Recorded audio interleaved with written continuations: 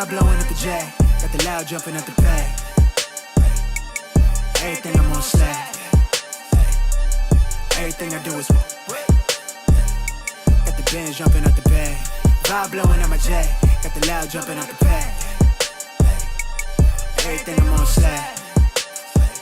We've been with the Brazilians. This will be the first. They wild, I think. I'm innocent. Bro, you hear that guy?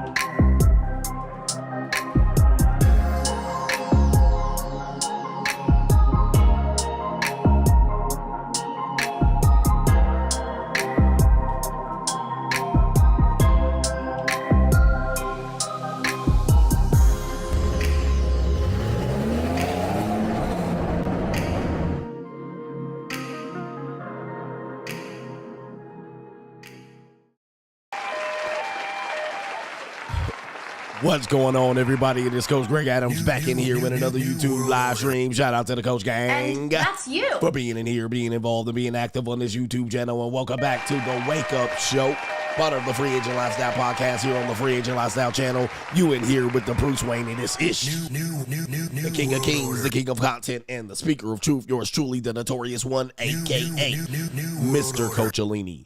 Better known as the prognosticator, Coach Stradamus. And you're in the Desert Storm bunker with none other than EWF. That is every woman's fantasy and the whole fucking show. Of course. I'm the CEO, Nigga, of Fix His Spines LLC, the Unbinder, the Undebatable, the Undisputed Best Entertainment here on YouTube. You can call me Senor Gregorio Graybeard. The ladies love to call me Mr. Third Leg Gray. Your third leg was just phenomenal. Also the man with one trabajo, that is the Mitch Slapper. You're looking at the Anointed One. Acknowledge me. Malo Papi Chulo, and Don Gregorio. You're looking at the Anointed One, the founding father of the After Pill, El Jefe, the junior college sociologist, the Morpheus of the mating matrix, the chocolated Confucius, the Black Moses, the deliverer, also known as the man that walks in the spirit of Elijah. I'm the hombre with more nicknames than anyone in the game, El Guapo himself. But in case you forget those names, just call me CGA, see God Allah, and I'll be the 14-time demonetized champion of YouTube. If my mic cuts out, we know what happened, but we got a great show for you to line up today. I warned you, men. Been warning you, man. It's not a matter of if, it's a matter of when. We have a young lady that has jumped on Al Gore's internet. And now she has jumped up in here and got up in everybody's face talking about she's playing in her husband's face. And as you can see, She's ugly. She's an ugly wife. I mean, she's mid and below mid. But she jumped up on Al Gore's internet and she says, despite being married for 7 years to the perfect husband, she is still unhappy and feels like she married the wrong person. I'm not happy. This man has lost his wife to these internet streets. Now, I've been talking about that for years. It's not a matter of if, it's a matter of when. This is one of the reasons why you have seen over the last 10 or 15 years, men completely walk away from the possibilities of love and marriage. Okay? There should be no misunderstanding of my philosophy and what I talk about. This is one of the situations where you would say, well, why marry? Why would a man roll the dice? This is a complete gamble. And but typically what happens is when women get to this point, and we'll talk about why women get to this point. When they get to this point, there's a reason why.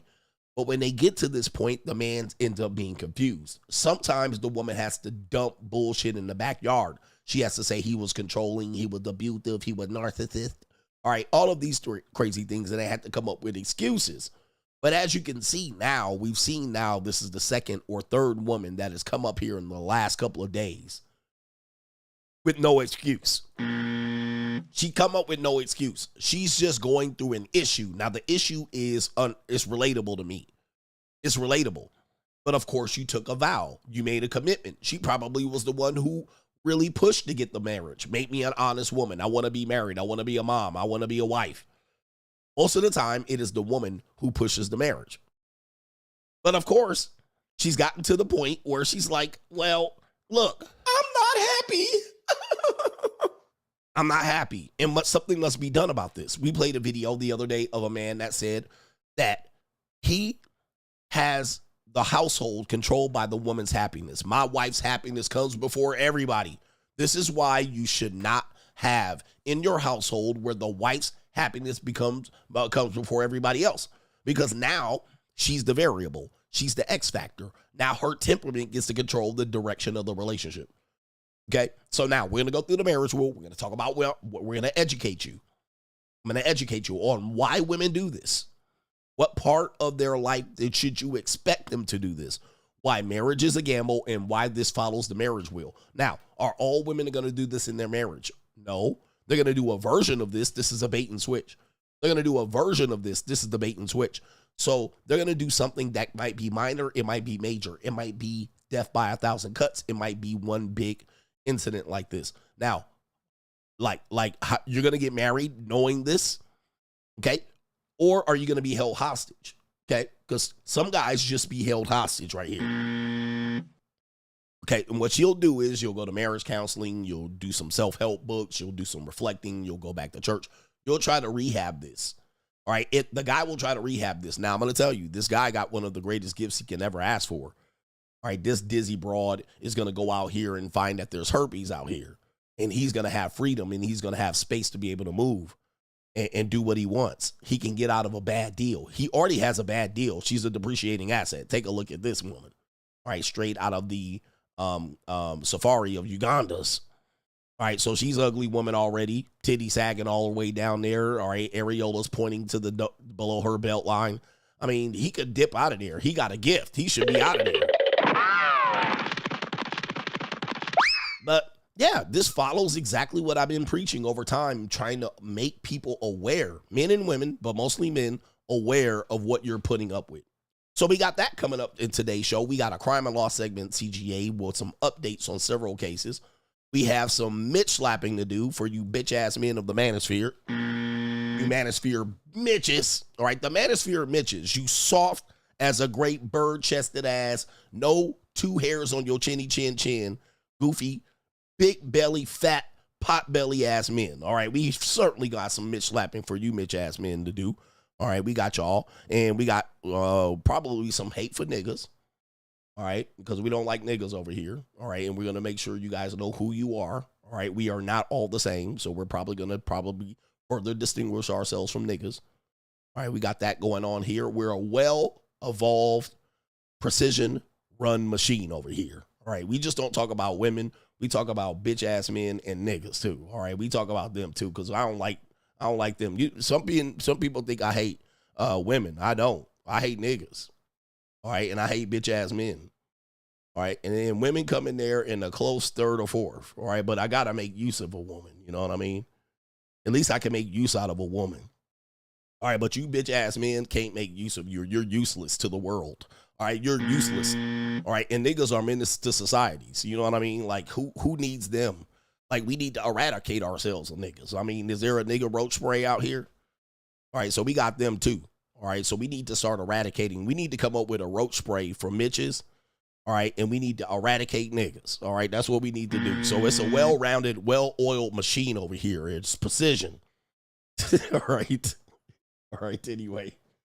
All right. So everybody gets his smoke and catches wreck over here. Plus trailer park trash, you too. Mexicans, you too. All right. Tortas, you too, ass niggas. All right. So we got a great show, man. But to contribute to today's show, $ the Notorious CGA on the Cash App, Venmo, Coach Greg Adams TV, PayPal, paypal.me/Coach Greg Adams. And that is near the top of the description box on the Free Agent Lifestyle channel. And you can still super chat by clicking the link on the top of the live chat. World order. On the Free Agent Lifestyle channel. We need to really uplift the amount of black men to speak out against niggas. We do, because as soon as you speak out a little bit, then they come slap you down. Niggas come out of the woodworks. They come out of the decrepit areas of their grandmama's house. You know what I mean? And they come out of the areas and then they join together like Voltron and slap you down and say, nigga, you're going to get your black card revoked, or you're going to get your nigga wake up call, and then you shut up. All right. But you need to keep pressure on these niggas. You need to keep pressure on these niggas, man. Say, look, we are not the same. All right, I despise you. I literally, if I ever see you at a gas station, I pull away. All right, we're not brothers. All right, I don't even know who you are. All right, but I know your type and your kind. All right, please stay the far fuck away from me. I have nothing to do with you. And why are your pants hanging so low? All right, you need to put pressures on them. All right, y'all scared of niggas. Like y'all that somehow that if you lose their support, something's going to happen to you. Nothing's going to happen to you. Niggas don't support shit. They steal. All right. You can never, ever, ever depend on the nigga. I mean, you can depend on them doing some dumb shit, but never, ever think you're going to lose support if you go against the nigga agenda. All right. The nigga agenda is not going to give you any value. All right. Oh, maybe I'll lose support from these niggas. All right. The only thing you're going to lose support of is their viewership. All right, because they don't do shit all day anyway, but look at shit. All right. All right, but you don't think you're falling out of the good graces of the nigga agenda. The nigga agenda is really, really good at dragging you back into their muck and mire, into their bullshit. All right, so never fear the nigga. I mean, the only time you fear the nigga is if it's nighttime and you see them hanging out in a cluster of 4 or more.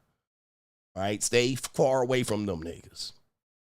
All right, if you see niggas hanging out more than 3, all right, and the sun is now set, all right, stay far away from the neighborhood adjacent to them niggas. Stay far away from women that hang out with niggas like this.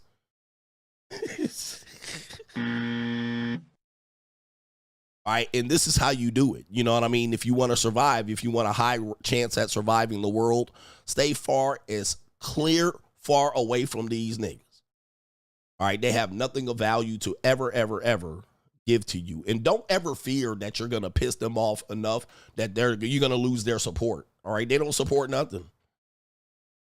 All right, so anyway, have we pissed people off already? Hey, man, listen, I say this, I'm educating you. This is, hey, YouTube, anybody that's trying to, upset, please understand, I'm educating people. I'm not trying to talk down about a group of people. I'm talking to a group of people to educate them as to further their existence in their life.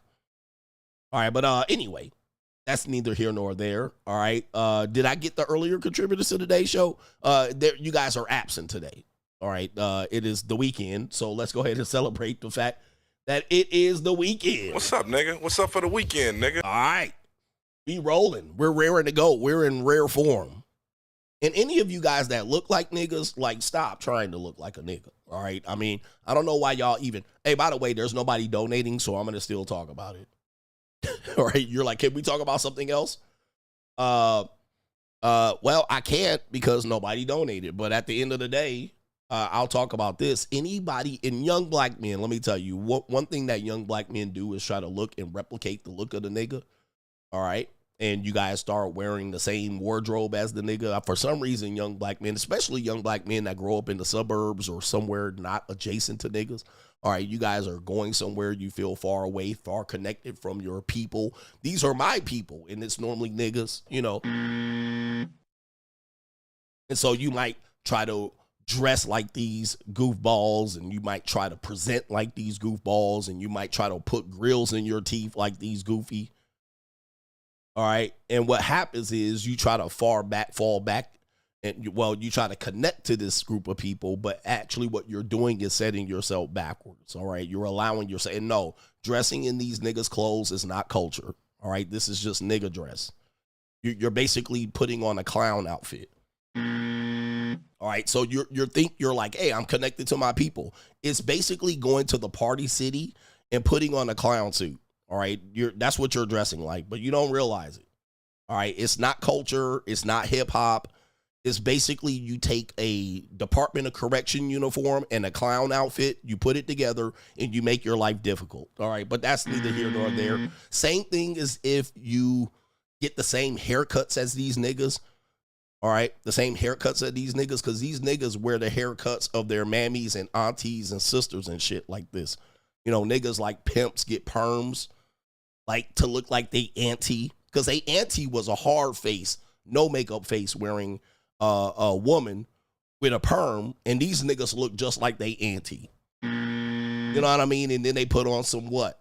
They put on a heavy fur ass coat, and then they wear nice shoes just like they auntie used to look like. All right, that's what they doing. And essentially what they doing is copying and emulating they mammy and they auntie and shit.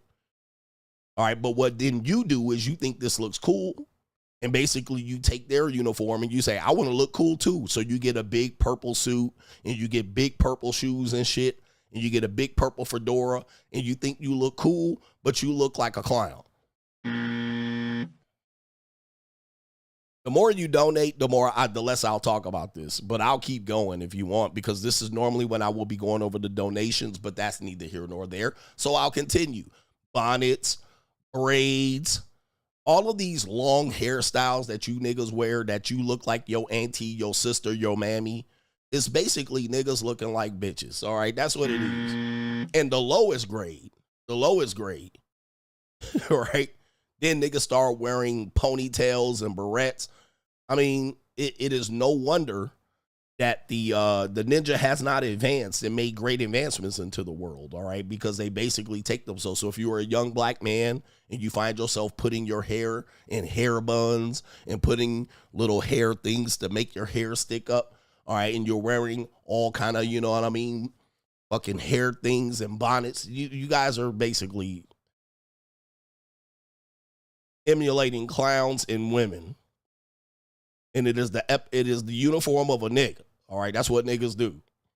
And for some reason, you guys think these guys are dangerous. They'll put their hair in pigtails and braids. These are dangerous. Well, I would think you would be dangerous too if you wear your hair as a male like this. But I will even add to this. You probably are a dangerous individual. You probably are wearing your hair in some sort of prison style. But anyway, I have a question for niggas. How do you sag your pants when they're tight?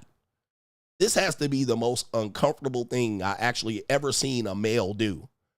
I mean, I know what it's like to be a male. You know what I mean? I got to spread my legs. You know, my junk is out here. But y'all got tight pants and sagging them.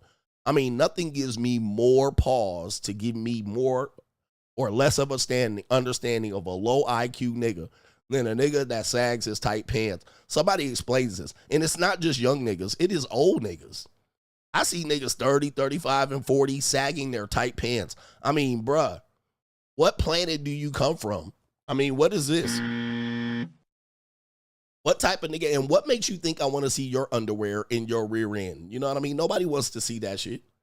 But you're 35 years old, running around here with Jordans and tight pants with them sagging. How is this possible?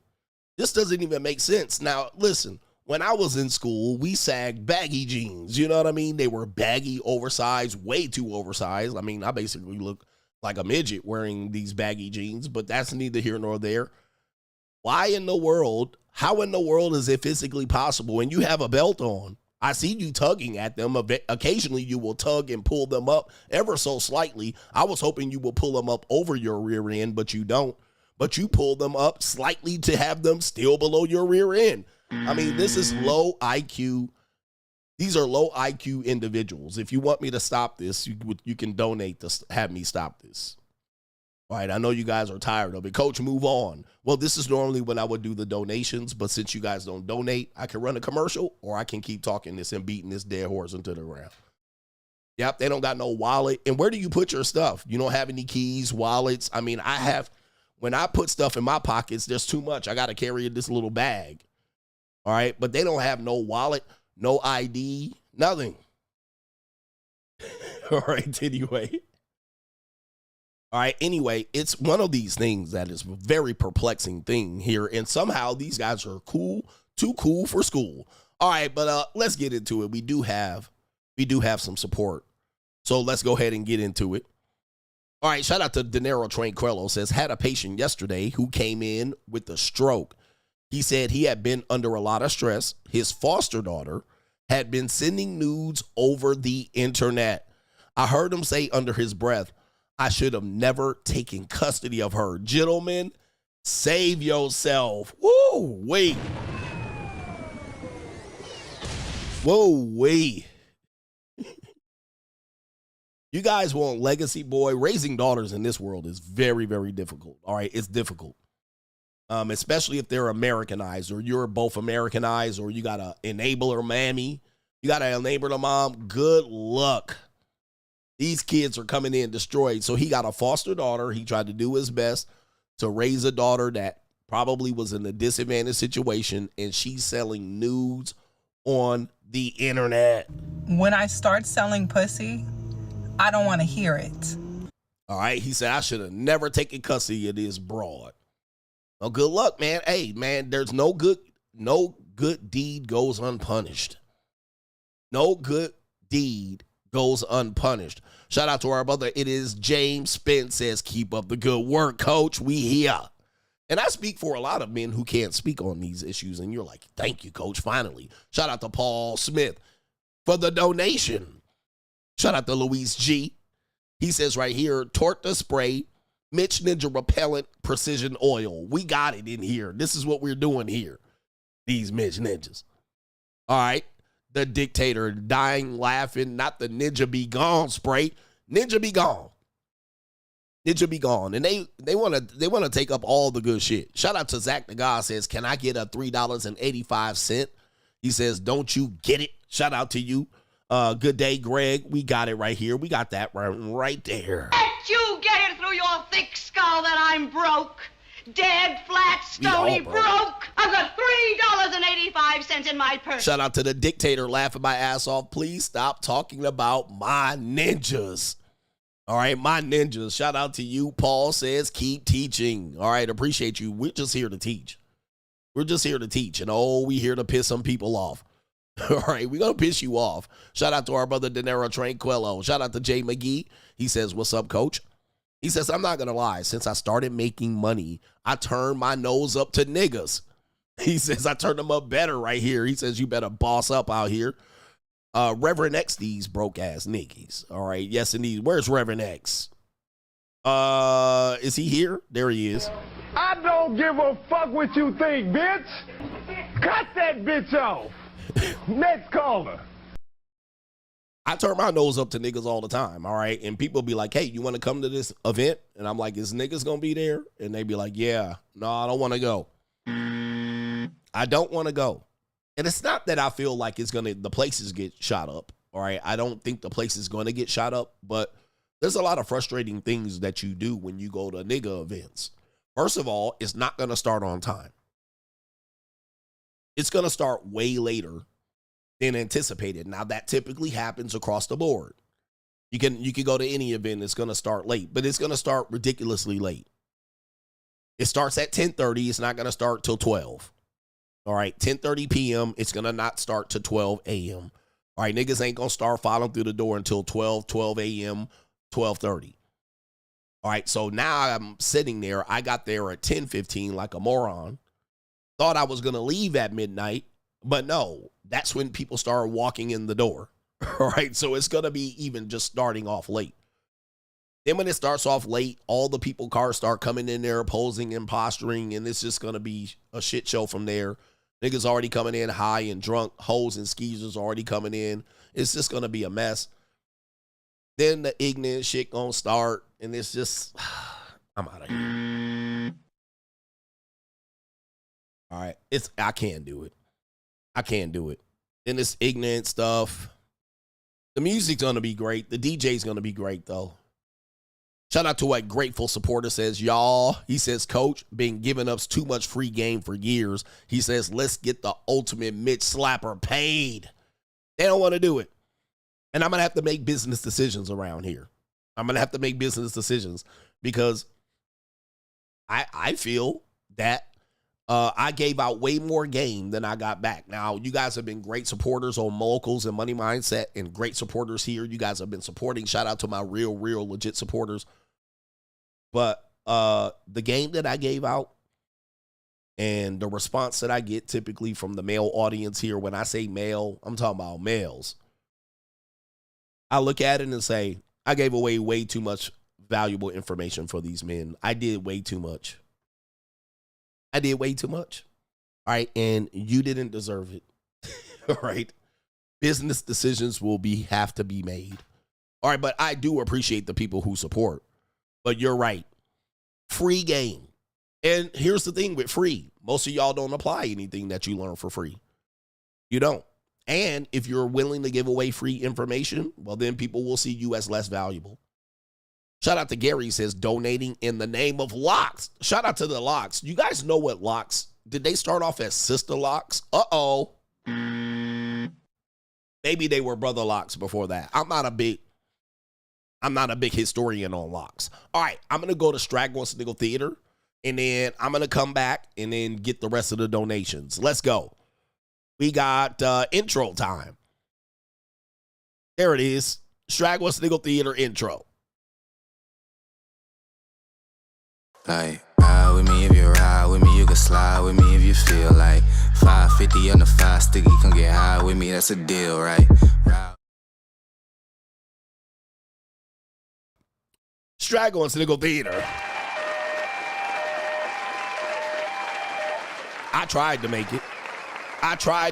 All right, I made it back in time. Straggle and Sniggle Theater. What do we got here on the first Straggle and Sniggle Theater? Let's get the banner up and everything. I was surprised to get here. All right, Straggle and Sniggle Theater. We have the the WNBA.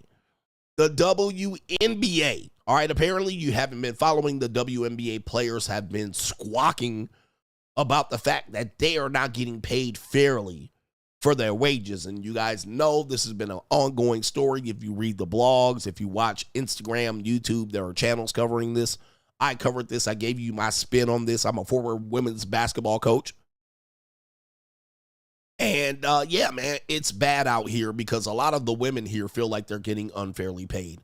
Now you got Shaquille O'Neal caping for this group of people, and they're looking at some of these women's contracts, and they're like, this is despicable. Like, for instance, Caitlin Clark and Angel Reese, two of the best well-known women's basketball players in the last couple of years, they're not even making $100,000. Angel Reese has said that she makes more through her advertising than she does with basketball. Caitlin Clark makes way more. She's a millionaire. She makes millions of dollars, but on the court during the season, she only even clears $75K. At their recent All-Star game, they wore a shirt that said, pay us what you owe us.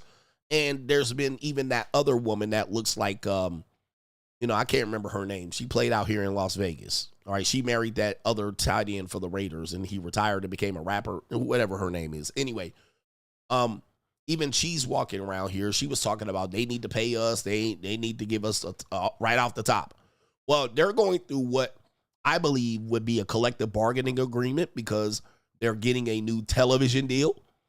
All right, most of these leagues get a new television deal, and the players know that there's money on the table. So what they'll do is they'll negotiate to try to get a little bit more money. Now, the WNBA is essentially a summer league. They're not a full league. They play only during the summer months. And but they do have to, play overseas or do some sort of marketing to make some more money because they only play 30 to 35 games.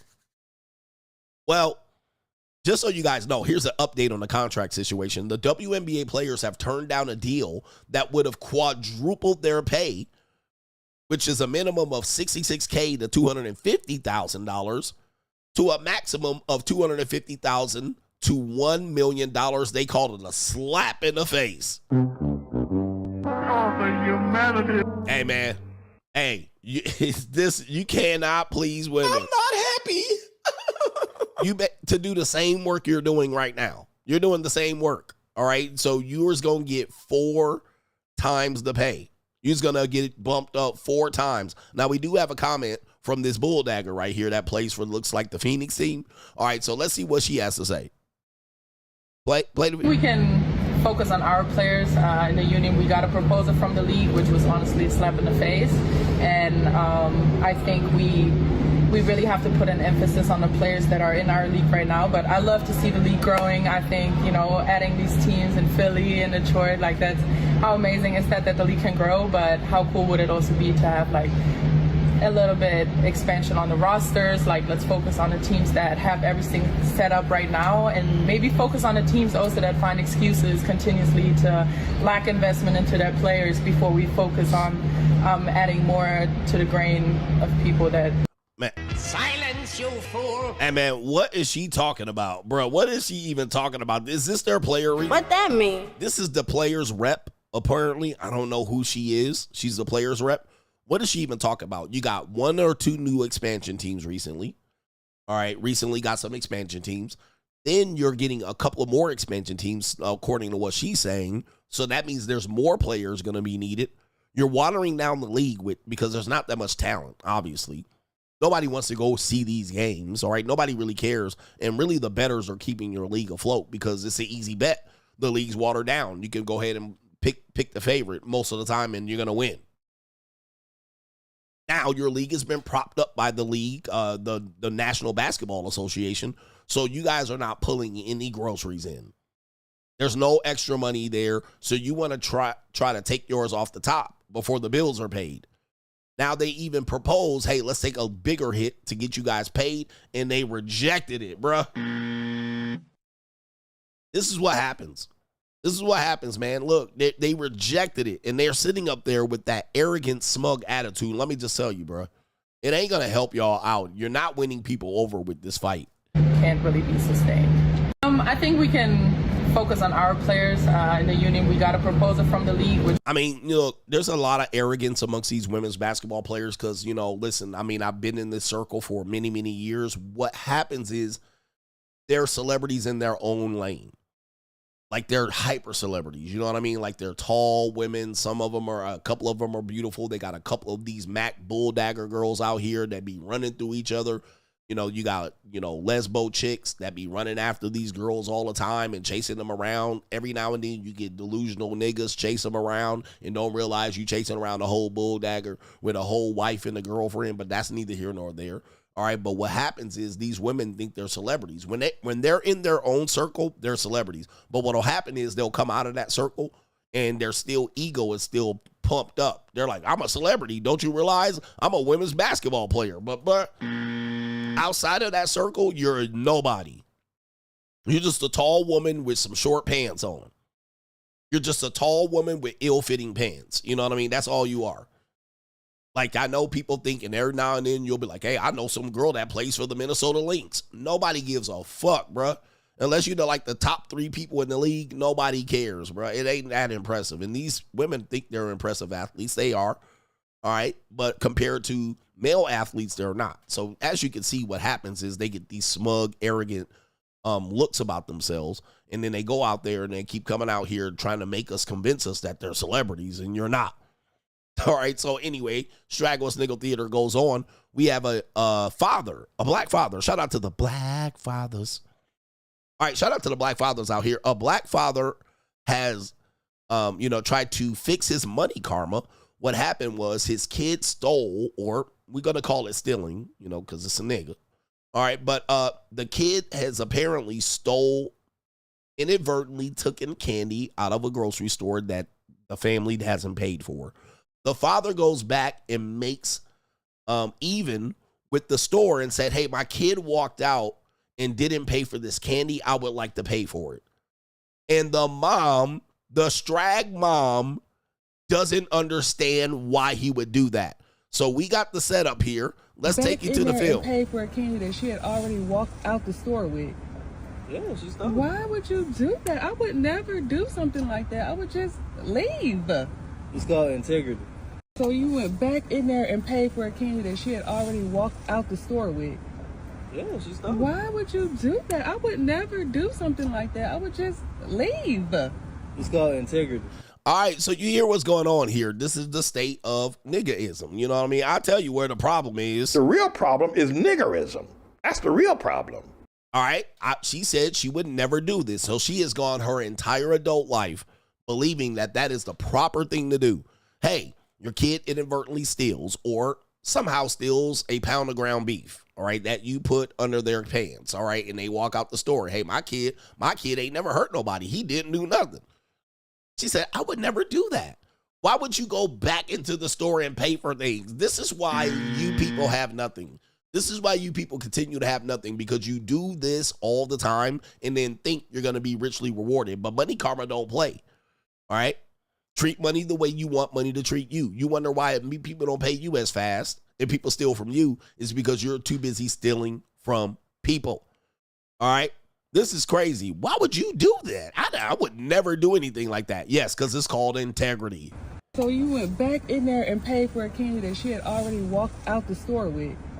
Yeah, she's done. Why would you do that? I would never do something like that. And she doing that in front of the kid. Like, think of this, man. Like, these are the things that them fathers get blamed for when they leave and finally leave this drag.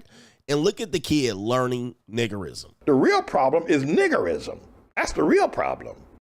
Look, and everybody got the same hairstyle, I'm pretty sure. I'm pretty sure his wife looks like this under her wig as well. Why everybody got cornrows. All right, but anyway, you see that real quick. She's teaching her daughter. Well, the father made a positive. He turned a negative into a positive. The mother is educating her daughter. Baby, it's okay to steal. All right, don't ever go back and pay for something that you walked out of the store with. But of course, and she posted it to the internet. I mean, boy, I tell you. All right, Straggle Sniggle Theater, we have an OnlyFans girl here. Remember in the UK, I reported earlier this week that in the United Kingdom, they've had a couple of flatback, soggy, mealy-mouthed muskrats running around in tightly fitted activewear, a.k.a. Lululemon and Aloe, to ensnare men into committing crimes of catcalling a cold approaching. All right, so we reported that earlier in the week. The Red Pill Ragers chimped out. A couple of y'all made a video about it. But now what happens is we're going to have an OnlyFans girl turn the tables on some of you predator niggies. All right, and let's go ahead and see if we can get the video here lined up. And we have to get it lined up so as I don't promote her page inadvertently and get her some viewership from you nasty boys. So we have this woman out here, and I believe what she did, it definitely is the case. Most guys could not handle it. So she's outside in the park, and she's from the UK, she says, and she's going to get a cat call. She's going to kind of get a nasty invitation, but she's going to turn the table and say, okay, do it, and let's see how the response is from the male. We know this is a skit, but we'll go ahead and play it. This tan is brown, you know. Jeez, your back is fire, yeah. Thank you. Things I do to you. Yeah? Yeah. Let's go now then. Hey? Let's go in the bushes now then. You can come and eat it. Yeah. Yeah. Yeah, no, I'm being serious. Come on. What? Nah, like what? No, come on then. You said you just said the things that you would do to me, so let's go in the bushes. And do what? Like? Well, nyam this ass. Oh, nah, you're weird, man. No, come on. Nah, man, you're Come weird. on, you wanted to do it. Leave me alone, man. No, you wanted to do it, so come and do it in the bushes then. All right. I am a nasty woman. All right, so, hey, I ain't mad at her right here. Called his nasty ass bluff, all right? Called his nasty ass bluff. I like this skit. Did you eat that cat? All right, I like this skit. Now, some of these niggas would be in there eating that cat right now. Did you eat that cat? All right, so I like this one. I think women should turn the tables. I mean, it's a dangerous proposition. Sometimes you can ask the wrong dude, and he'll make good on that promise. He'll make good on that promise. But the one dude then called her weird. All right. You're weird. All right. Some of y'all will be in there nibbling right now. Did you eat that cat? All right. Y'all will be in there nibbling. But this is an example of maybe how the UK should handle it. You should tell these women to tell you, oh, okay, go ahead and do what you was going to do. All right. The things you'll do to me, let me know. All right. I actually know some women that would take you up on these propositions too. I mean, I like this idea. All right, ladies, take notes. All right, start using the reverse the reverse Jedi trick. All right, on these niggas. All right, let's see what you're gonna do then. This tan is brown, you know. Jeez, your back is fire, yeah. Thank you. Things I do to you. Yeah? Yeah. Let's go now then. Hey? Let's go in the bushes now then. You can come and eat it. Yeah. Yeah. Yeah, no, I'm being serious. Come on. What? Nah, like what? No, come on then. You said you just said the things that you would do to me, so let's go in the bushes. And do what? Like. And do what? Do you have the stomach? Yeah, you know what I mean? And do what? She's like, come eat it then. All right, ladies, take notes. All right. This is a great cold approach and a great reverse cold approach. Well, nyam this ass. Let's do it. All right, give it to me right now. Do you have the stomach? All right, yes, ma'am. All right, we're going. All right, press 1 in the chat if you're going. All right, she says, nom this ass. Give it to me. Nom it right here in the bushes. All right. Oh, nah, you're weird, man. No, come on. Nah, man, you're Come weird. on, you wanted to do it. Leave me alone, man. No, you wanted to do it, so come and do it in the I'll come and do it in the bushes. Shout out to this OnlyFans girl right there. This is just OnlyFans skits. Don't get your panties in a bunch. It's okay. It's Straggle and Sniggle Theater. All right, what do we got here on Straggle and Sniggle Theater? The last one, Mr. I Don't Pay is in the building. All right, we got Mr. I Don't Pay right here. We have She Loves Me For Me ass niggas. All right, so here we go right here. There's an old couple. You know these are Bamas. You know these are Bamas, all right? What is the first indicator that these are Bamas? First of all, you can look at the video and know the air is thick as hell, all right? It's thicker than the women out there. Just look at the video. So you know the humidity is sky motherfucking high, all right? Look how thick that air looks. There ain't nothing breezing. There ain't a leaf moving, all right? And the air is thicker than the snicker. And this is in the morning, nigga. This is in the morning. The sun is rising, bruh, and it's already 89% humidity. The next thing you notice is them cars are parked on grass, all right? Bamas. When you see cars parked on grass, Bamas. Especially then a Cadillac parked on grass. Bama, all right? Niggy. A new Cadillac parked on grass. Bamas. All right, so we're just here to teach. All right, we're just here to teach to distinguish black people, melanated kings, and niggies and Bamas. All right, so these are Bamas, but let's see what these Bamas are talking about real quick. I know you got some money tucked away. I didn't want. Give me some money. For what, Sharon? You spent all your money the weekend down at them people party. And then you made money down there? Are you recording that? Yeah. Give me some money. Give me my money. Give me my money. You don't need no money. Give me my money. Stay home. You ain't working. Give me some money. Sure, you don't want no money. I ain't giving you none. Damn.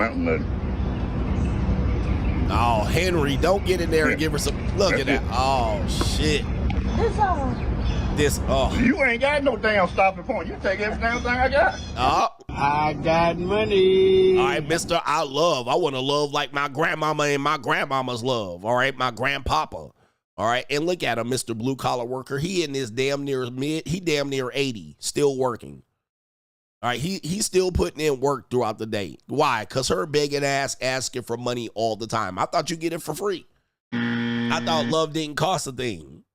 All right, but as you can see, she begging. And then when he even gave her some money, she was like, that's it.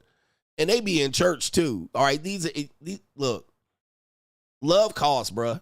Love costs. And he was like, okay, you be begging me. He was like, what happened to that money? You didn't spend your money down at the boat in Shreveport.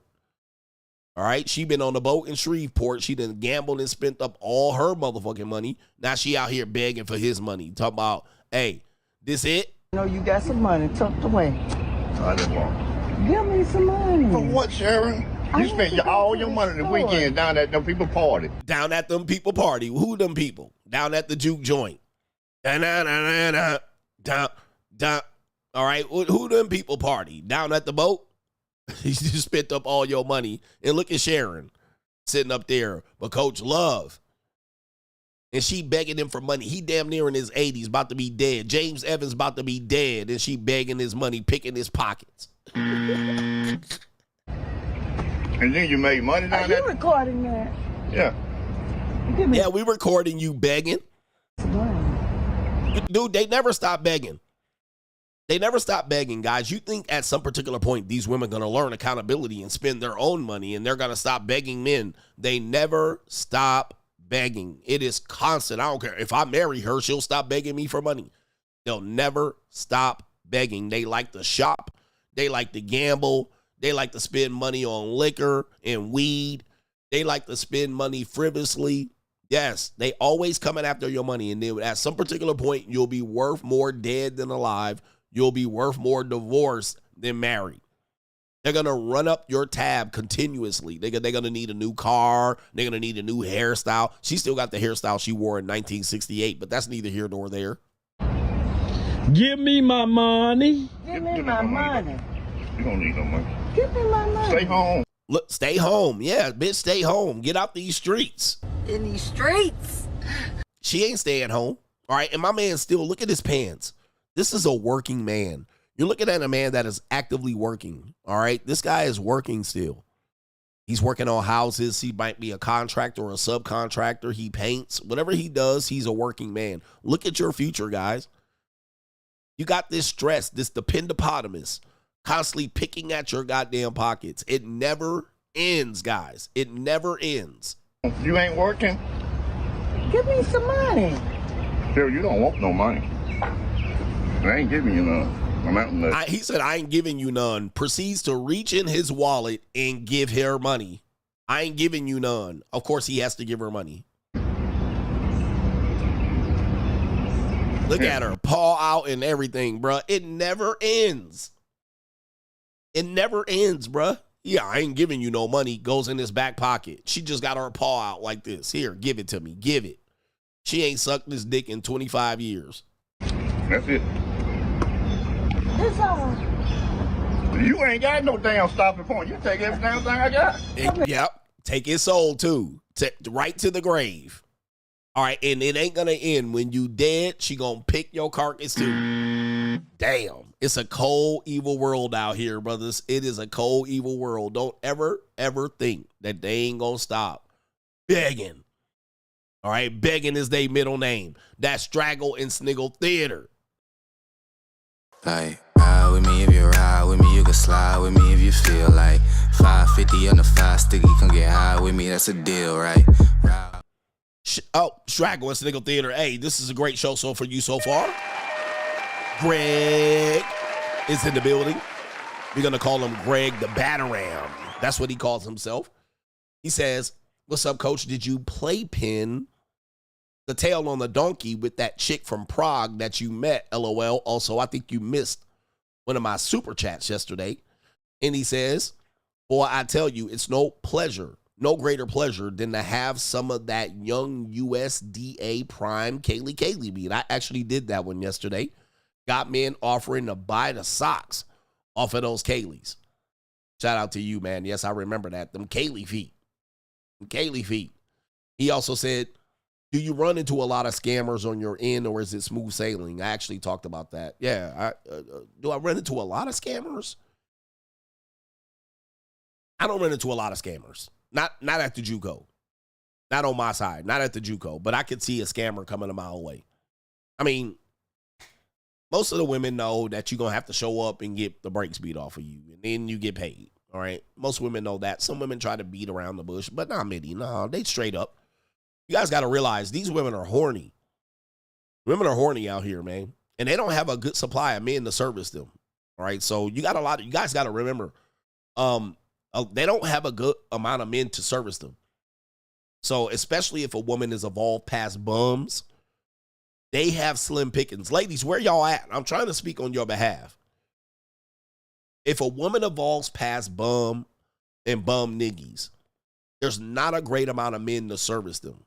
So they didn't go to guys that have their life together and then hope he can deliver a little bit of decent dick. Pause. And these women are hornier than the women that are the 20-year-olds. So they're 30, 35, 40, 45. They have a slim pickings.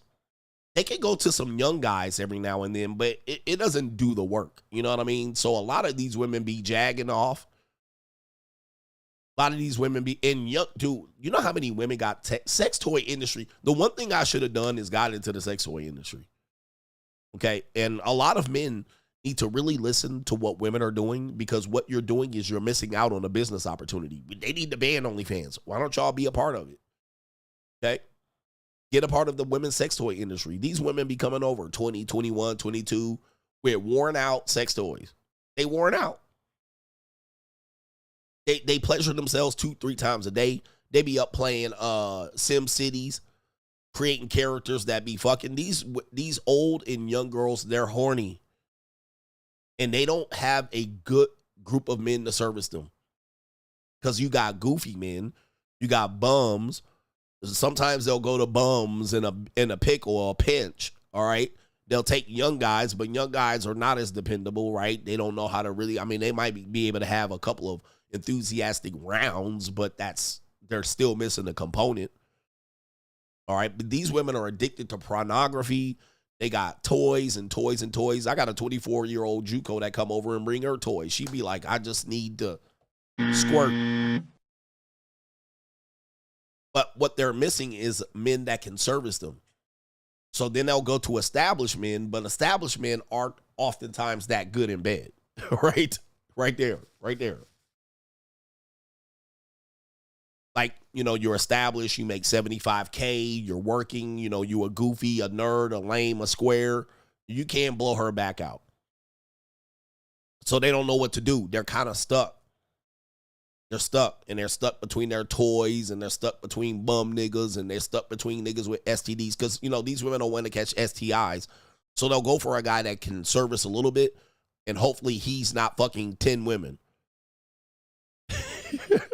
Right? At all. So they want to get tied up. I got girls that come over, they want to get tied up and handcuffed. And I mean, it's wild.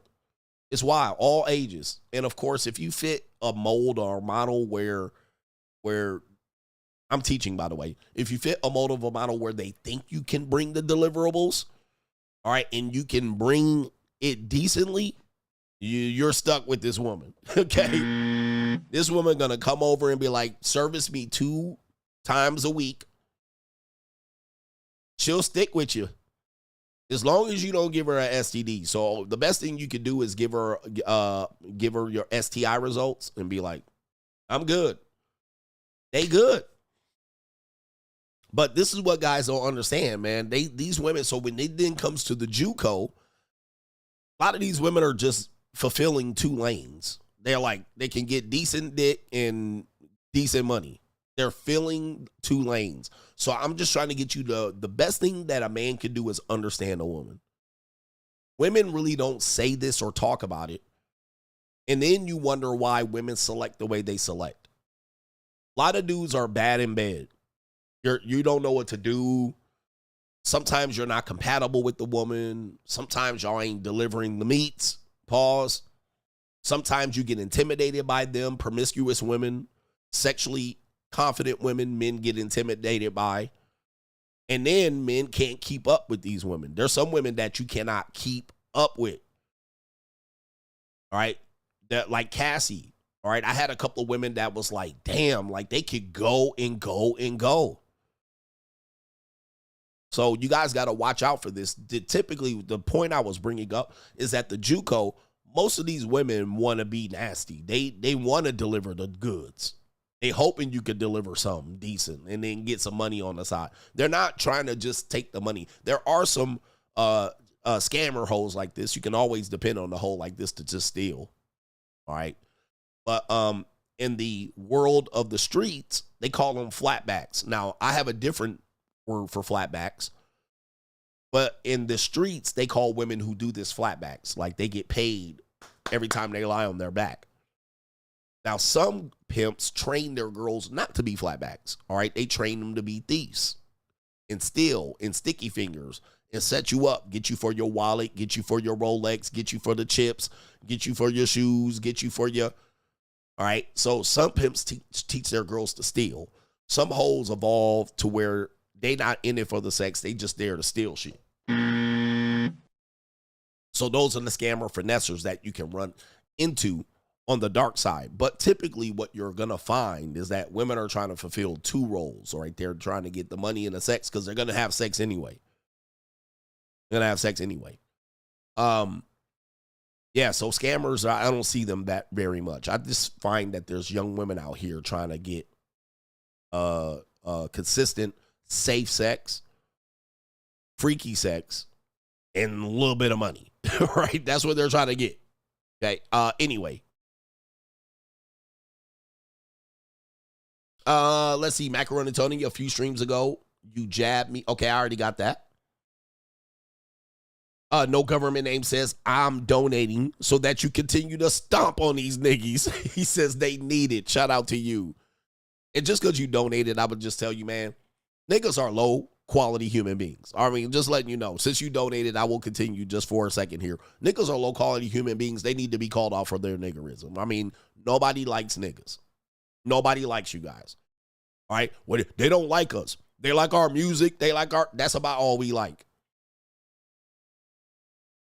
That's about everything else that comes with you, we hate.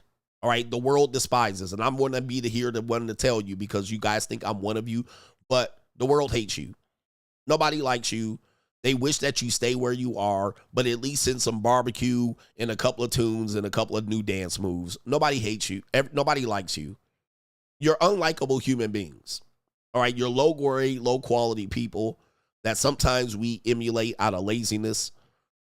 But nobody likes you. They kind of like what you produce, all right, and only want to cherry pick from that. But everybody hates you, all right, just to let you know.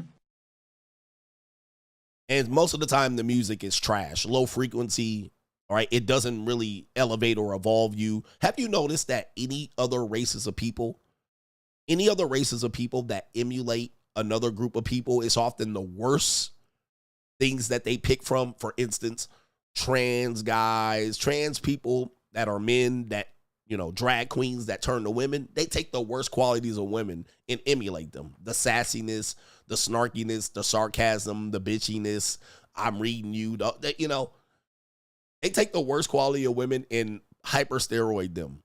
Same thing as anything that we take from niggas. It's normally the worst qualities. All right. And we emulate them for fun. You know, pimps, they go to pimps. You can get the pimp Halloween costume. It's literally the lowest form, you know, of imitation. It's not flattery. It is literally, they're taking the lowest quality of you. Grills, spinning rims. All right. All right. You know, slang. We want to learn the slang. Teach us the slang. All right, this is cool. You come up with a new word for something simple. All right, great. I want to know what that means. Bling, bling. All right, boy, that's a great phrase. We'll go ahead and steal that, copyrighted from you niggas. All right, thank you for coming up with this. But they take the worst qualities from people. All right. And they, you know, entertain themselves with it. They've been doing this since the plantation, by the way. Chicken George, you know, Massa come out and be like, look at these niggas. They gonna sit out here and dance. This nigga's gonna play the harmonica. This nigga's gonna play the drums out of nothing. We stole his fucking drums and we told him we'll break his wrist if we ever seen him beat a drum. And this nigga put a box together. He's going to do this.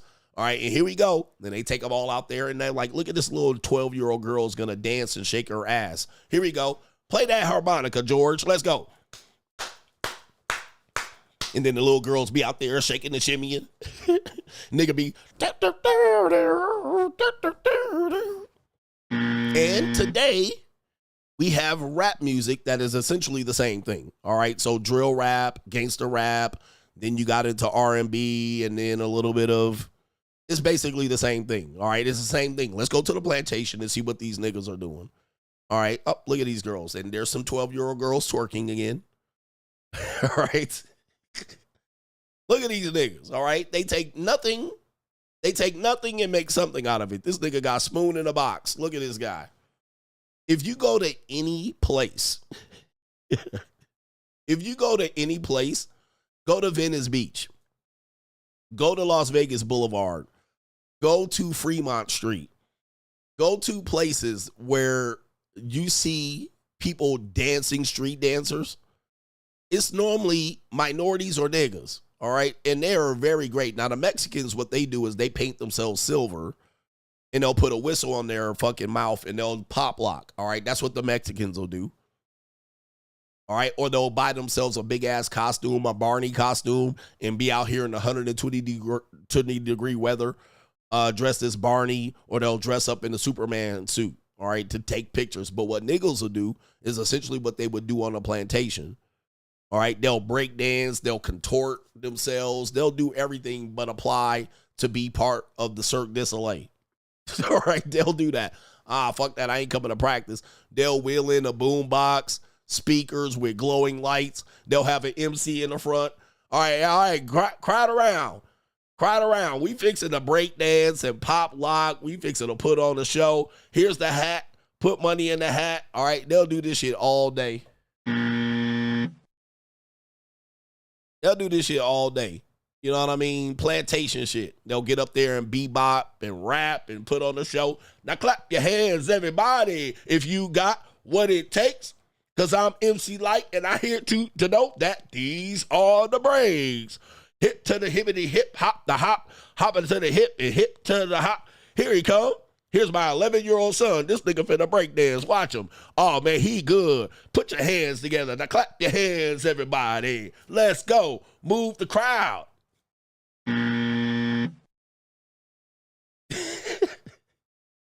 Everything but apply to a real show and show up and practice and have discipline. You know. All right, anyway. Yep, New Orleans. No, it's always going to be some niggas doing some plantation shit. All right. All right, but anyway. Everybody say, all right, all right. Everybody say, ho, ho. Now scream. Somebody scream, ass nigga. Now, all right, yeah, that's the show right there. Hey, none of us got health insurance. None of us got dental insurance. But if you put some money in the bucket, all right, put some money in the bucket. Everybody crowd around. Okay, I see you right there. Hey, that all right. No, put the 20 in the bucket. Put the 20 in the bucket. All right, we need some new shoes. School finna start. All right. Subways. All right, plantation ain't never left. All right, so anyway, and somebody in the crowd pickpocketing, stealing from you niggas while niggas holding their camera up recording. This is great. They in your pockets. All right. All right, but anyway, shout out to our brother. It is Shay Wright says, greetings, CGA. 46-year-old black woman here. Out of my favorites of your show segments next to Doom and Gloom are your bitch slapping sessions. Women need slapping, and definitely these weak, jellyback, spineless, gutless, coward-ass males. Shout out to Shay in the building. They need it. Gutless. Men are gutless, man. They cowards. Right? Cowards. Puss-ass men. These men walk into the world with male sex organs thinking the world should just bow down to them. Somebody should give me a woman. A woman should like me. Why? Well, I'm a man. I provide. You provide what? Right here. All right. Yeah, Mr. Handsome Paws is in the building. Oh, wait. Did I read yours already? Yeah, Mr. Handsome Paul says, let the Mitch slapping begin. He says, talk to him, coach. Sick of these ashy, bonnet-wearing, pants-sagging, dirty draws, having-ass, goofy-ass niggies. Tell him to boss up. And of course, I can't stand them niggas, man. Better boss up, nigga. As soon as I see niggas like that in public, I get far away. I cross the street. Shout out to our brother J Flow says, appreciate you, coach. And shout out to the coach gang. Appreciate you. In league, I trust says, keep it going. They need to hear it from a real one in a real way. In a real one in a real way. Okay. Cisco says, keep ratting, coach. If these niggas don't want to put some snaps on the petrol, he says, love it how you automatically associate a bull dagger with a Suzuki or a Kawasaki motorcycle. LOL, keep on the Mitch slapping. All right, who likes the Mitch slapping in here? Because the niggas that deserve to get Mitch slapped, they not even here yet. They're not even here yet.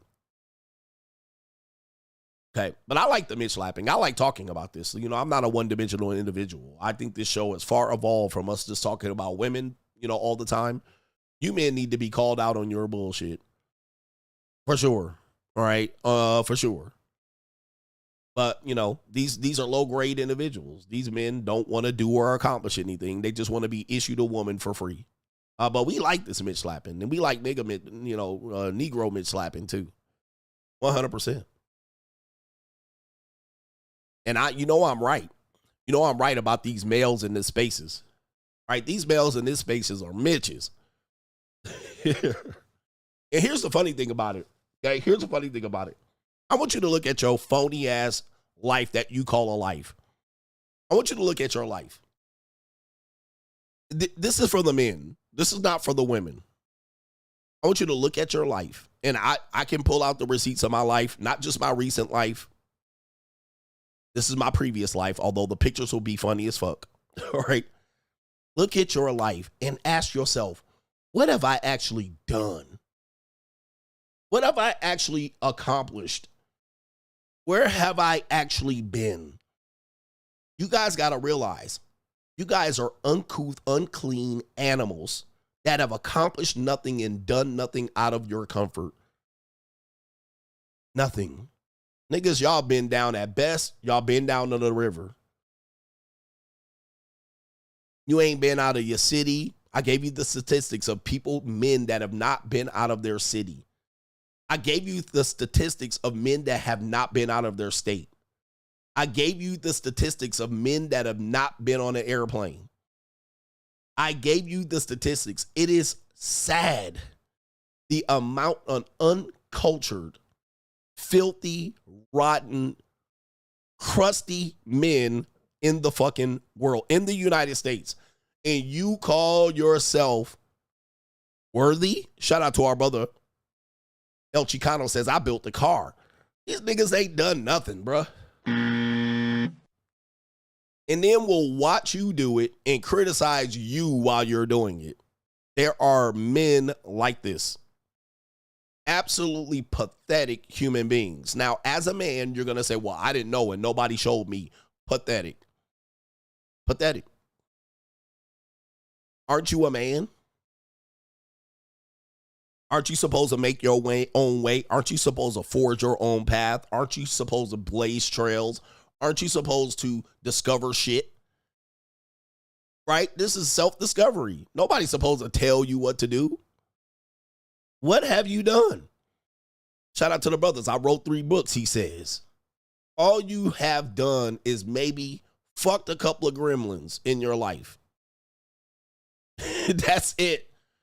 The male has become an extinct, man has become an extinct thing in the United States. Most of you people ain't did shit, ain't seen shit, ain't been nowhere, ain't accomplished it, ain't done nothing out of your comfort zone. Niggas ain't jumped off the porch, nothing. All you have done is walked up and down to the liquor store and back. That's it. All you have done is roll blunts.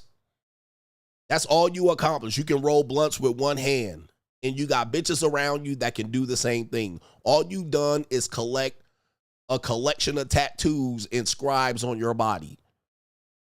Most of you guys that have long dreaded or braided or locked hairstyles, that ain't even your real hair. That's not even your real hair that you grew.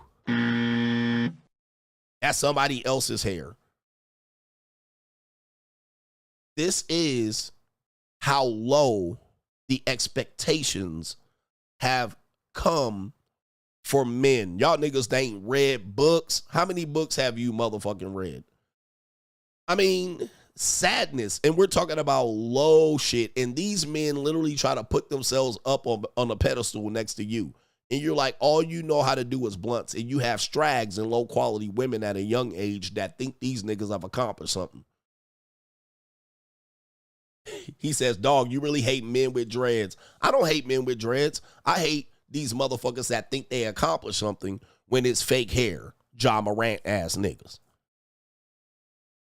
All right. But guess what?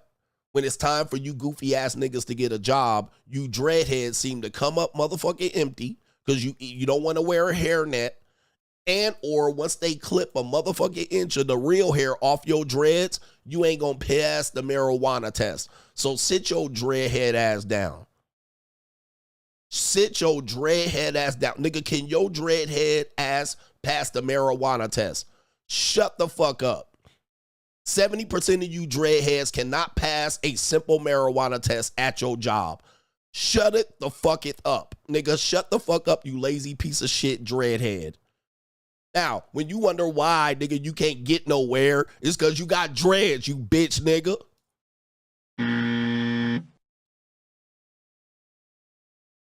Now, dreadhead, pass a marijuana test, bitch, at Amazon. Shut the fuck up. Now you're going to have to sell dope for a living. Okay, so right here. Now you have to sell dope for a living and talk about how you've been prejudiced and disadvantaged by white supremacy. So as soon as I see the dreads, I smell dope and I see loser. All right. Pretty simple. It's not a 100%, but it's probably going to be a fact. It's probably going to be right. Dread, dope head, drug dealer, or fucking can't get a job. It goes hand in hand. Shut the fuck up. So you saying I'm hating them. I'm just saying what I equate it to. And I'm going to be right 70% of the time. So I'm not hating on you. I'm just describing you. You're going to be coming out of a dispensary or a shop that smells smoke equipment. Fuck out of here, nigga. That's not hate. That's literally smacking you up the fucking skull.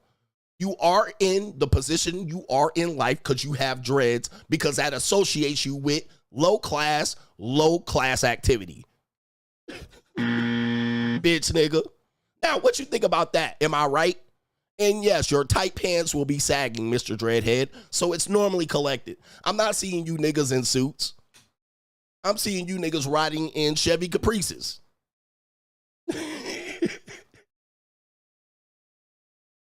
Look, not everybody's the same. Now you sounding like these bitches.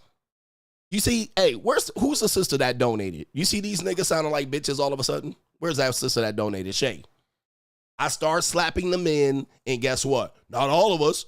We're not all the same. Don't prejudice us. But when I talk about the women, we don't let them get away with that. Not all women are the same. See, you bitch ass males just gonna have to deal with what I'm telling you. I'm right most of the time, just like I'm right most of the time with these women. I'm right when I call you out and start smacking the shit out of you Mitches. That's not everybody with dreads. You see these Mitch ass niggas? They don't want it. I told you, you bitch ass men don't want it. It's most of y'all. And you know I'm right, just like it's most of these women. The women it don't apply to, they sit down and shut the fuck up. Not you bitch ass men. You bitch ass men. Not everybody like that, coach. You sound like bitches. I tell you, men are the new bitches. Men are the new bitches. These women have now sat back and realized not all women are like that. Doesn't work. They just gonna have to tunk that L up listening to my stream. Now you bitch ass men, not all of us are like that. Shut the fuck up. You know I'm right. Most of y'all like that.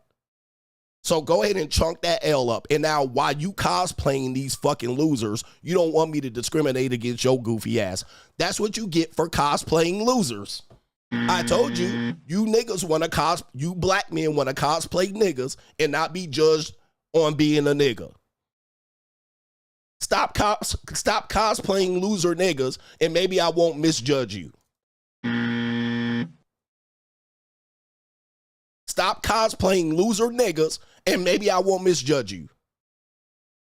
I'm going to say it again. Stop cosplaying loser niggas, and maybe I won't misjudge you. I'm going to say it one more time.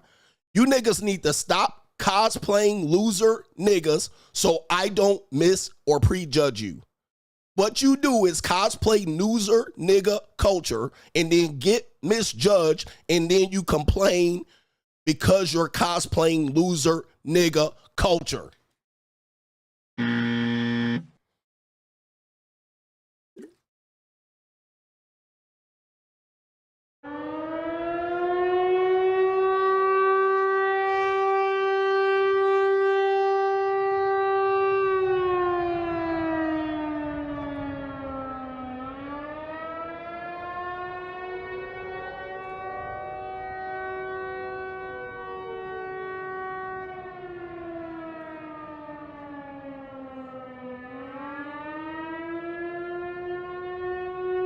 Look at these Mitches. See, what I'm discovering is I'm going to make way more money talking about you bitch ass men. I'm going to make way more money talking about you bitch ass men than I'll ever make talking about women, because you bitch ass men are the problem. It's bitch ass men. You Mitches. Look at these niggas. They hurt in here. Look at now. Look, they talk. Look at them calling me names now. Look at them going for names. Now they're going for insults and now they're trying to insult me and call me names. Look. That's all they got. All they got is insults. I just fucking I just triggered them. Look, I'm bald. I'm raging. Look at this. Look, now they're going for insults. I told you about these men. No, don't block them. Don't block them.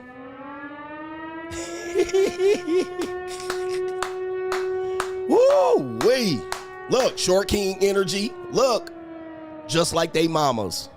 Just like they mamas. Men are sad.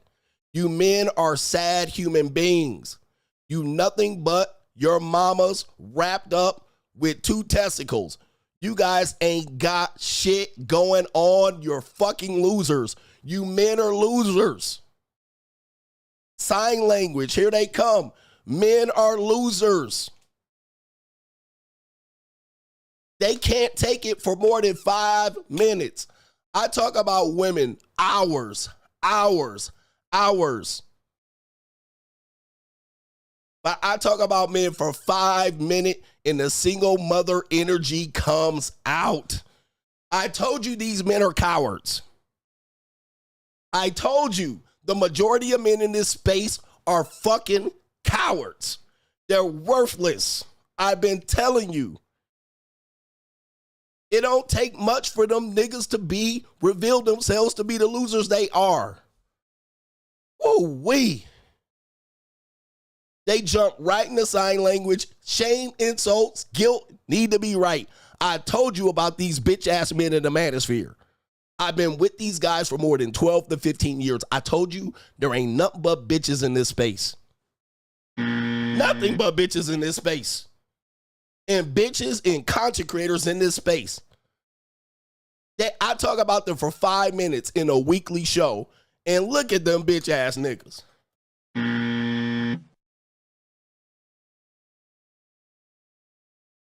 You want me to lead you? I'm only as strong as the weakest man in my space.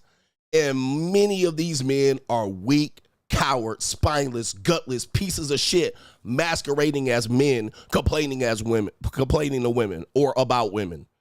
And most of you men ain't shit.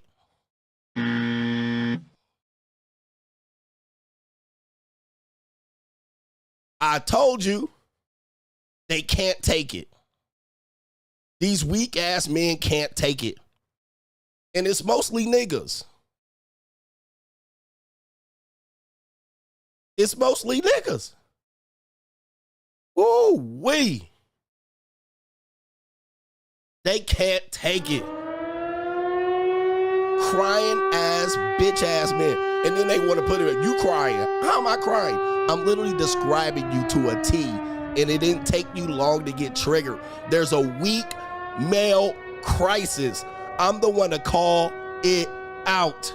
You men ain't shit. Most men ain't shit. Y'all ain't working with shit. Y'all ain't bringing shit to the table. You ain't about shit. You ain't accomplished shit. Most of y'all ain't shit. You a waste of space. You useless. Useless. And you ain't did shit for me at all, nigga, but show up here. Look at these niggas leaving. I can't take it, bro. Man, I can't take it. I can't take it. Somebody has needed to do this in this space. Somebody said TFM has done this. Somebody said Angry Man has done this. This space is needed to call out the cowards in this space, hiding behind and masquerading the alpha and masculine and sigma men in this space. You're nothing but cowards and beta males disguised as hardcore men, but when I call you out for 5 seconds, y'all niggas can't take it.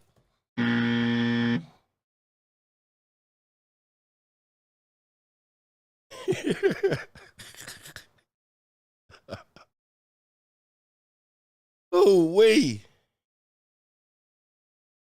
Ooh wee. Can't take it. Waste of space. Who are you? Ask yourself this. And by the way, I've been asking you this for years, but I've been trying to teach it to you and slowly give it to you. But who gives a fuck about you guys anymore? You guys are useless. Accomplish nothing as men. LARPing as alphas, cosplaying as loser niggas, and want these women to do what? Y'all ain't gonna get shit out here. Knuckle draggers. Useless, waste of space. Waste of sperm ass niggas. You guys are a waste of sperm. Nobody wants you. Nobody wants you to give you nothing for free. Nobody's impressed by your low quality behavior. Nobody's impressed by your nigga cosplaying. Nobody's impressed by your fucking recessed chin and your motherfucking beer belly gut. Nobody cares about you people, man, and you deserve nothing out here. I've been saying it for a long time. These men deserve nothing out here.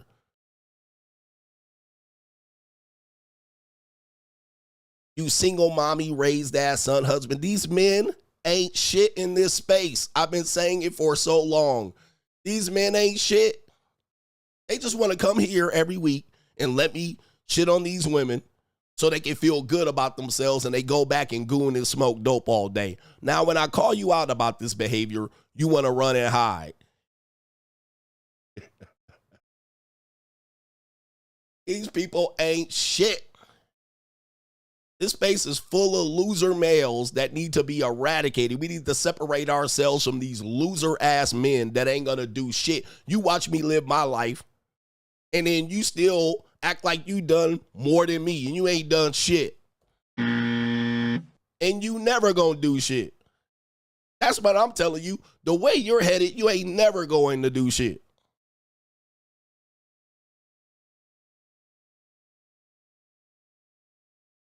This is unbelievable, man. Somebody said, if you ask it, he talking about you. Major facts. If you got to ask who I'm talking about, that means you're convicted. I'm talking about you, you goofy ass loser. Niggas can't wake up earlier than 10:30 in the morning. Who you talking about, coach? You.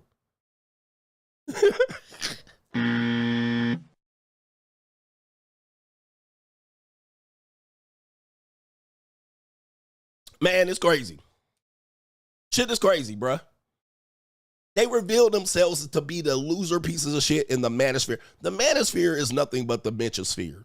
All right, these people are masquerading as some sort of, I chose to go my own way, I'm raging and this and that. Nothing but fucking space filled with losers that ain't gonna do goddamn thing. They sit up here and talk. They need to ban OnlyFans. Why don't you ban OnlyFans? They just won't get up and do nothing to help themselves, hoping that somehow You guys are going to start, the world's going to start operating by the Old Testament. We need Sharia law back. Nigga, you won't even slap your granny and poke her in the eyes, nigga. You won't even tell your mother to sit the fuck down and shut the fuck up. You won't even tell your own mother what to do, but you somehow want a group of men that have microphones to help you get your peen wet.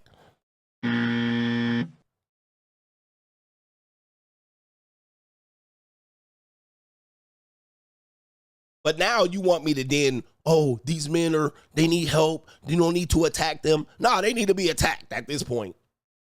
They need to be attacked. Because everybody been trying to help them. I've been trying to help them the whole time, keeping the prices low and shit. All right, trying to help the motherfucker.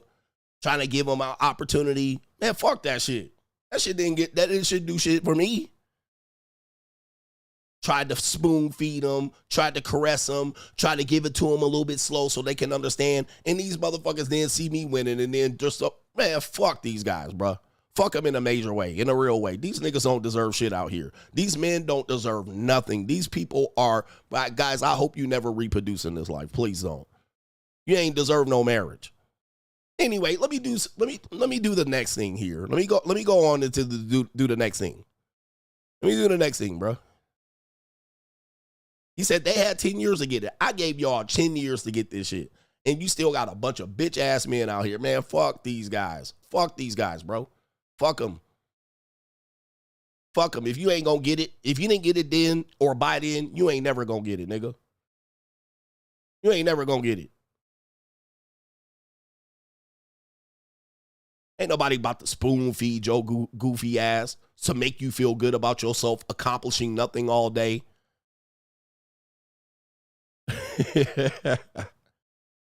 No pussy for you. Remember when I told these women to stop giving y'all pussy? Stop fucking these guys. All right, don't give them no more pussy.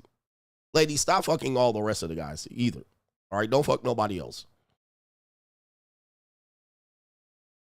Okay, don't give none of these guys pussy. Don't even think that they possibly can get some pussy. I want you guys to finesse and scam all these niggas. All right, please, ladies. Okay, every single one of these men, start finessing and dinner date, finessing these niggas. All right, please start cheating on these husbands. Start cheating on your husband. Cheat on all these guys, please. Yep, be putting taros on pussy. All right, right now. Don't give none of these niggas pussy. Don't even, none. Ladies, close your legs. Because these niggas don't deserve nothing.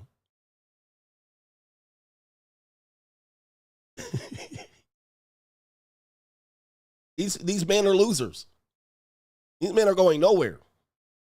They don't deserve nothing. They don't even, hey, no, don't get these niggas food. All right, these niggas, if you can't cook, you can't eat. If you didn't work today, you can't eat. All right, crazy.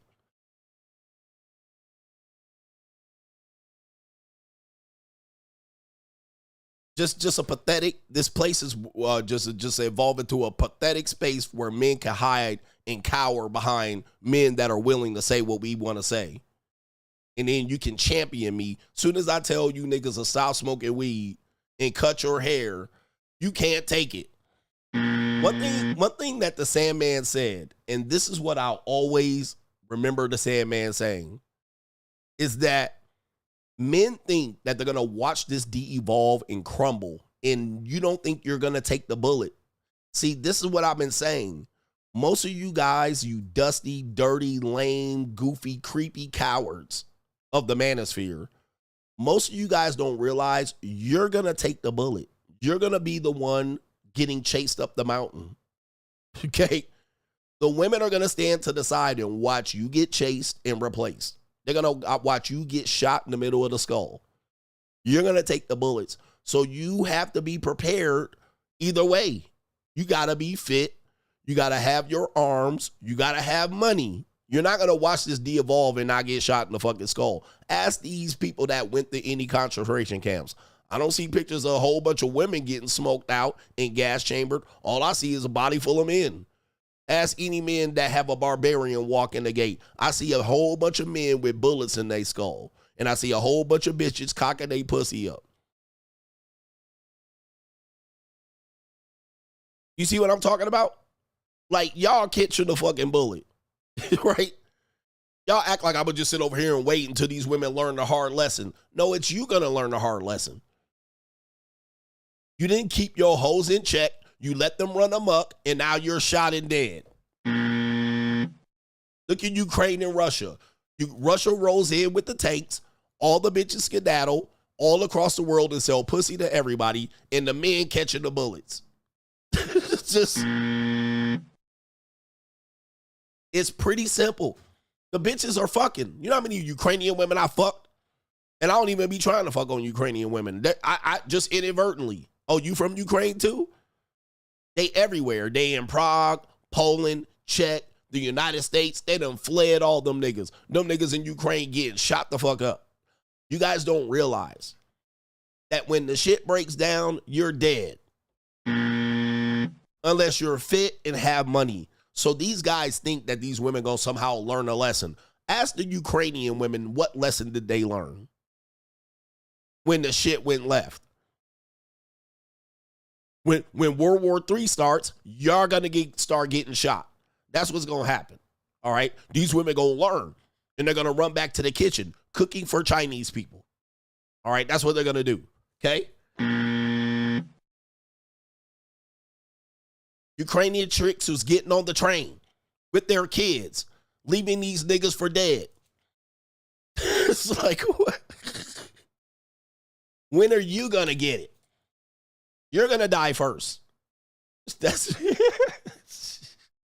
yep, Venezuela too. Venezuelan women went to Colombia selling pussy. Like, whatever, I'm out. Left y'all for dead. What's happening in Haiti? Barbecue shooting up all of y'all niggas. All the women in Haiti is like, well, whatever. All right. Hey, I didn't like that nigga anyway. It's barbecue in there. So that's what I want men to understand. You guys think there's a day where women are going to be judged and ruled, and they're going to have to be accountable for their actions, and they're going to be on their knees apologizing to you men, and you men are going to be standing over them like, yeah, we told you, hoes. You're going to be dead. That's what's going to happen. You're going to be shot and killed by the time they will ever think about apologizing or being held accountable for anything. You'll be dead. All right. If you don't have money to work yourself out of the situation, if you're not physically fit and capable of surviving, you're going to be dead. That's the solution. All right. So anyway, enough of this mystery world that you guys create. We need to teach women to be accountable, or we're going to watch this shit burn, and you're going to watch somebody shooting you in the head like on Call of Duty replay.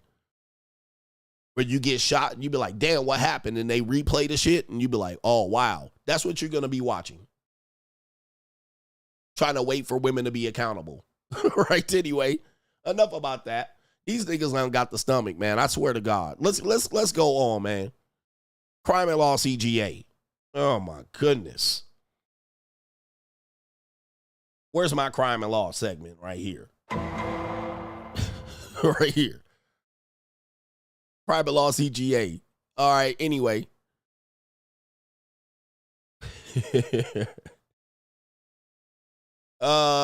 We got a Ford car, all right, for you electric car as niggies. All right, basically we got, is this a Ford, what is this? A Ford Mustang? All right, it says electric Ford malfunctions, steering locks, gas, floors on the freeway, driver prays for a crash. There he is right there. So let's see if we can take it to the scene right here. It says a driver in an electric Ford experienced a terrifying malfunction where the steering wheel locked and the accelerator stuck to the full throttle on the freeway. Witnesses reported seeing the driver clasping their hands in prayer as the vehicle sped out of control before violently colliding with another car. Emergency responders are investigating the cause of the malfunction. All right, so here we go.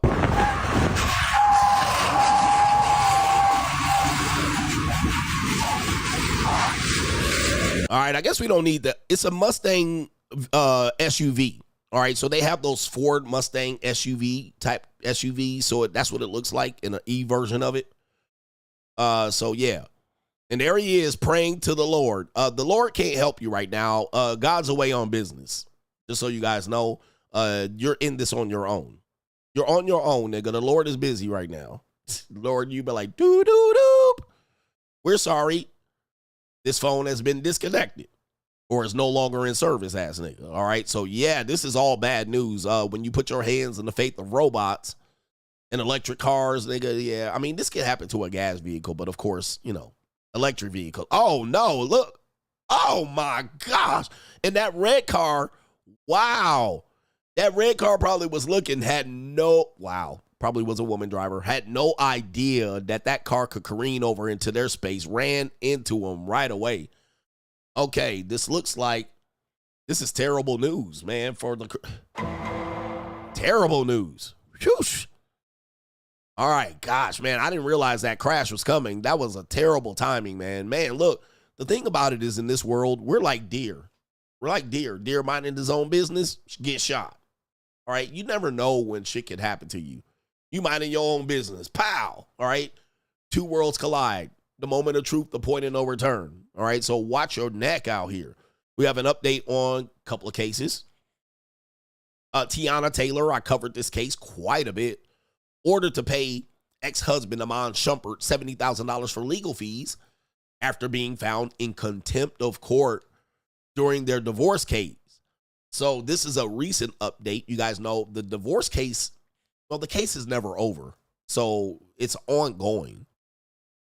And what happened was she probably violated something, and Amon Shumpert took her back to court. Teyana Taylor ordered to pay $70K in legal fees after being found in contempt of court during the divorce proceedings. Oh, wow. This is pretty interesting. You don't usually see this. It says on August 5th, the judge issued a final ruling regarding violations of their 2024 divorce judgment. Both accused each other of contempt and pushed for jail time. I remember that. Though Taylor later withdrew her request for Shumpert's incarceration. So goes love. The court held a hearing on July 25th where both sides shared their testimony. Witnesses and evidence were reviewed. It says Taylor's bid to have Shumpert held in contempt for allegedly leaking details of their divorce was denied due to a lack of evidence, and a request for him to cover her legal fees was also rejected. Okay, then it says Shumpert requested to find Taylor in contempt for allegedly violating their parenting plan. It was also denied. As you can see, man, once you get a divorce, people keep taking you back to court. All right, so they're taking them back to court over and over again. The lawyers make money, the judge make money, and he basically just denies the request. So you don't get what you want. However, the court agreed with Shumpert's claim that Taylor violated a restriction in their divorce judgment by posting an Instagram video on March 19th that revealed information about their case. As a result, the judge ruled Taylor was in willful contempt and ordered her to pay $70,000 to Shumpert's attorney within 2 weeks of the order. Wow. Let the pettiness ensue. So this typically happens for sure. All right, a lot in court. Okay.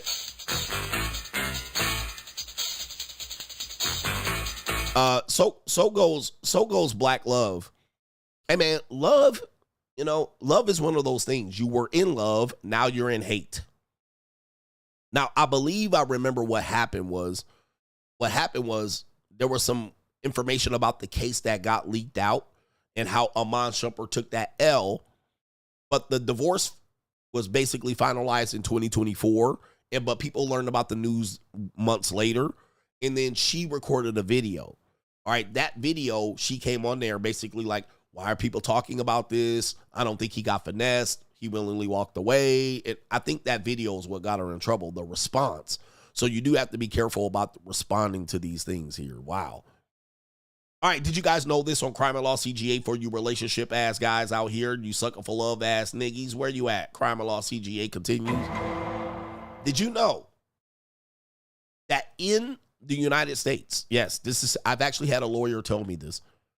The Supreme Court said that no matter who got your wife pregnant, if the child is born during your marriage, you'll be legally considered the father and must take responsibility. Did you guys know this? This is somewhat of a very much of a partial truth. All right. And I actually had an attorney say as much. Now, the way you would have to get around this is that you would have to discover that there was an affair near the time of the affair, and any child produced during that time, you would have to have a DNA test brought in before.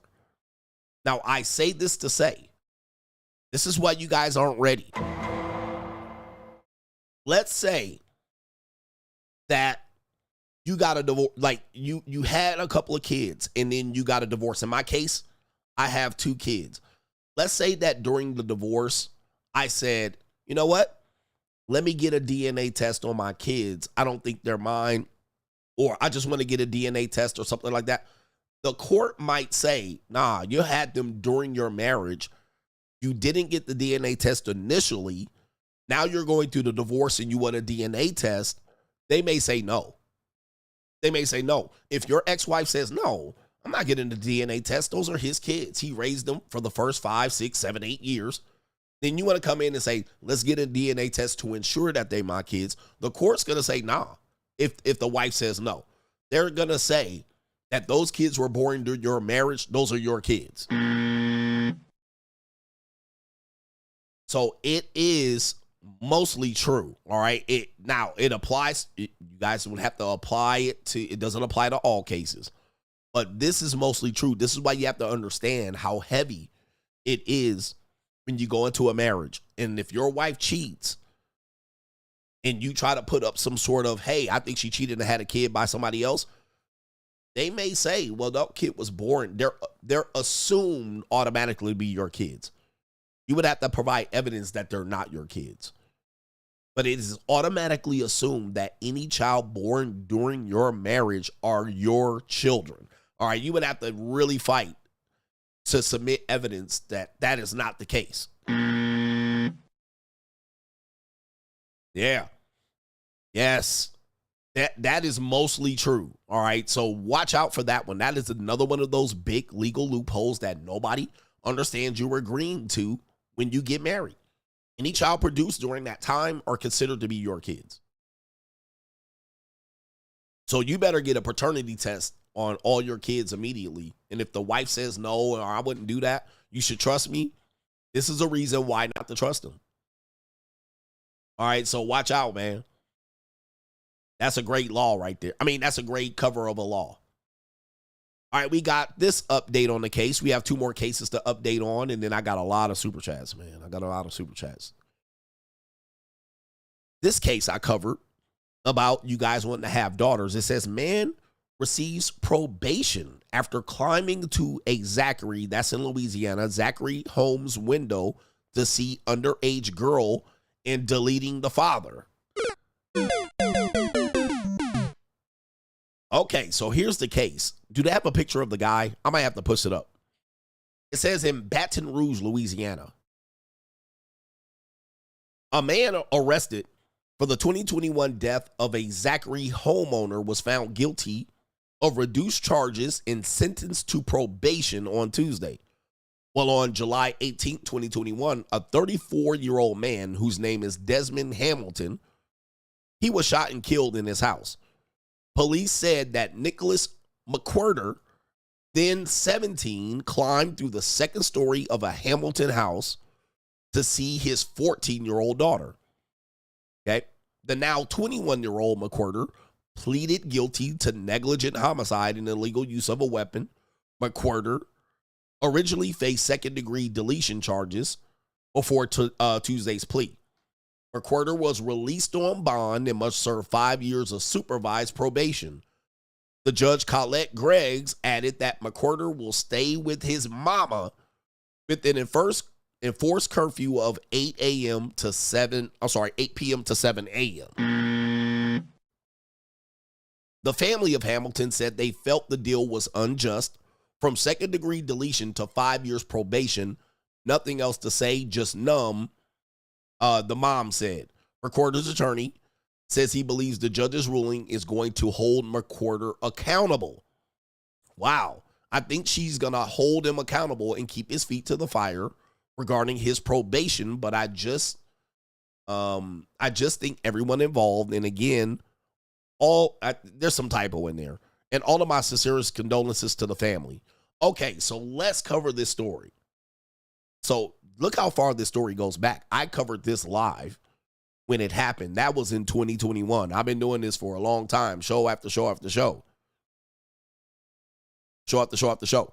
So the father in Zachary, Louisiana, killed. It was a black guy right here. Let me see here. Killed man's daughter. We'll see if we can pull it up. Okay, let's see if we can pull it up here. See if we can get the images. All right, not that many images here.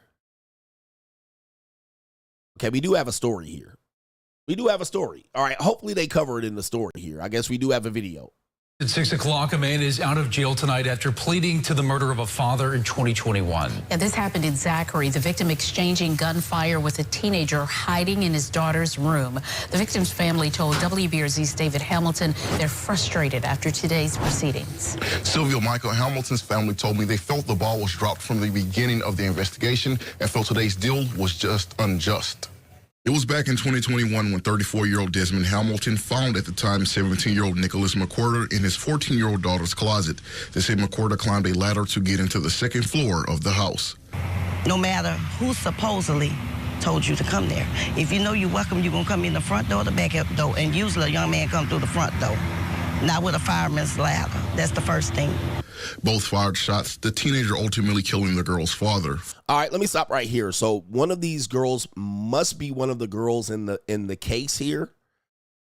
And there's the father there. He's a young father. He had a 14-year-old daughter. So, I mean, somewhat young. 34 is his age. And if I'm not mistaken, this guy was one of the reasons they moved away from wherever they lived. You guys know Baton Rouge, Louisiana has a bunch of niggas around there, bro. I'm going to tell you. Niggy. And so he moved a little bit further away in Zachary, and one of the reasons why was because his daughter was getting hot in the ass. And she had older young boys. She was already fielding young boys. Fielding them. So he moved away, and I believe one of the reasons he moved away was for this particular guy. And he was in his own house. Daughter snuck the nigga in. He clapped the cheek. I think it was the next morning. So he had been clapping daughter's cheeks all night. And then the father wakes up in the morning and hears something, and then he trades gunshots and he loses the battle. So the guy in this case ends up getting probation. Wow. Oof. Legacy niggas, man. Which one do you think is the daughter that got him set up? All right, because it's either the one on the left or the right, the light skin or the dark skin. I mean, I can't really tell because she said 14. Wow. Damn. I mean, that's a cold world right here, bruh. 4 years later, an end finally in sight. We have fought and fought and fought, and it's just that we just never had any type of justice and closure that we should have. A plea deal was reached before the trial was set to begin Tuesday. Desmond's mother and father not in agreement with the reduced charges. Your home is supposed to be your safe haven, to where you protect your family, which my son was doing. And this is the results. And we're not satisfied with it. McWhorter was facing initially charges of second-degree murder, illegal use of a weapon, and illegal possession of a stolen firearm. Instead, he accepted a plea, reducing his charges to negligent homicide and illegal use of a weapon. From second-degree murder. Second-degree murder. Man, I would be irate. All right, and first of all, dude, the daughter's got to live with this. I mean, you know, these women, what do I tell you? You got to put your daughter on game. She got to be on point and on the mission between 8 and 12. That's where the instructions are. Once they get past 12 and into 13 and all the way, these daughters can get you killed. They will bankrupt you. All right? They will make you support them until they're 30 and 35. Like if they're not on game and they're not focused and they don't have their head screwed on right. And as you can see, this is a classic example. It could be the death of the father because the daughter's hot in the pants. At 14, sneaking in the pookie. That's bringing in the gun into your house, sneaking in a ladder. You guys got to watch out for this, man. I'm telling you the truth. It doesn't happen. I mean, it doesn't happen a lot, but if it does, you're dead on your daughter's dime. Damn. Last update on crime and law, CGA. Then we're going to get back to smacking these Mitches up. All right, here it is right here. We have Shannon Sharp update. The Accuser, $25,000 a cheek. Miss, she like to take the banana up the tailpipe. Miss OnlyFans Princess. Miss, I retired from OnlyFans after I collected $23 million allegedly from Shannon Sharp. Well, she has a new post. She just posted a new post and it is gone feral. Shannon Sharp's Accuser shares a new post reading the Bible after retiring from OnlyFans. Oh, no. All my sins are washed away. I've been redeemed. I've been redeemed by the blood of the Lamb. Filled with the Holy Ghost I am. All my sins are washed away. I've been redeemed. I've been redeemed. Just like that. All that hoeing gone. All the humanity. All that fornication washed away. All that pussy on the internet gone. All right. All that selling pussy forgiven by the Lord. Final phase of 304. Church girl, religious. How about this? Repackaged punani. I told you guys that this was coming. I said she gonna repackage that punani up. She gonna go ahead and meet her a gump cuck Christian conservative beta male pansy ass man. He gonna fall for a hook, line, and sinker, get his duck sick twice. She gonna slurp it out twice right out of his ball sack, marry this skeezer after she been out here skeezing up to age 25. Boy, all my sins are washed away. I've been redeemed. That's how they living, guys. You guys think, and I know girls like this. I know girls that live this life. I know girls that do exactly what she did. They all are not looking at what they did as a major crime. Now, they'll tell you this. They probably feel like it, but all they have to do is get a sympathetic ear, a sympathetic male, and they have to get redeemed by the Lord. They turn spiritual or Christian. They repent their sins, and they keep going. All that whole shit just got washed away. That's why these women running around here, single mothers, fill up these black churches. This is why white single mothers go up in there and fill up these pseudo rock commercial, rock concert churches. Just like that. All that remember what she was talking about? Getting choked, whooped, spanked, dominated. She was getting it up the tailpipe, no condom, all of that. Asking for $25K a cheek. Selling pussy. On OnlyFans. All right, for years. And she just like, just go to the Lord. Leave it to the Lord. Only God can judge me. Only God can judge me. Only God can judge me. Bruh, I am the leader in this. I call it like I see it. You guys don't believe me. You guys think that one of these days these women are going to be accountable and then come confess their sins and then hopefully bruh, they just going to run to the Lord. Yep, and Matt Walsh will tell you to marry her. Oh. All right. It says right here, I'm going to read the scripture she's reading off of. I think she's pointing to the scripture here. It looks like Psalms. I can't tell what it is here. But it says right here, the Lord lives, blessed be my rock. God, the rock of my salvation, is exalted. God, he grants me vengeance and casts down peoples under me. He frees me from my enemies. You exalt me from my adversaries. You rescue me from violent men. You rescue me from violent men. You rescue me from violent men. All right. It looks like that's what she is circled or starred or hearted there. You rescue me from violent men. That's what she's pointing at right there.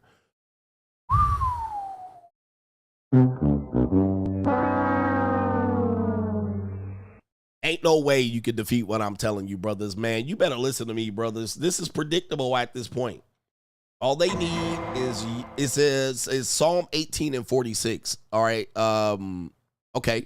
But it says Psalm 23 right here. So, but maybe you guys pulled it up. Maybe you guys have pulled it up. All right. Or maybe it says it in this other place. No, it doesn't say it there. So you guys are good grabbing at the Bible there. Woo-wee. Hey, look. Y'all guys think that there's somebody's coming to save you. Y'all think somebody's coming to save you. All right, men. Nobody coming to save you, goofy ass men. You men are cooketh. And you made it this way. You made it this way. We can't blame nobody but ourselves as men. Because who else is gonna take the blame? Let me get to these super chats. I got a lot of them, so I gotta get through them. Thank you for the super chat and support. We got our brother here. Did I say Donnie Yin says the law of power number 34. He says the way you carry yourself will often determine how you are treated. For a king respects himself and inspires the same sentiment in others. So if you're walking around looking like a marijuana dreadhead and you're getting prejudged, that was your fault. You walk around cosplaying niggas, all right, and you get treated like a nigga, it's your fault. But that's your fault, all right? Law of power 34. Donnie Yin says. Kevin G says, peace, coach. No throat go. He says no throat jokes today, even though you're not quite healed. I'm almost there. Had a great conversation with an elder gentleman. If your parents are 65 years plus, start to discuss the uncomfortable. He paid for a divorce, daughter's college, and both parents passed. It ruined him. He's almost 60, trying to recover. Yeah, you know, people think life is not predictable. Guys, you're born, you're young, all right? You fuck, you create, you get older, you die.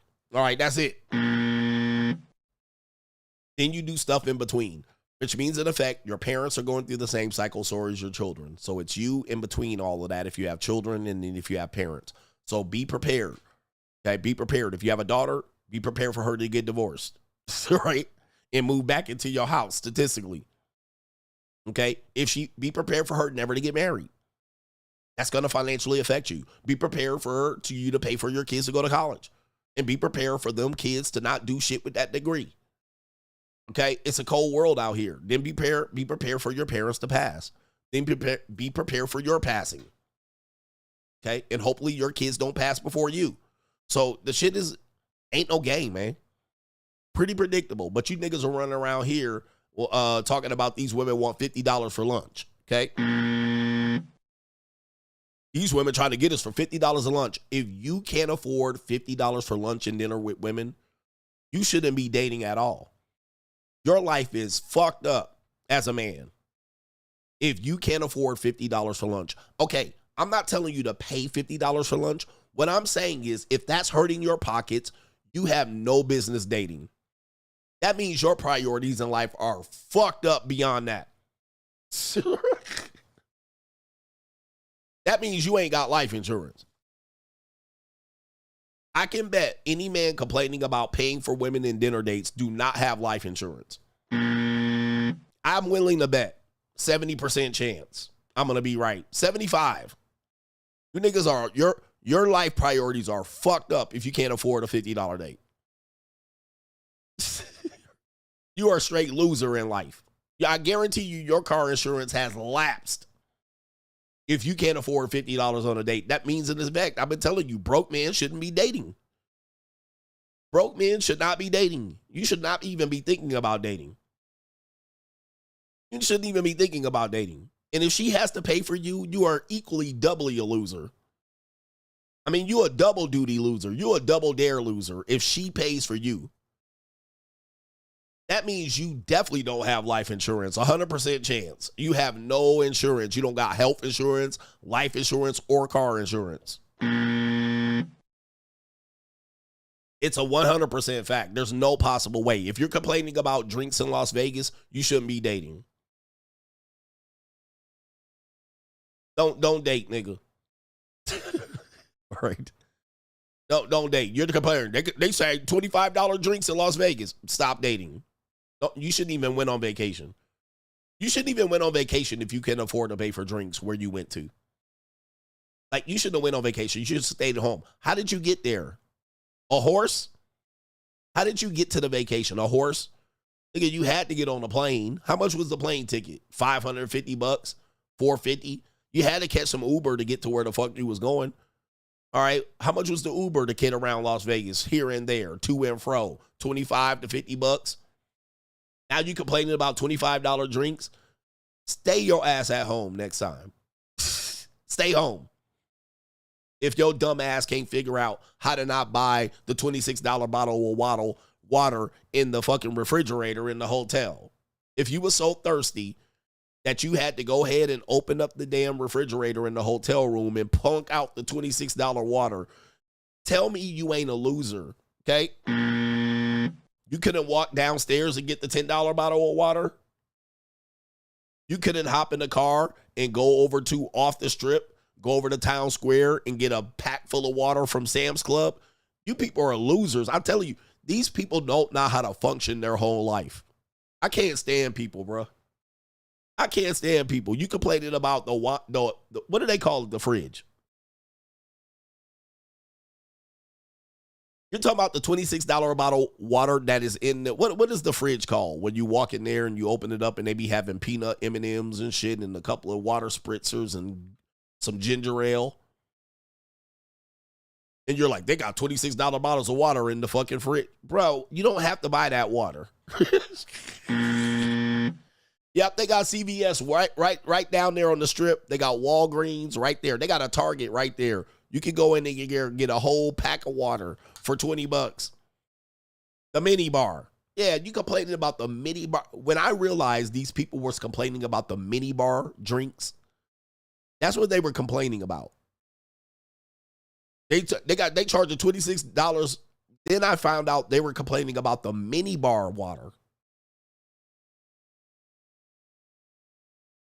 You don't have to buy the mini bar water. I tell you, people are idiots. You don't even know how to function your own life. You literally jumped on the internet. You had these people riled up about $26 a bottle of water, but I found out it was the mini bar fridge water. And they got y'all out here. Yeah, they're going to have to charge. Idiots. I told you this was a psyops. I told you they weren't telling you the truth. They're mixing some bullshit up. Because all along, it was the mini bar fridge they were talking about. You don't have to buy the mini bar water. If your ass is so unorganized and desperate that you have to buy the mini bar $26 bottle of water, you lazy piece of shit, all right, that's your dumb ass fault. It's 3 a.m. You too lazy to go down to the Target downstairs on Las Vegas Boulevard. You're too lazy to go down there. You want to be tired. You just want to grab the mini bar fridge. It's $26. That's what you were complaining about? I swear to God, you people are losers, man. People are idiots. You cannot take their complaining seriously. So you got a drink.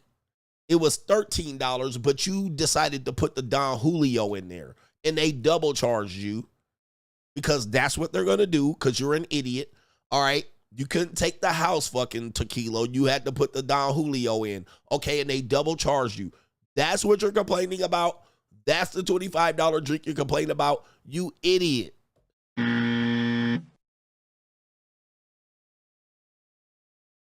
When I found out that's what they were complaining about, the $25 drink, I was like, bruh, you chose to put that in there.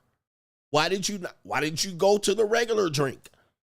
Why didn't you go off the happy hour menu? The happy hour menu was right here. It was right there. But you wanted the special drink. I swear to God, people are idiots. Then they didn't complain about the extra charge on the drink when you added the extra bullshit to the drink. I mean, people are playing just dumb. And then they get you riled up in a conversation and you ain't even in Vegas to even prove it if they right or wrong. Yeah, that's obscene. But you didn't realize they ordered a special drink. Unbelievable, bruh. People are unbelievable. Okay? Unbelievable. People are dumb. And I can't take it no more. I'm going to call they dumbasses out. All right, shout out to Big P says, Coach, keep being the top ninja. He says, there's nothing I sent more for than when you go off on these niggies straight jack for free. Shout out to you, man. Yes, indeed, man. Straight jacket. Shout out to the Resurrected Super Forcer. He says, what do you think about men who get unattached peace leave from baby mamas or ex-wives years after the divorce for a one-night stand if sex is protected and the ex is starving for it? Why would you do that? There's too many women available. Charles says, happy Friday, Coach. Shout out to you. Okay. What's up, nigga? What's up for the weekend, Shout nigga? out to our brother. It is Mr. Orlando Boulay. He says, Coach, pull up to one of our men leagues games on Saturday afternoon the next time you're in Orlando. Keep teaching. I'll try to. All right. I ain't going to play, though. All right. Because you niggas be going ham out there. All right. Shout out to you, but I'll pull up. Shout out to the men's league in Orlando. Miles says, shout out to the Coach Gang. Women can't tame the inner 304 for too long. And if you think she's cheating or think that she probably will cheat, you're right. And it says right here, the male ego live stream is essential for all men to understand women and protect your heart. Keep preaching, Coach. Yeah, shout out to you right there. If you think your girlfriend or wife is cheating, you're probably right. All right, there's a big chance that you're probably right. And that's the sad reality of it. Like, you're probably you're noticing something. Now, if you're super duper insecure, I get it. All right, I'm making sure I ain't missing something here.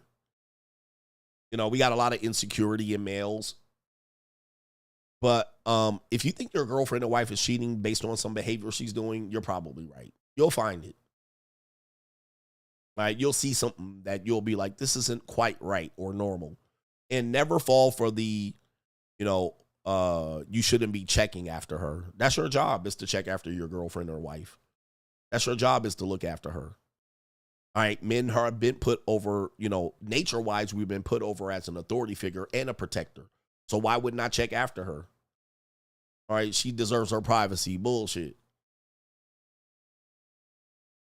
Shout out to our initial DL, says, Coach, out here giving these ninjas the tiger knee out here. He says, growing up, my mom always told me to never associate myself with niggas.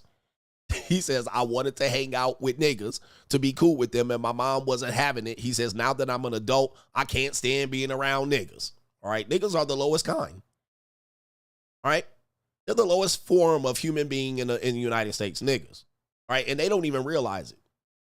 They don't even realize it. But what I'm going to tell you is, and it's hardcore facts, all right, disassociate yourself from niggas. All right, niggas don't have nothing going for them. They never will.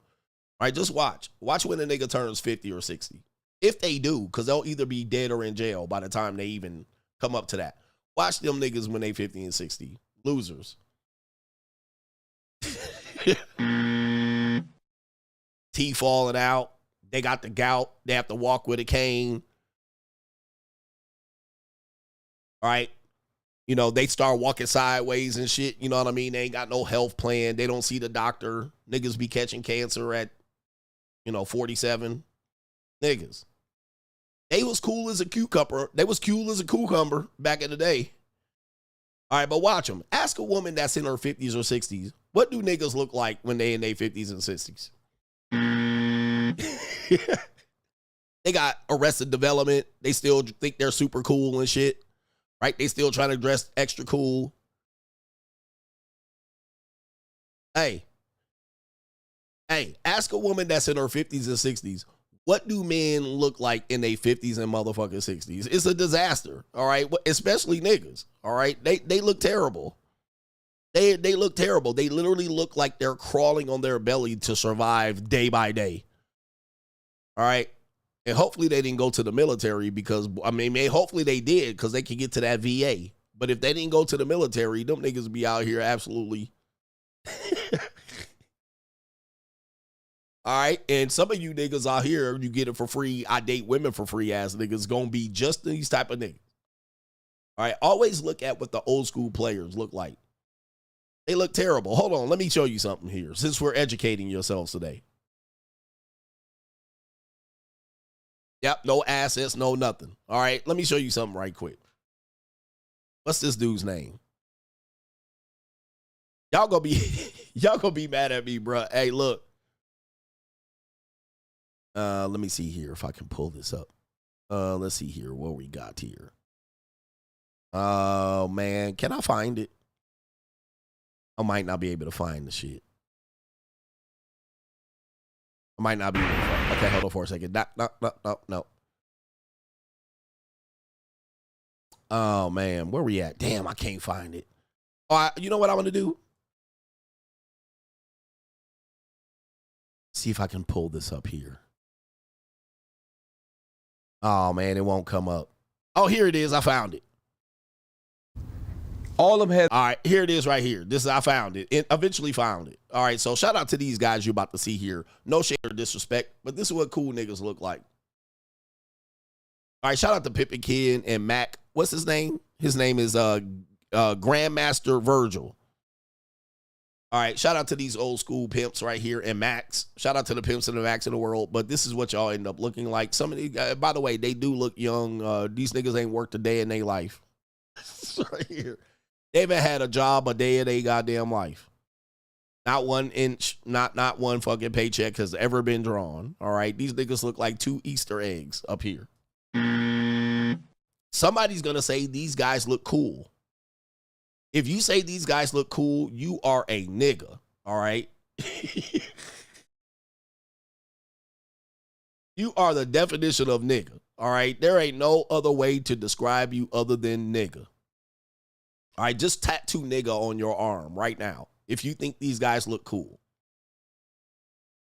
All right. Shout out to you. And hey, listen, wear it like a badge of honor. All right. Wear it like a badge of honor. But these niggas don't have no teeth. All right, just to let you know. All right. And shout out to them, man. Hey, look, they managed to go about their whole life not working a job, get money out of a woman's ass. Hey, man, this is an incredible accomplishment. All right, but the majority of them look way worse than this.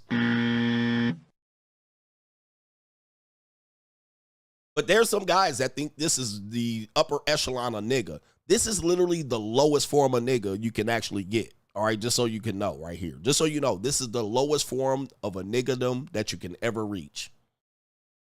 Other than being in prison, there's no lower form that you can get of nigga than this. Right here, just so you know. And I respect some of the things that they say. They do have great business acumen when it comes to being inventive and innovative. But this is the lowest form of nigga. I mean, I'm just letting you know.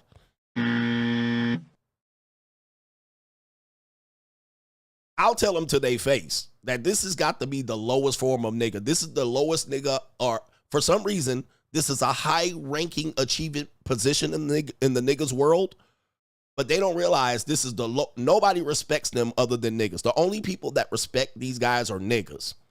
Nobody in the world respects these guys other than niggas.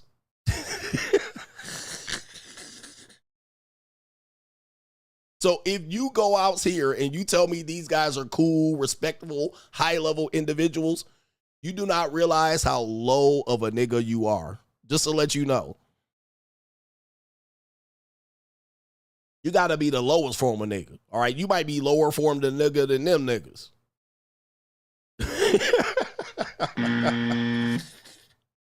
The lowest form of nigga. Like I said, they were the lowest form. But if you respect these guys and have high praise for these guys, you're lower than these niggas. But they're the lowest. You're underneath the lowest form of nigga. But hey, don't fault me. Don't make me the bad guy, Mr. I park my Cadillac on freshly cut grass.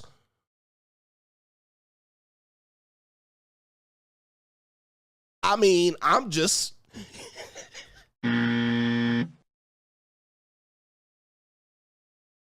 It's okay. You know, I don't know. Where do you buy a suit like that? Where do you buy a suit like that? How do you accomplish buying a suit like this? But shout out to Ken. Pippin Ken actually has a suit store.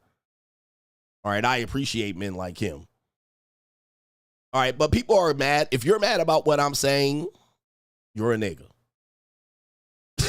There's no other way around it. Like, there's no other answer. You just say, I'm a nigga, coach. You know, listen, it's who I am. It's my identity. It's my entire identity. It's my lifestyle as nigga. And we can all just agree or disagree, mostly agree, and shake hands. And I'm going to say, nigga, have a nice day. All right? But,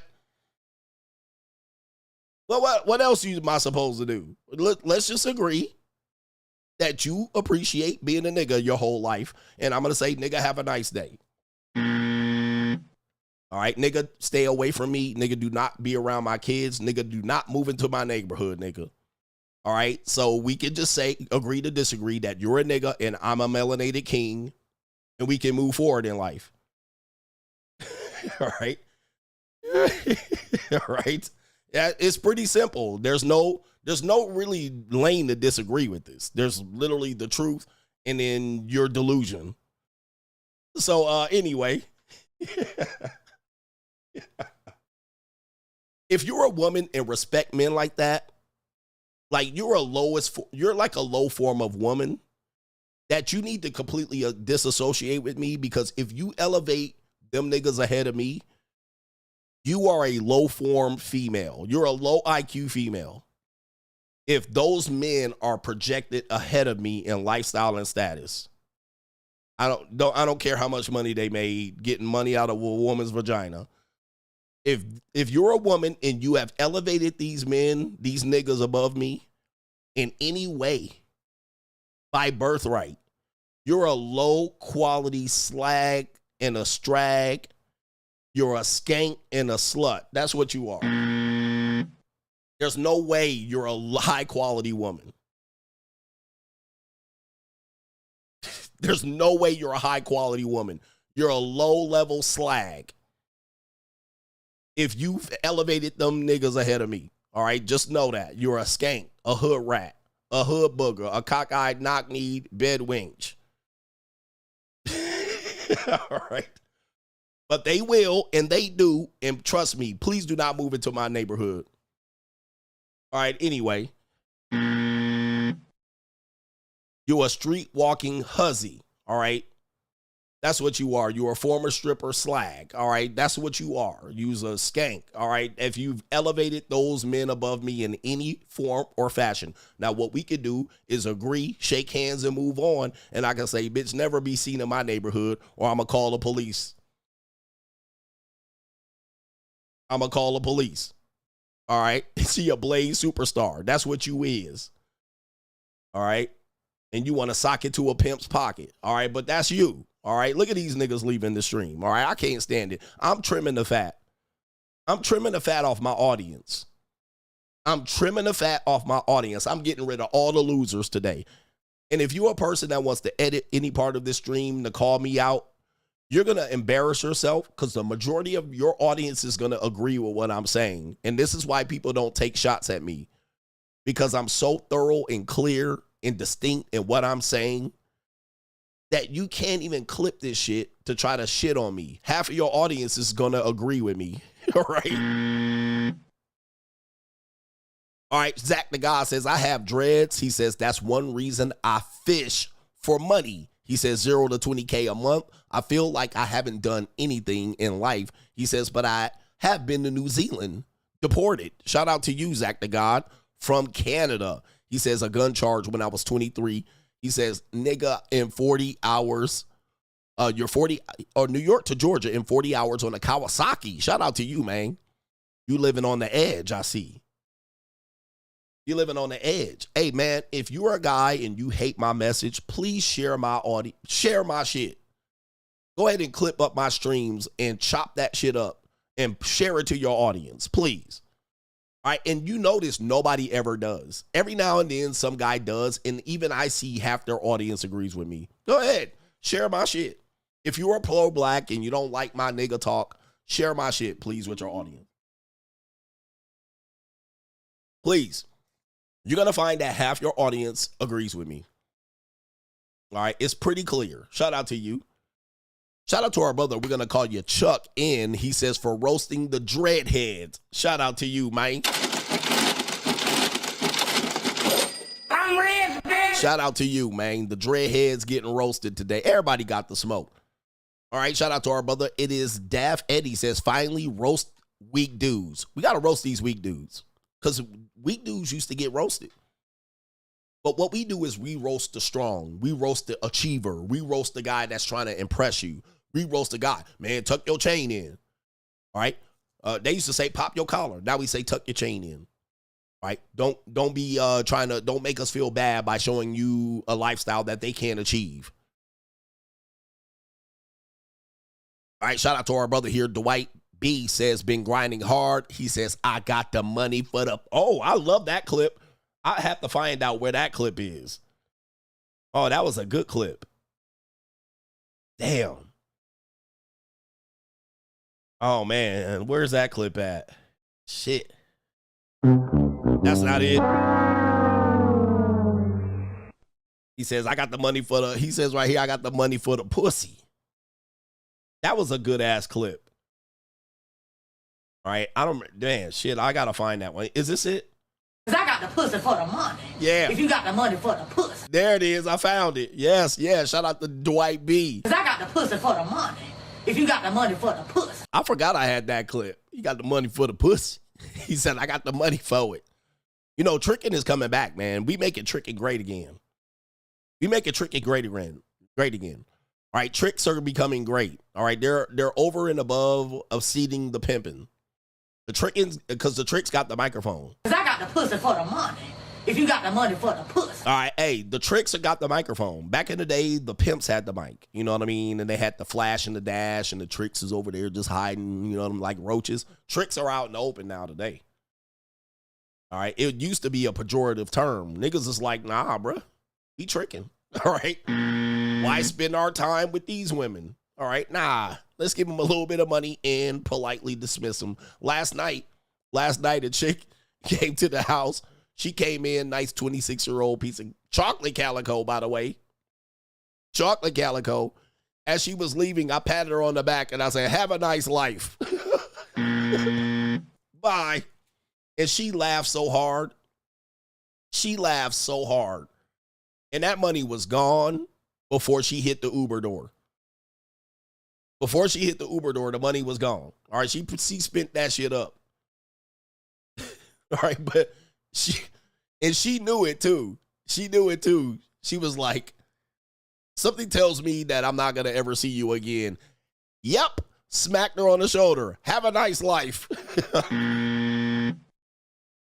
All right, see you later. You got that right. You're probably never going to see me again. All right, but all right, I love it. Shout out to you, man. Hey, he says tricking is never the answer. All right, hey. Cause I got the pussy for the money. If you got the money for the pussy. If you're broke, it's never the answer. Just say you broke. If you broke, just say that. If you broke, just say that. All right, well, you tricking anyway. All right, all men trick. They don't want to hear this shit. All men trick. You tricking anyway. I'm going to trick off my time. I'm going to trick off my attention. All right, go ahead. I'm not stopping you. I don't judge you. Go ahead. Just don't judge me. Hey. Cause I got the pussy for the money. If you got the money for the pussy. He reminded me that I got that. Tricking is never the answer. Says who? Says who? You? You're the authority? I guarantee you got these niggas poster on your wall right here. These the type of niggas that got this poster on this wall. Is pimping the answer? I find it interesting. Men that like pimps but don't like tricks. Like how? You can't have one without the other. Like, wait. You men will jump up here and praise these goofy ass low form humanity niggas. You literally will praise these guys. These the OGs. You will praise them. But they get their money from tricking. Like one needs the other. So I got a question. How did you just praise him and then say it ain't the answer on the other side? Somebody has to explain the nigga mind. Somebody has to dissect the nigga mind in halves, in fours, or in eights. Dissect the mind. How do you praise this guy and say, these guys could be beneficial? But then on the other hand, say, this is not a good way to get what you just praised them for doing it. You just said these are the OGs. You just said these are the legends. But how is it then over here? Nah, you should never do it. Both people should be not praised, but you won't find that the nigga does this. The nigga will praise this person and then on the other hand say you should never do it as the answer. How? The answer is niggas. That's how. Right? The nigga brain. All right? In a nutshell. The real problem is niggerism. That's the real problem. The nigga brain. The nigga brain is basically a pea in there, and you can shake it like a bean in a can, and it will bounce back around like there with no damage. So explain that. You can't explain it. Just say that you're broke. All right. Just say that I'm too broke to do this. So I got to lead with romance and lover boy scams. And I got to lead with that. All right. Anyway, I got time today for you goofy ass men. All right. I got time. I got time for y'all. How is this guy doing something good and the guy paying him is doing something bad?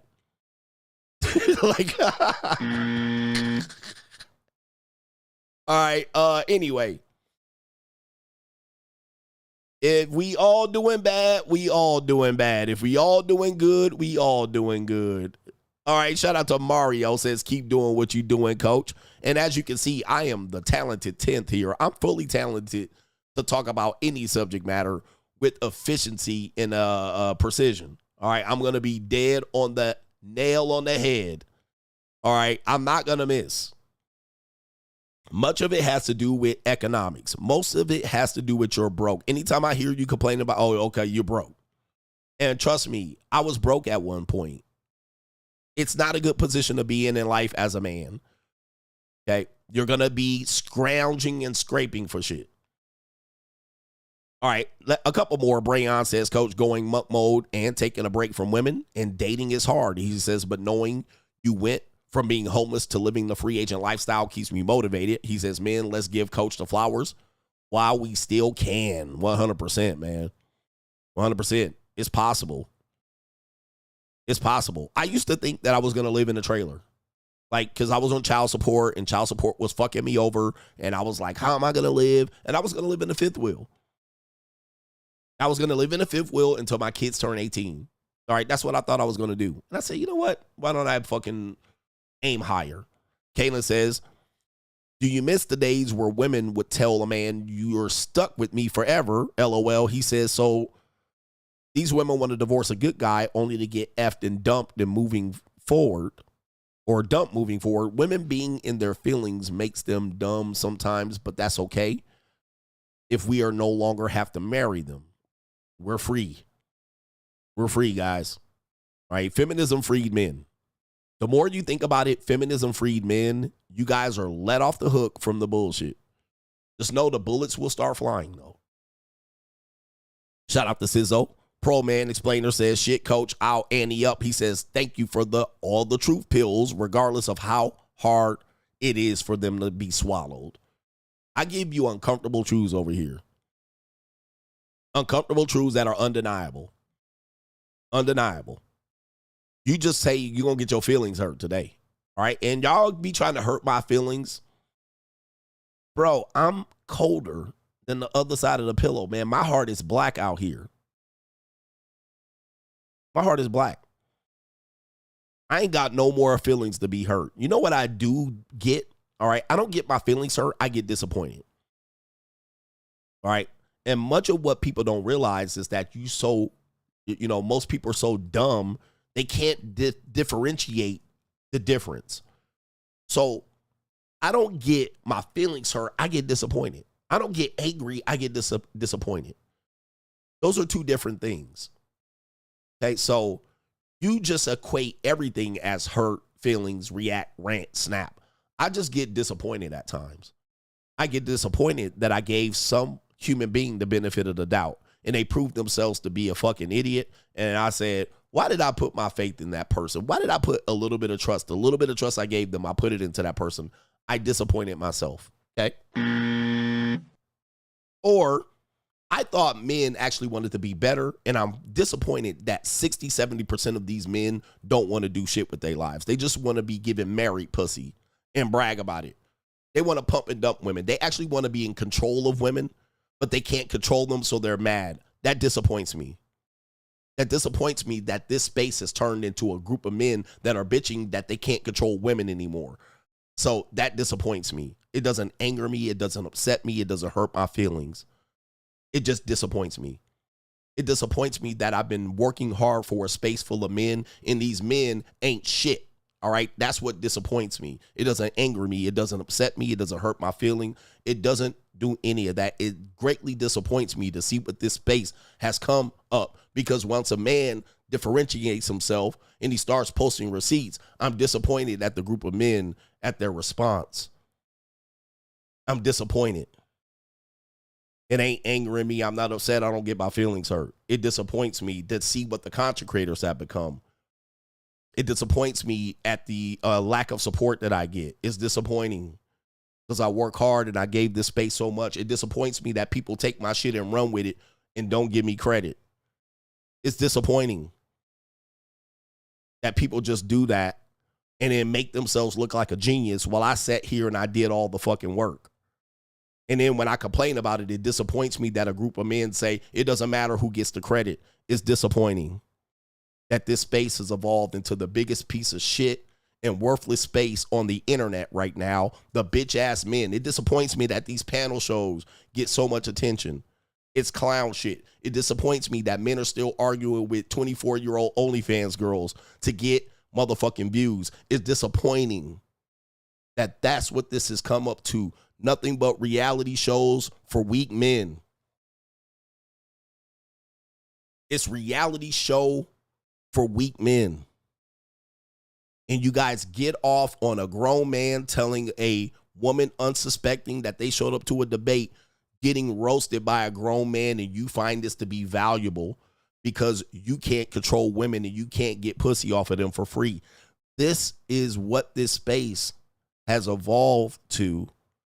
And it's greatly disappointing as a person that still has a voice here. It disappoints me that as a melanated king that I have to be associated somehow with low-life niggas. And in comparison, then I have to feel your pain and I have to somehow be addressed by the goofy-ass label of black that you niggas seem so proud to call yourself by, when it is one of the worst things you can call yourself, black.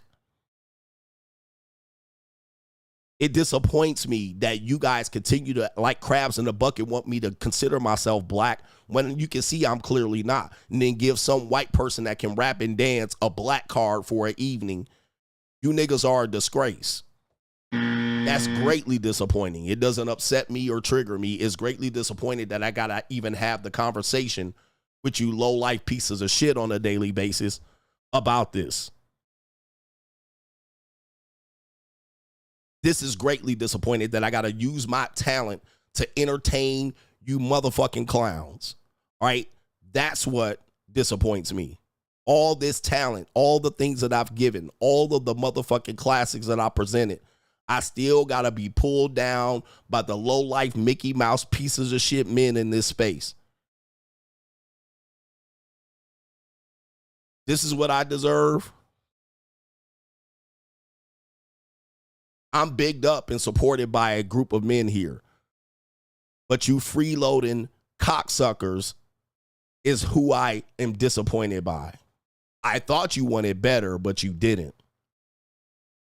I thought you wanted to be better, but you didn't, because you saw me sit up in the studio for 6 years, and as long as I was doing that, I was cool. But now you see me living my life. Now you got criticisms because you a cocksucking loser. See, I thought you wanted to be better. But no longer can I give you content and give you free game. Hours on the internet, 2, 3, 4, 5-hour streams. I'm disappointed at the direction men are headed, especially niggas. All right, but I can't expect anything from a nigga. I can expect more from these women out here than I can from niggas, because niggas will never accomplish anything in life, but you somehow want to be associated with me, and I'm anything but you. I'm everything but you.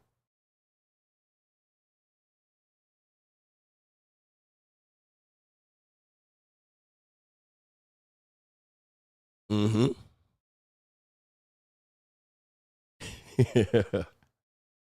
It just disappoints me because I thought this space was where men were supposed to become better. Now I hear men saying, why should we become better?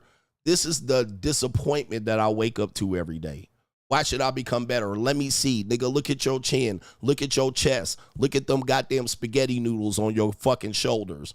Look at your whole goddamn dress style. Look at your haircut. Look at you, nigga. You look like a piece of shit. You look worthless. You look like you ain't even tried this morning, nigga.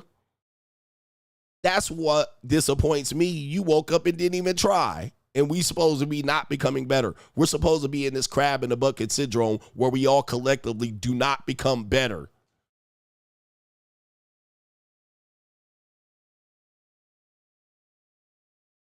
How did we descend into this abyss of men? How do we let these men control the narrative? How do we let not becoming better become the message for men? Hell no, bruh.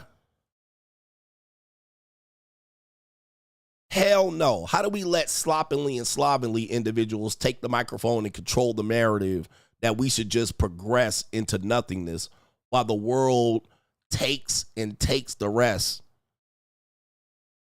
How do we progress to the point where men can't watch another man win and not feel motivated and inspired, but feel like they have low self-esteem and a lack of accomplishment? How did we regress? How do we de-evolve into men not being able to see other men win? Healthy men, men that work out, men that jog, men that accomplish shit. They all scammers and fakes. This is what I'm disappointed in. That we've now coddled the weak instead of bullying the shit out of them. We've now coddled the weak male to not run over his self-esteem because he doesn't want to be better in life. He woke up today, say he refused to become better, so you should too. This is what disappoints me. All right? So I'm disappointed in the group of people in this space by far. Anyway, we got this evil world we live in. And how do we let the nigga prevail? How do we let the strag prevail and the nigga be the definition of black? It's mind-numbing.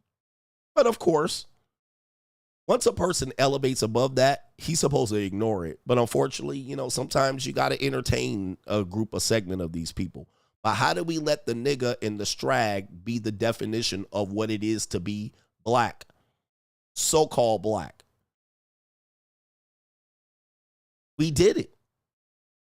We've accomplished it. We've successfully accomplished the Migo niggas being the definition of black. And if you're anything but that, you aren't black.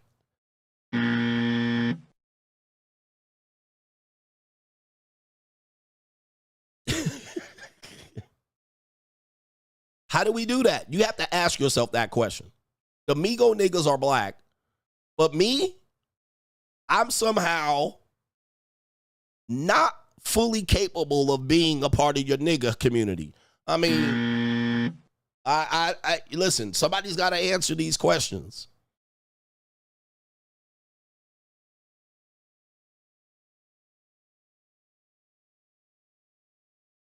So when I reject being a black man, you can see why I would do it, because the nigga has prevailed.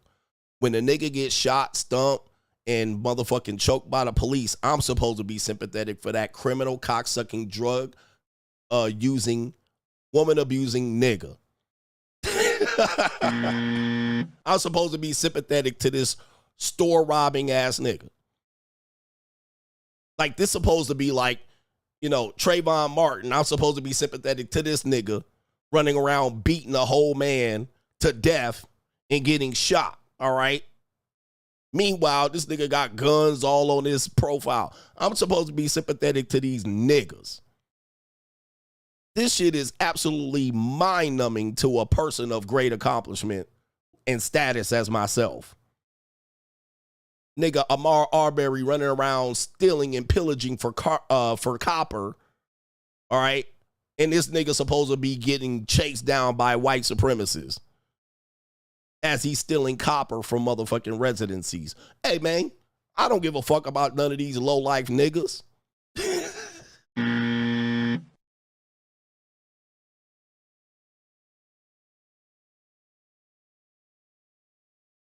Stop stealing chicken. Yep, niggas selling loose cigarettes and get choked out by 5 police officers, and I'm supposed to motherfucking bring flowers to the funeral. What am I supposed to do with this information? You were caught in the act of committing a crime, all right, and then resisting arrest. Choke this nigga out. Did you need another forearm? I'll do it. All right. Let me help you choke this nigga out, all right, if you don't want to go to jail for the 12th time.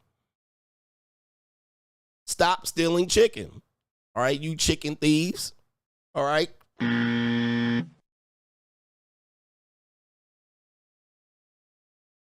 All right? I can't, you know what I mean? And somebody's got to stand up against these people defining us against the lowest form of humanity. All right, anyway.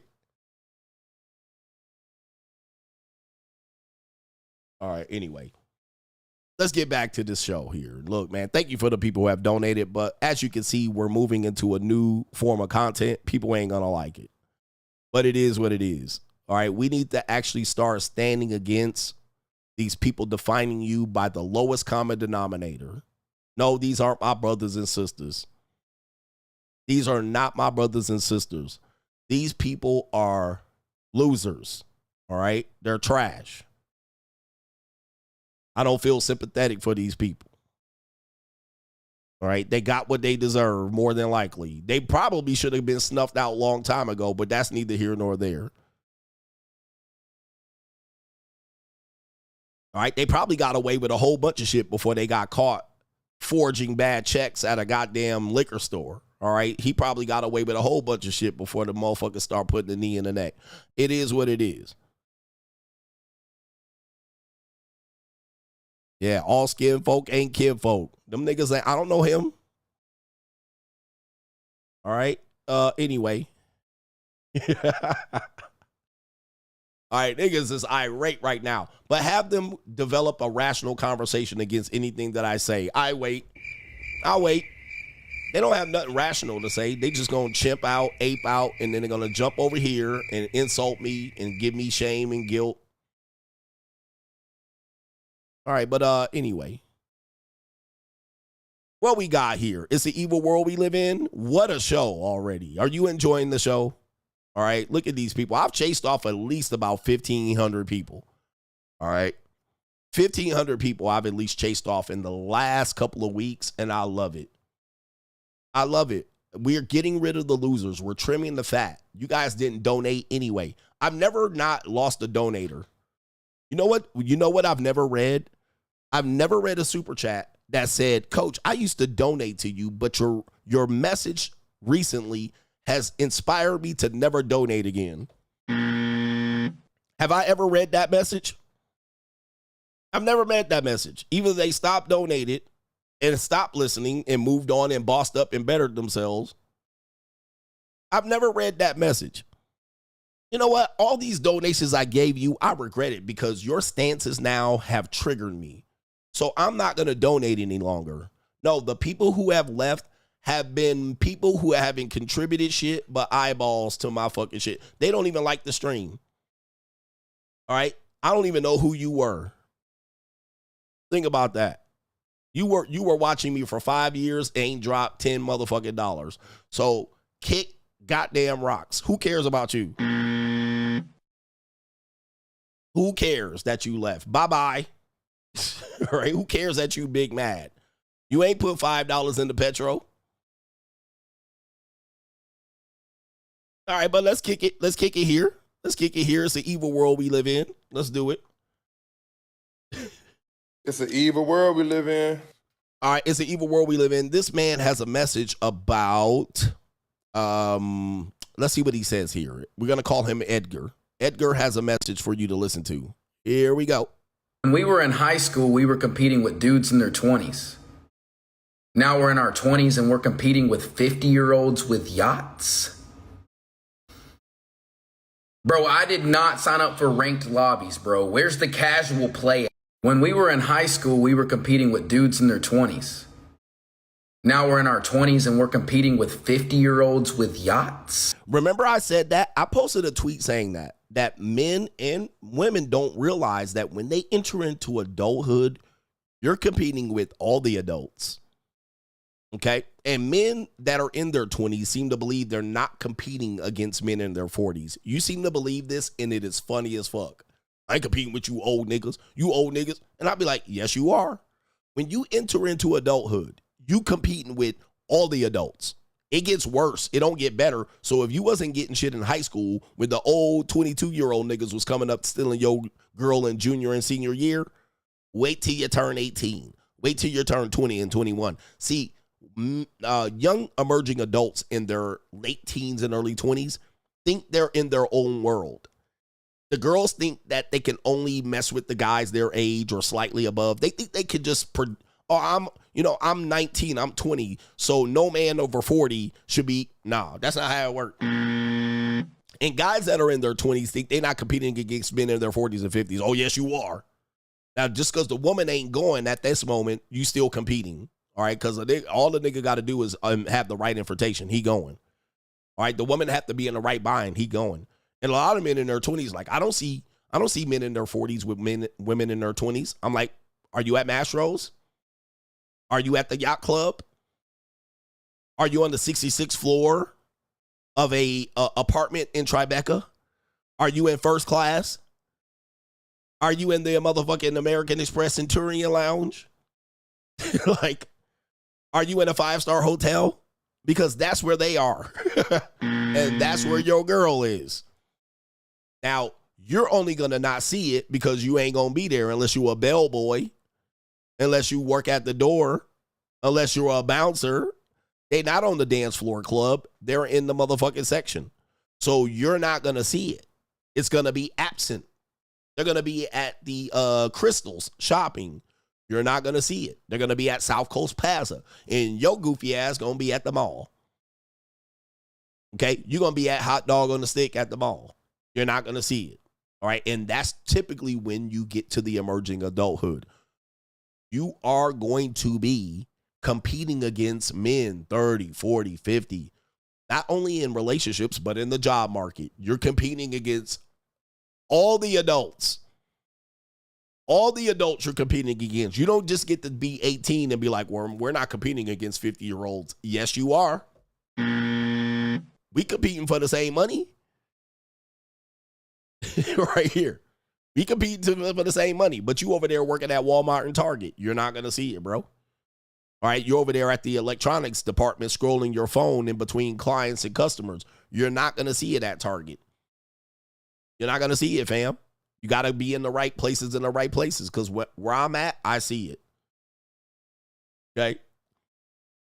Yep, they at Auntie Anne's at the gallery in the mall. You ain't going to see it, all right? You ain't going to see it because normally when you up wide awake, niggas is that already got 20-year-olds is sound asleep or at work. They're not going to GameStop. You're not going to see it at GameStop. All right? You're at GameStop buying posters and shit. You're not about to see it. Okay? You're not going to see it. You're not in Turks and Caicos. standing at the Grand Marriott. Okay, you at the Motel 6 and the Red Roof Inn. So this is where guys have to understand as a man. This is why men don't help other men, because we're in competition. We're in competition for the same girls. If you think girls in the prime, or women in their prime, 18 to 24, okay, they're also in the same prime for men. Men in their 40s might say that that's the prime too. You're competing. You're competing in the job marketplace, lifestyle, and so forth and so on. Now, sometimes you have to build who you become. Some dudes will trade 10 years of living like that in the street for 35 years in prison. All right, so that's what people do. All right, they'll scam their way into it and try to get it. They'll live in the street for 10 years and go to prison for 35, and that's how they get it. Okay, so this is where men and women have to understand. You can't just become an adult and get adult things without understanding that you can be touched, reached, competed with, and or got by another adult. Okay, you're with the adults now, motherfucker. All right, you can't be a child no more. I feel like I'm a child. You're with the adults now. You at the big motherfucking kid table. You're not at the little kid table no more, fam. You're not at the little kid table no more. All right, you in life, nigga. This is real shit. Look at my man's face. You in life now. When we were in high school, we were competing with dudes in their 20s. Now we're in our 20s and we're competing with 50-year-olds with yachts. Bro, I did not sign up for ranked lobbies, bro. Where's the casual play? When we were in high school. Ain't no casual play no more. This ain't no game, homie. This is why people say you need to learn game. No, you don't. Nigga, we are adults. We learn in life. There's no game no more. Nigga, this is not a game. We're not playing casually. We're not playing for shits and giggles and fun. This is real life consequences now. We playing for win and lose. We collecting pots of gold. We are playing the haves and the have-nots. We're playing motherfucking eat or die. That's what we playing. We're not playing for the casuals. This is not recruit difficulty. We're not playing in rookie mode, nigga. Once you turn 18, young men, and you bring your ass out here, we playing for real, nigga. This ain't no game. We playing big bank, take little bank. Young ladies, when you bring that little hot ass out here from 18 to 24, you going to get approached and touched and offered by grown ass motherfucking men. Do not play this, well, he a kid, I'm 18 and 19 and 20, he shouldn't be talking to me. Nah, baby, we playing, this is the game. You in the game of life now, nigga. I can talk to you, motherfucker. Don't be playing this whole, I'm not supposed to be talking and she could be my daughter. Nah, nigga, you out here with the adults, nigga. We ain't playing the real. Just playing for keeps. You got an adult pussy, nigga. I can get to that shit. All right, if you don't want to do it, somebody else will. All right, niggas trying to change the rules up. Hey, wait a minute, nigga. We just getting in the game, so let us get acclimated. Nah.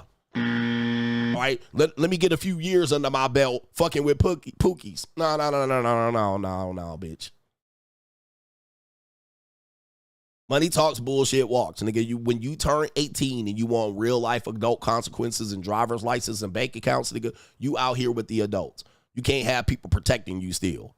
Or protect her here still. She should be young. You a predator. Nah, nigga, we all adults. Now, just because you don't want to do it, don't mean I ain't fixing to do it. Nigga, where's my boat? Where's the 911? Bitch, you want to get in? All right, you lost.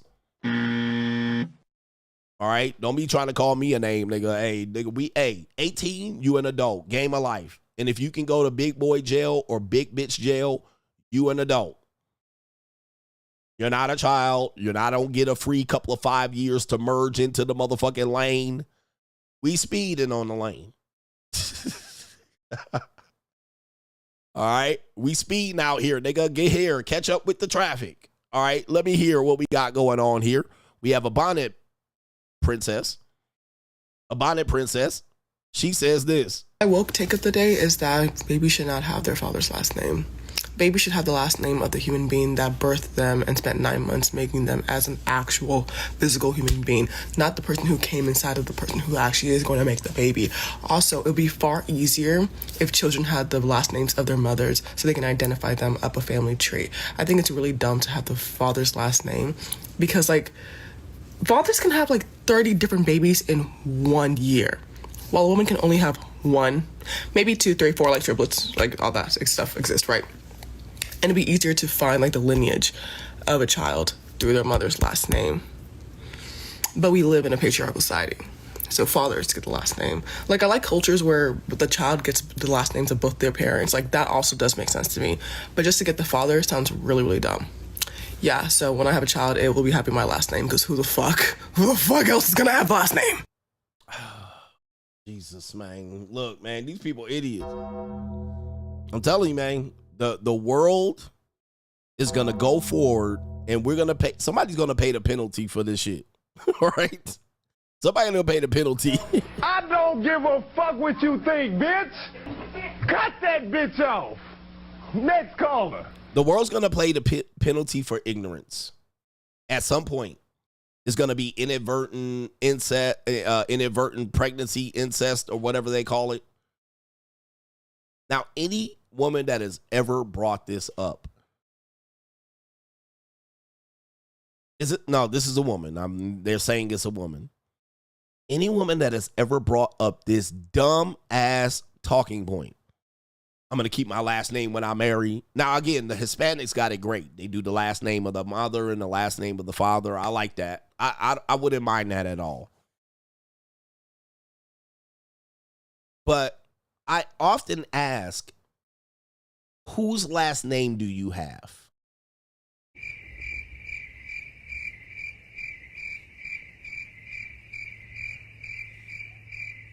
The last name that you have is not a matriarchal last name.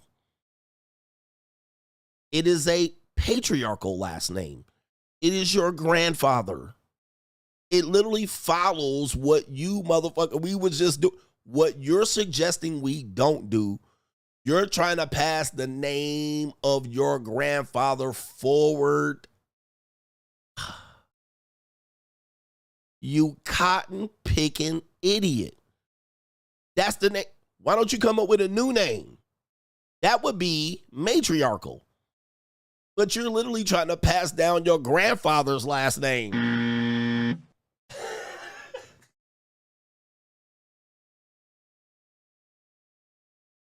When I tell you people are idiots, people are idiots. They literally sit around thinking of this like this is some sort of patriarchal versus maker. You're literally trying to pass down another man's last name to your child.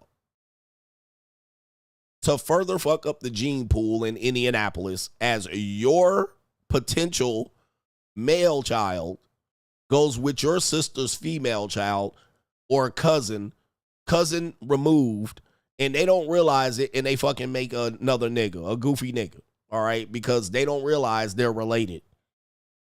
Because you somehow are so in a, I don't want the patriarchy to win. You literally just mess up the gene pool by inadvertently allowing people to mate that are related. Because you didn't want them to have your last name, you idiot. Now your cousins have babies. All right, but that's neither here nor there because they're all got the mama's last name. All right, anyway, people are idiots.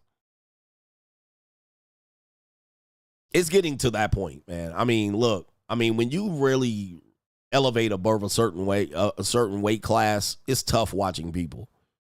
You know, people piss you off all the time. All right, anyway. Special ed programs are going to go ham. All right, anybody want to get into teaching, go into special ed for black people. All right, or for feminists. All right, they like to have babies at 40. They like to keep the names of the patriarchal family tree completely motherfucking blanked out. They like it. All right, anyway, we have a woman here, Granny, dropping gems. She said, don't lay down with no broke nigga. Okay. Don't lay down every time they ask you. You refuse. You lay down on your own time. On your own time. And when the money is right. When the money is right. So don't if no broke nigga, right? Yeah, don't never fuck no broke nigga. Don't even talk to them. You don't lay down every time they ask you. You refuse. All right, so shout out to Nana. All right, so Nana is basically what I've been telling you is a lot of you guys need to become a woman for a day. just become a woman for a day. And I'm going to tell you how to do this after this segment.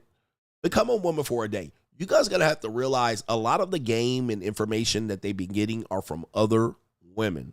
All right. Dating advice, relationship advice, marriage. Many times the women in their lives, aunts, grandmamas, mamas, and so forth and so on. Okay. Now, what you think is that feminism programmed them and downloaded the software. Yeah, that infiltrated them later on and gave them the software that they had, right? And gave them this sense of accomplishment, right? You guys are great, wonderful, you're empowered, strong and independent. That's feminism, all right? Feminism told them to whore around and take birth control. And yeah, that's them.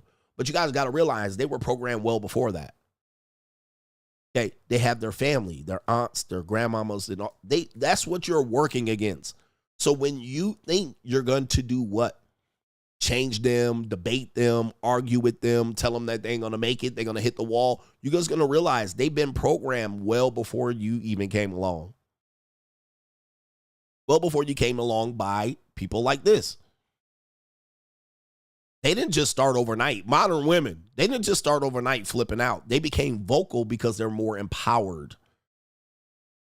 And now they can say it to your face, where these women couldn't say it to your face. All right, your mommy, your mammies, your grandmamas, your auntie, they couldn't really say it to your face. Sometimes they did, and they kept it private between you and them. Sometimes they told you. But most of the time they told the girls. So it's now an empowered vocal group of women that could basically say what they've been taught for years and years and years. Let me see if I have another It's an Evil World video. Okay, because I'm going to break it down. How to just learn to become a woman. So just for a day, try it for a week. And you're going to realize a lot of the messages that they're getting are coming from other women. Like, this is what you do. Who wants to hear it? Press 1 in the chat if you want to hear me break this down.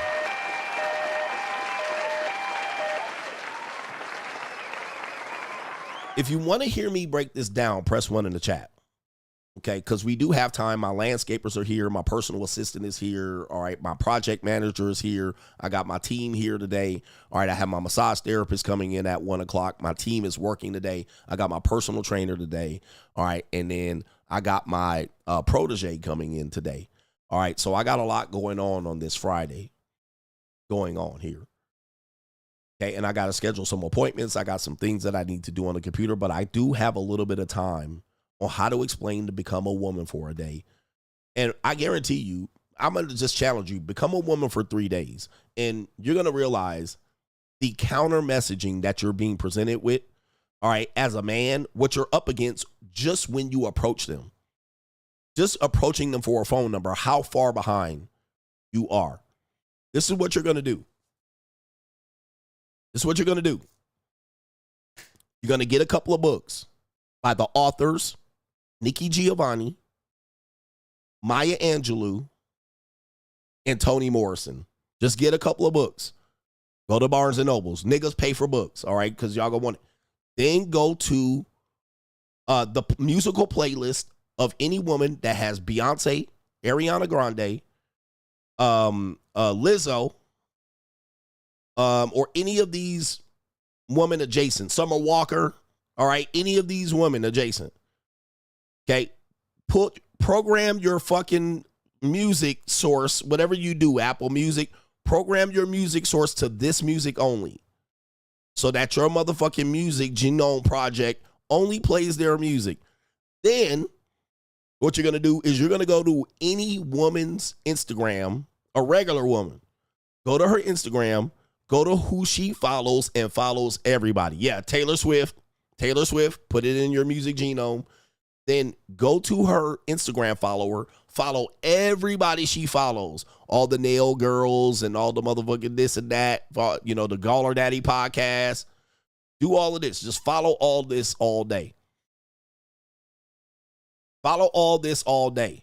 All right, so you got the books, okay? You got the music, and then you got the gram. TikTok too. Go to TikTok, follow everybody. This woman follow everybody for 3 days. Now, what you're going to understand just doing this, become a woman for a weekend, you're going to be mind boggled You're going to be blown away at the messaging that they receive. All right. Now, the messaging they receive, they truly believe it. All right. They believe it. They're about it. They're strong. They're being, what do you call it? Affirmed and all of that. And then what you're going to do is go on TikTok and follow all the hoes. 304 TikTok.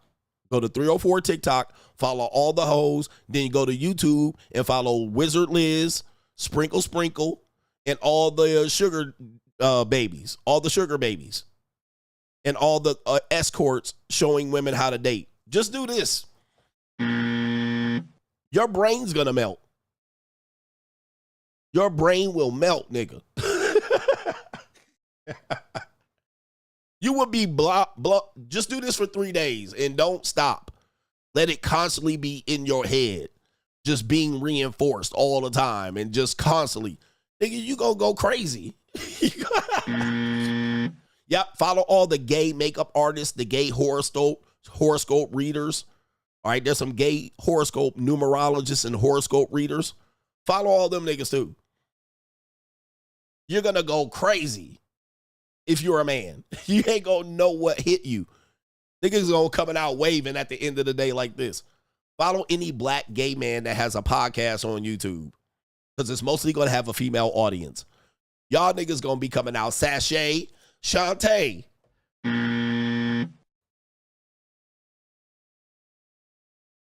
Become a woman for a weekend. Just by doing those things. Trust me.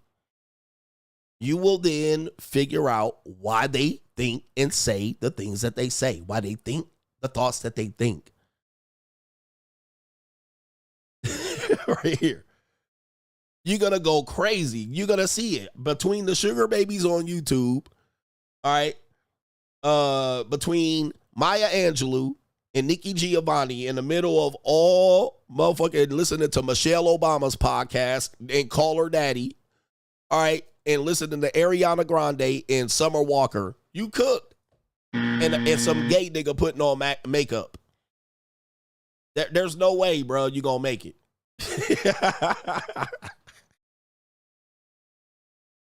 You ain't gonna make it, bro. And you gotta realize, women of all ages, that's what they listen to. We talking about years and years of this. Years and years.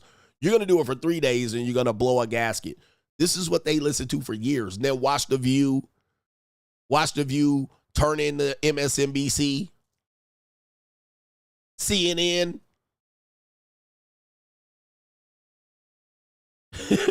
All right, let me see. That's my game for the week. Do it for 3 days, and then you'll realize, okay, we up shit's creek. There's no way that I can sit any woman down and give her any life advice when she's constantly being bombarded by this counter message. There's nothing you as a man that they're listening to. Not for 10 minutes. Dude, even your daughter. If your daughter's listening to that and you're a father, good luck.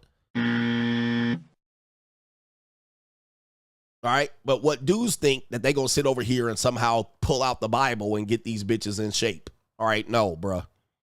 It's worse than that. It's 100 times worse than that. This is why I'm the king of kings of this, because who else has told you to do this? All right? All right, let's continue here. This woman here says right here. All right, we got time. This woman right here. Oh, this woman's saying essentially the same thing that I just spent time talking about right here. So let's see what she says. Dads are less protective than they've ever been because they can't care about what their daughter wears or where she goes or who she dates, because that would be backward. You know, it's her right to do that. But then you look around and you see girls doing that. Girls like selling themselves online to strangers. Feminism pushed this idea of like girls and boys are just as strong as each other. And then that led to people thinking, oh, girls don't need extra protection, which killed chivalry, but also killed fathers actually protecting girls. Because the problem is not like women are weak, it's that girls are vulnerable. But now we think, oh, we should all step back, let girls do what they want. We just killed all authority. And so now you have young women like demanding that their universities protect them and demanding that the government step in, and like staring at someone becomes harassment on the tube. Because we degraded the authority of men they trust. We just said, oh, all kind of protection is patronizing and we don't need it. But then you leave girls completely vulnerable and looking coddled and loved, but actually completely unprotected. Yeah, man. I gave a speech at the 21 convention. Shout out to Anthony Johnson about this very thing. You remove the authority of the male figure. And then what eventually happens is the woman is going to fall in the arms of somebody, a man, an older man, a sugar daddy culture, what we're seeing young women fall into. They're going to fall in hands of the government, the corporation. And then when those entities abandon them, they have to go back to a man. If their father's not there or they rebelled against their father, they can't go back to him, right? Burning bridges.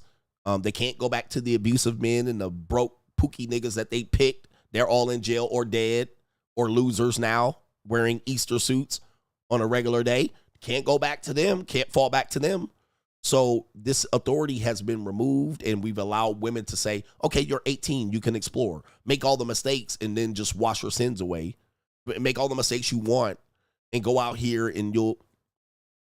So this is where we're at. I gave a great speech about this at the 21 convention. By the way, also watch Love Island, The Bachelor. Right? These are other things you can watch. Watch Love Island. Sit there as a man and watch Love Island all day long. Watch the Baddie Girl Club. Watch Safari and motherfucking Eva, whatever that woman's name is. Watch all of these shows that they sit there and be watching and binge watching. Okay? Go on Pinterest. Like, men try to avoid what women are doing and listening to, right? Because I couldn't put up with it, but you don't realize the woman sitting there every day, telenovelas, soap operas, right? Talk shows. They getting hammered. All right. And then you come in with your, hi, I'm a man, and patriarchy, and men were protectors and providers, and women need to be loyal and inferior or submit. Yo, there's no way.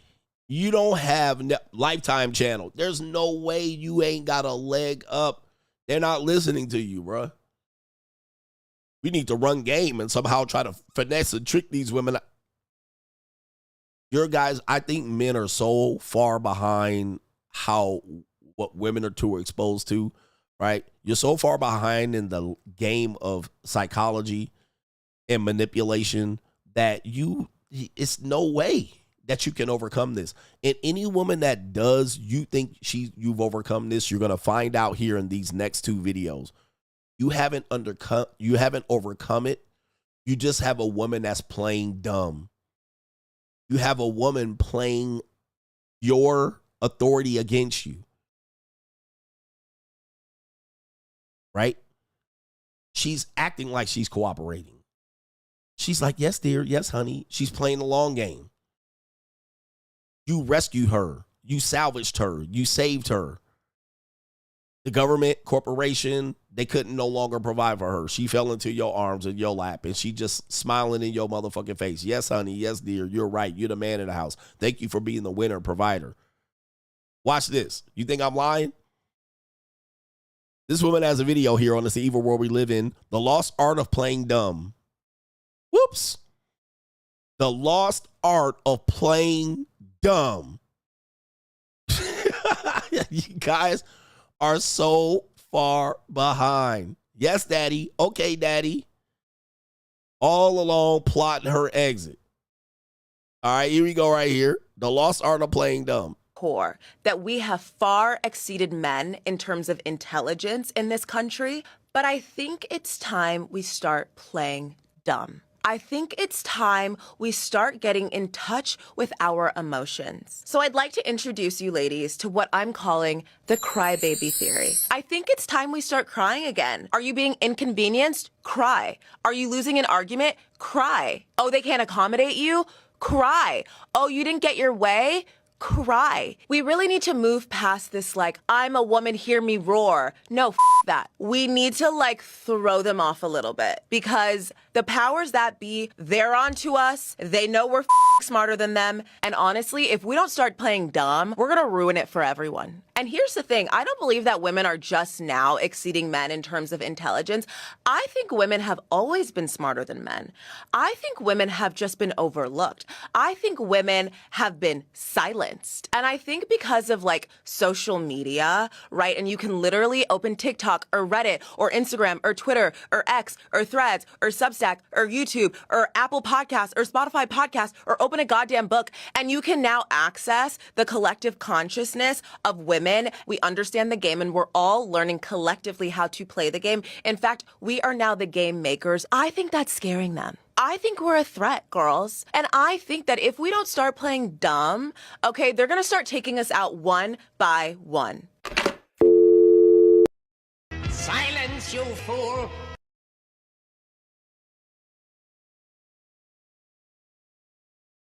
Now, gentlemen, this is what I call thoughting and plotting.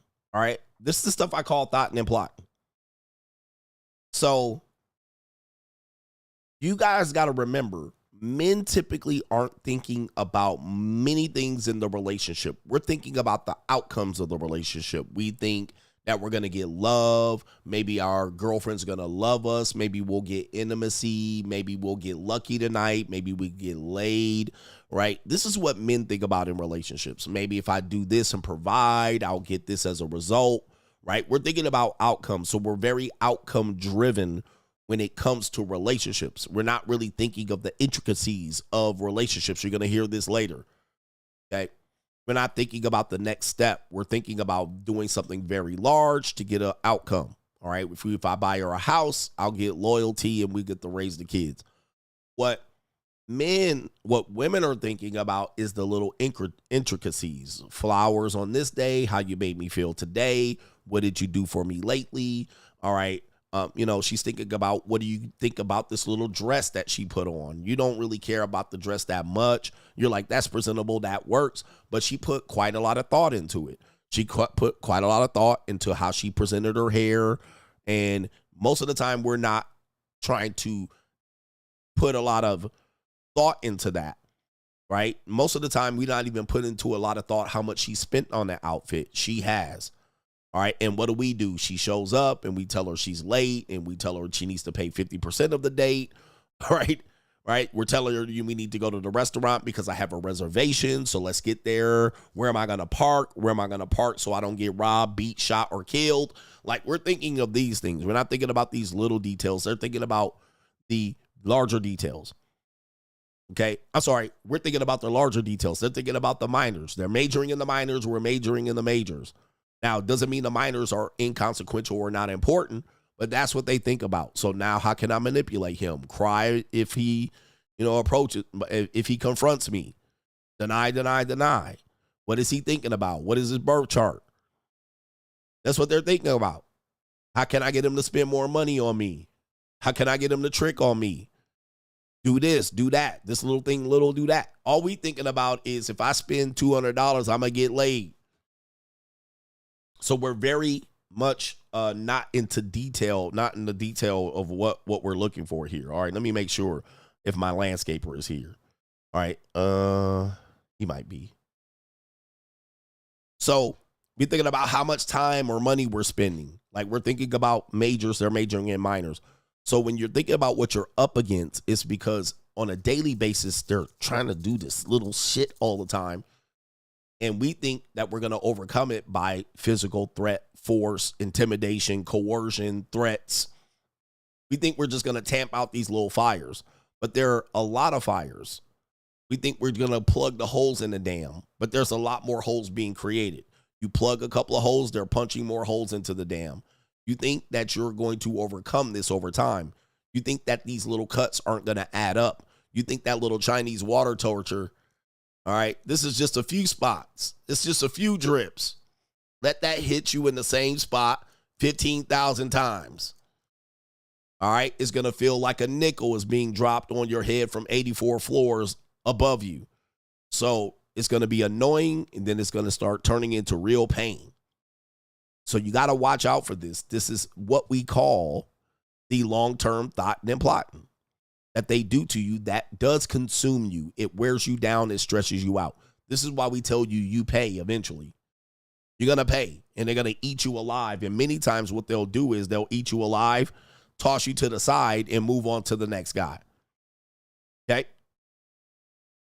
All right. So anyway, let me get to the Super Chats. Main event coming up here. I think we're doing decent on time. All right. I'm trying to not do 4 or 5 hours, you know, maybe in the future, season 8, maybe 3 hours. But whether they think that they're doing, most men will say, no, what most men will say is, but coach, what they're doing is not working. But it is working. It is working. It literally is working. Like, you're allowing them to work it against you. All right. So if you're allowing it to work against you and you spend your time trying to counter this little bullshit and put out fires over here, what about what you could have been doing if you didn't have to do it? Okay. Right? Like, think about what you could have done without putting up with that shit, without even dealing with it at all. If this woman had the presence of mind to not worry about this and make these your little worries, imagine what you could have been done. But you guys think that you're gonna, you're playing cat and mouse games. You're playing Tom and Jerry. Okay, and she's making you go crazy because she fucking picks your whisker out and then runs around the house with your whisker.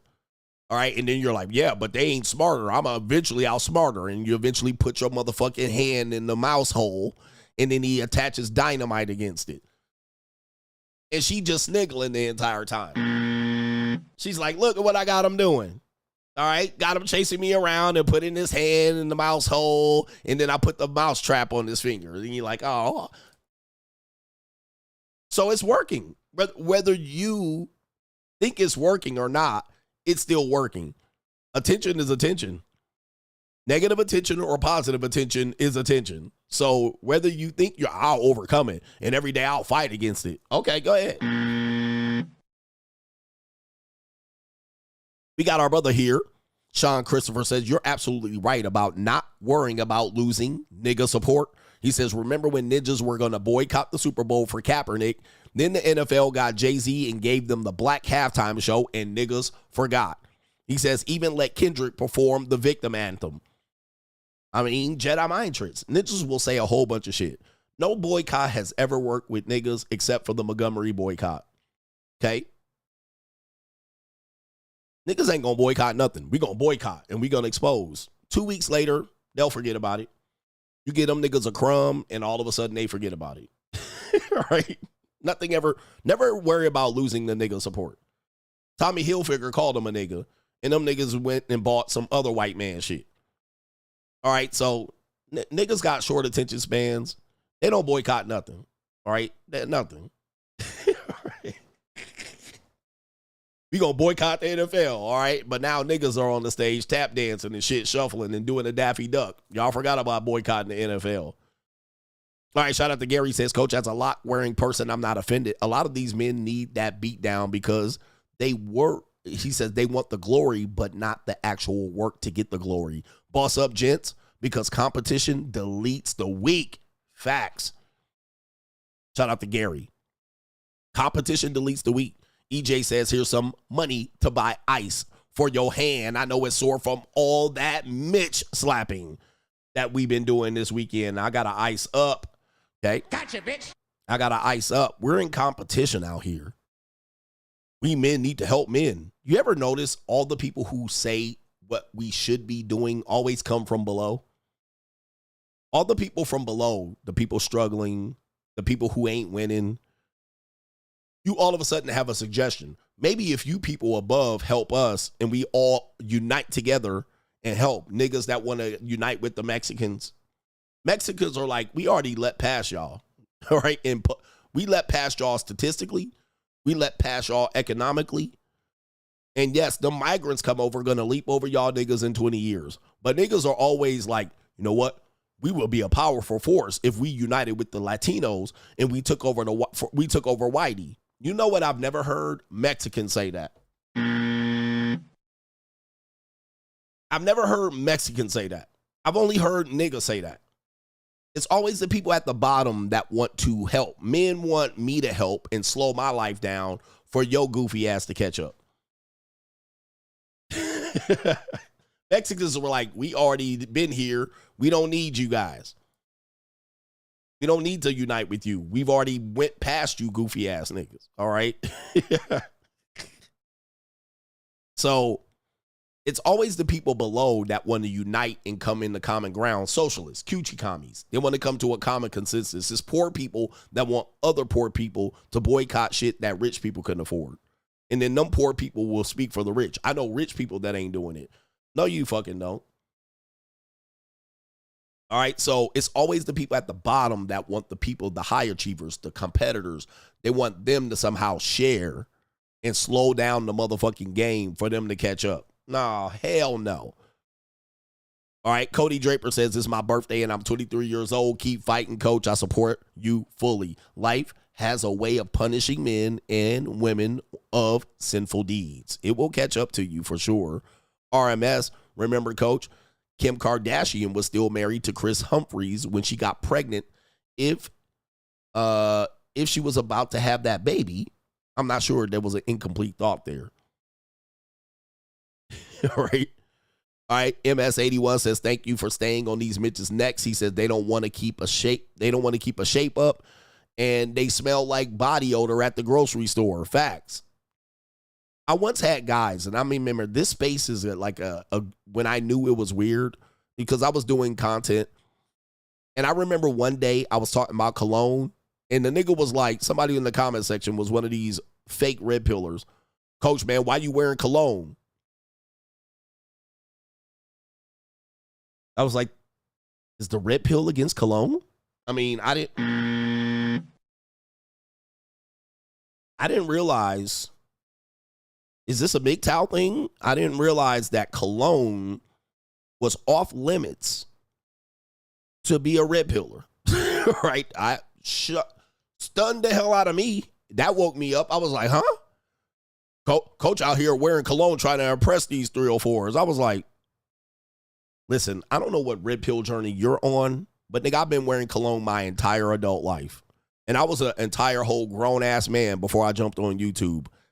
I didn't realize I had to get rid of cologne to be a red pillar or a MGTOW or whatever the hell you want to call yourself. I was like, that's when I was like, okay, some of these fucking losers got to go. I got to separate myself from the losers. Right? Now we can't wear cologne. You trying too hard. You trying to impress. Cologne? I want to smell good, nigga. I've been wearing cologne all my life. What the fuck? All right? They be making up shit. All right. Shout out to Chuck says Pippin is dead. Dreadheads killed it. Shout out to the pimps, man. There's some pimps out here apparently, but they kind of also do other things. Teddy P, longtime coach. Apologies. He says I value you. Do you? This is a double sponsor, co-sponsor. This is our brother Teddy P. Let's go. I'm rich, bitch. I'm rich, bitch. Let's go. I'm rich, bitch. Teddy P, what a winner today, man. I appreciate you, man. I appreciate you for watching and sponsoring. I know it's hard, though. Louise G says, delivered the late Bill Hicks type style today. Shout out to Bill Hicks. It is our brother Daff. Eddie says, I don't know what to say that you ain't already said. All right, I'm out here trying to do it. Shout out to Julian W. says, the nigga stomping. Shout out to the niggas getting stomped out today. All right, and Daryl B says, I don't know what I just walked into, but damn, LOL. We here. We got our brother Donald B for the support. Antonio for the knowledge coach. Stop trying to be a nigga. Niggas are not impressive human beings. All right, and they will show you every day that you should just aim to be anything but a nigga. Anything a nigga likes, do the opposite. Or at least don't do it in public. And any woman that likes niggas, all right, avoid them. All right. Not avoid them, but don't take what they say with a grain of salt. And this includes women of other races. Women of other races will look at you and be like, I know a drug dealing scammer nigga. Like, you supposed to be impressed. You're like, I don't know what you looking for, you dumb bitch. You got to be the dumb, dizziest bitch I've ever met if you think that you're going to impress me about this scammer, credit card scammer nigga that you know. It's like, what? You're talking to me about a scammer, credit card, low life, belly crawling nigga. Like, what? I'm supposed to be impressed? Like, what? You know this scammer nigga? You know a nigga that drops off weed? Wow. You really are. I'm sitting here with a house, cars. Them bitches won't brag about me, but they'll brag about some nigga that dance on the street. Like,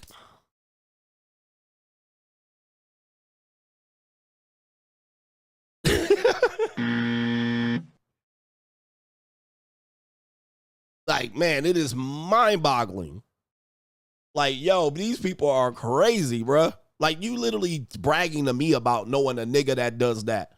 I try to not know any niggas like this. Like, I don't want to even associate in the same room as a nigga like this. But you're talking to me about a nigga like this. He a real pimp. Like, huh? You know, he scams people on their credit cards and he gets concert tickets. Am I in the same? It's like, what? Why are you telling me about this? Like, what am I supposed to do? Really? Wow, what an amazing guy. All right, he just traded 40 years of his life for 5 years of scamming. All right, I don't know. Why do people like to talk to me about niggas like this? Why do you guys talk about niggas like this? These niggas are lowlifes. I don't get it. This niggas dance on the corner in New York City and make hundreds of thousands of dollars a year. So what? I'm not impressed. Right? It's like,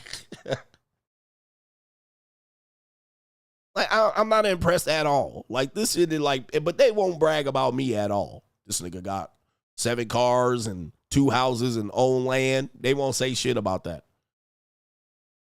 All right, anyway.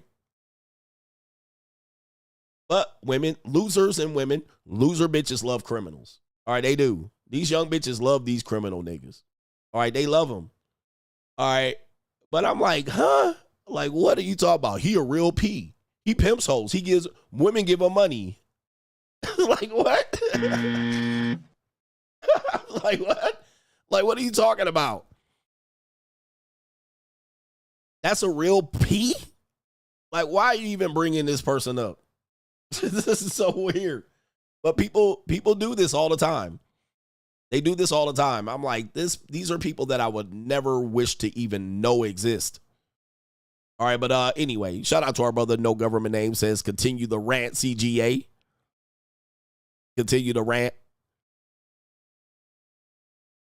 And then when you see the women, they like gremlins. Like, yo, man, I thought you was telling me this nigga had a fashion model roster full of skeezers. Uh-oh.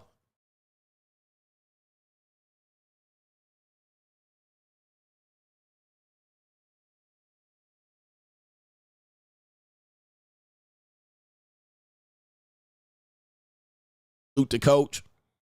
Shout out to Jahari. Am I frozen? I got so many super chats. You guys have been blessing me over the time, so I gotta acknowledge you guys. And Maryland guy says, Coach, I got Mary maids over at my house right now. It's a white woman. He says they won't clean for the husband, but they'll clean for money. He says women are monetized. Facts.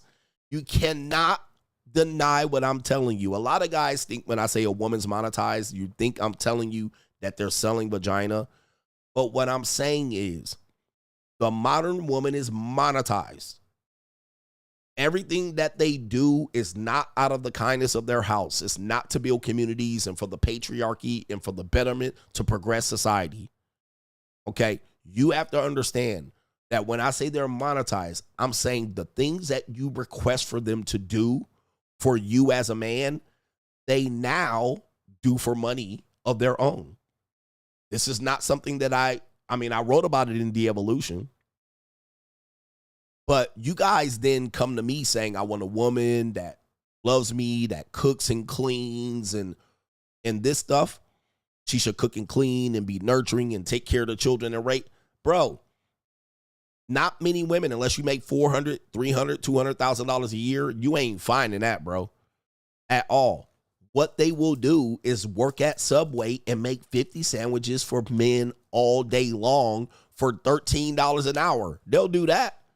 That makes more sense to them than to be at home being a kept woman for your broke ass making you sandwiches.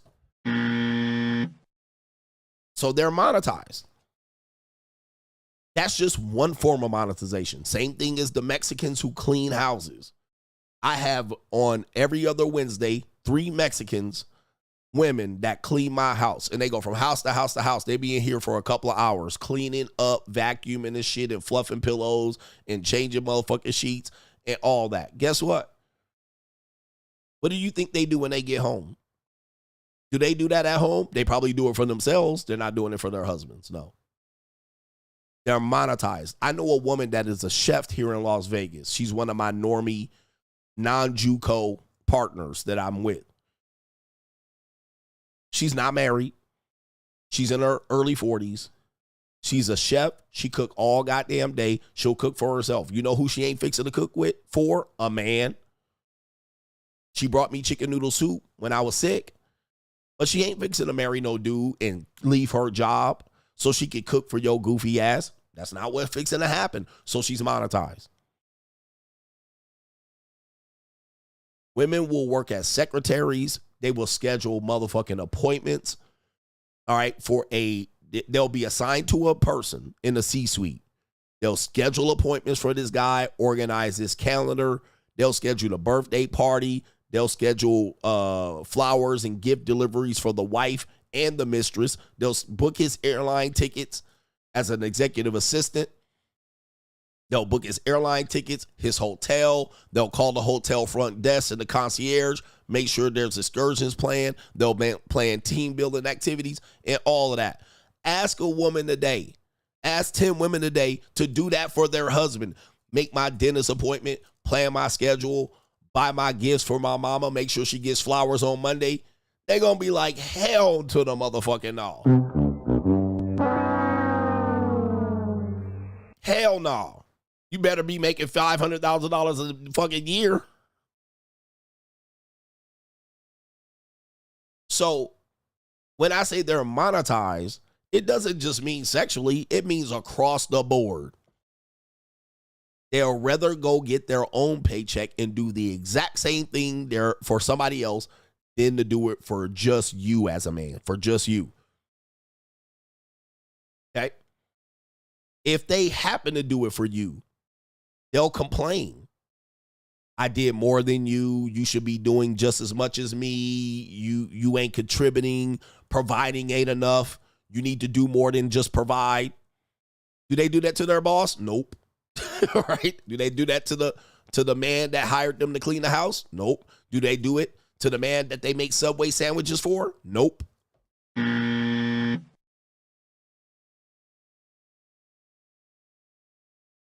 And even if you got a girl, I told you one time I was dating this sister. And I was like, what would it take for you to leave your job and your career and be a kept woman? Because she wants to be that, but you know, she's struggling. Women kind of get to that point in life where they're struggling. Like, I'll take that, but they want to be a kept woman, but also have their own job, their career, their interests and focus and ambitions. This is what women are today. So I asked her, she was like, a guy that makes over $300,000, $400,000, or $500,000 a year. I'm like, do you even know any men like this? They don't even know a guy like that. But in their mind, that's how much it would take. A guy that earns over, I think she said $350K a year for her to consider leaving that and providing that for him. But you also have to remember, you got to pay for her retirement. You got to maybe not cheat on her or at least spend money or trick it off on somebody else. You got to give her loyalty and yeah. And she's going to expect you to bring emotional labor and also other labor for, you got to be sharing the duties, washing the dishes and taking the kids to school. Yeah, you know what I'm saying? Like, this is what is going on in their head. And it's quite the conflict, which is causing issues in our dating landscape. Let's get to the main event here. All right, we got to do it.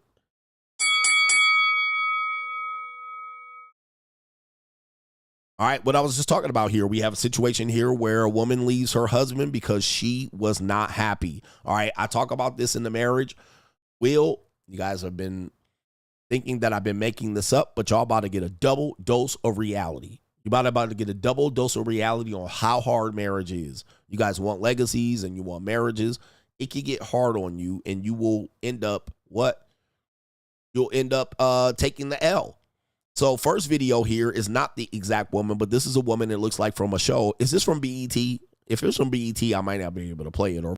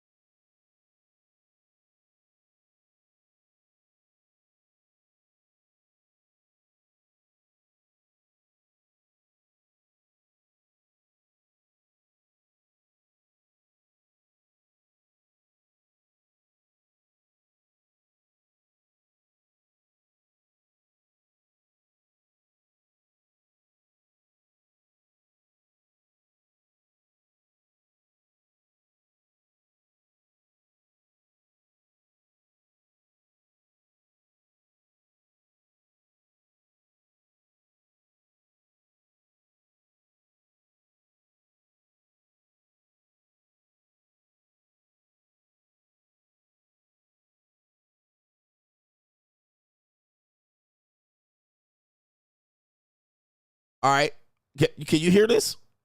Who didn't have the sound?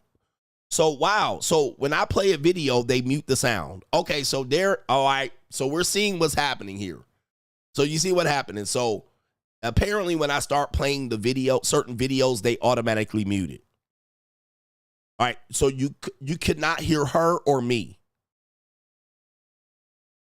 Could you hear me or her? So that's what it was. Okay, so I see what's going on here. This is something that I'm experimenting is YouTube. So YouTube is doing this. I see. So this is like the third time this week happened. Okay, so certain videos are getting muted immediately. All right, so certain videos are getting muted immediately. All right, so that's interesting. So this is a new thing. All right, you couldn't hear me either. So I see what happened. Okay, maybe we're learning what it is.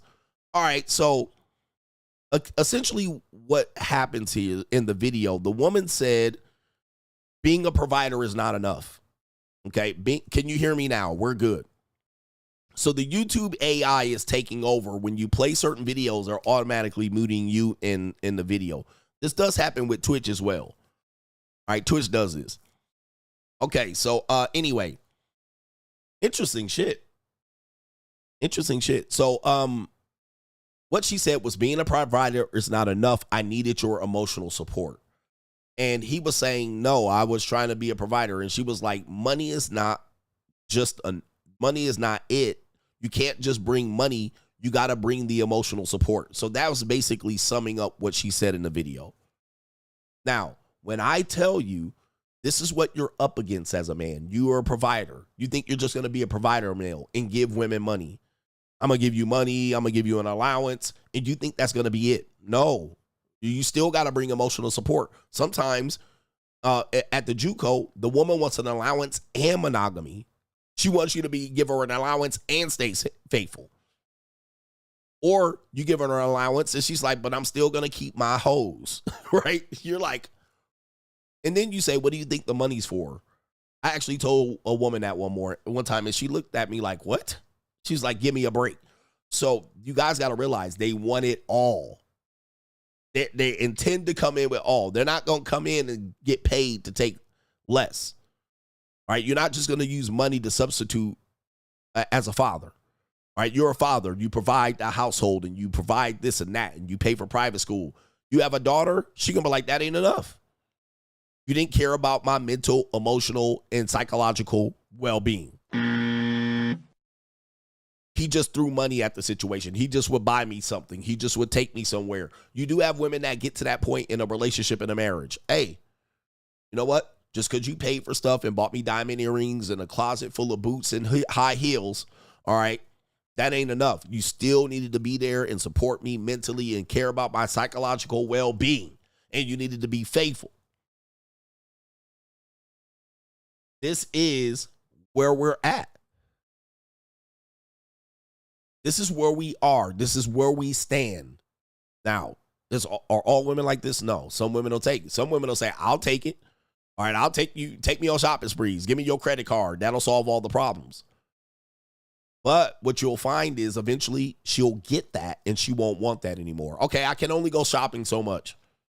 Now you have to be here. Bait and switch. Moving the goalposts. All right, the bait and switch. Okay, I can't go shopping anymore. Retail therapy doesn't work. Now I want you to be loyal and faithful and get rid of all your hoes. Okay, so there's always going to be a sense of you're not doing enough, right? And to check in for her to move the goalposts or to switch the game. This is why I call it the marriage wheel, is that eventually it's not a matter of if, it's a matter of when. You're going to get consumed. You can make it 30 years and get this. Judge Mathis. Judge Mathis made it to year 49 and he got them goddamn paperwork.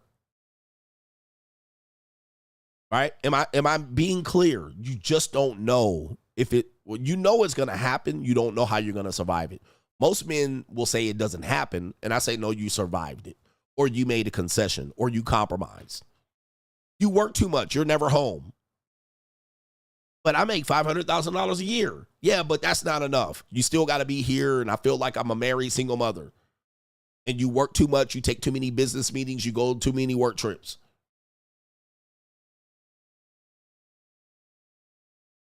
Are we good? Are we good? Sound's having an issue.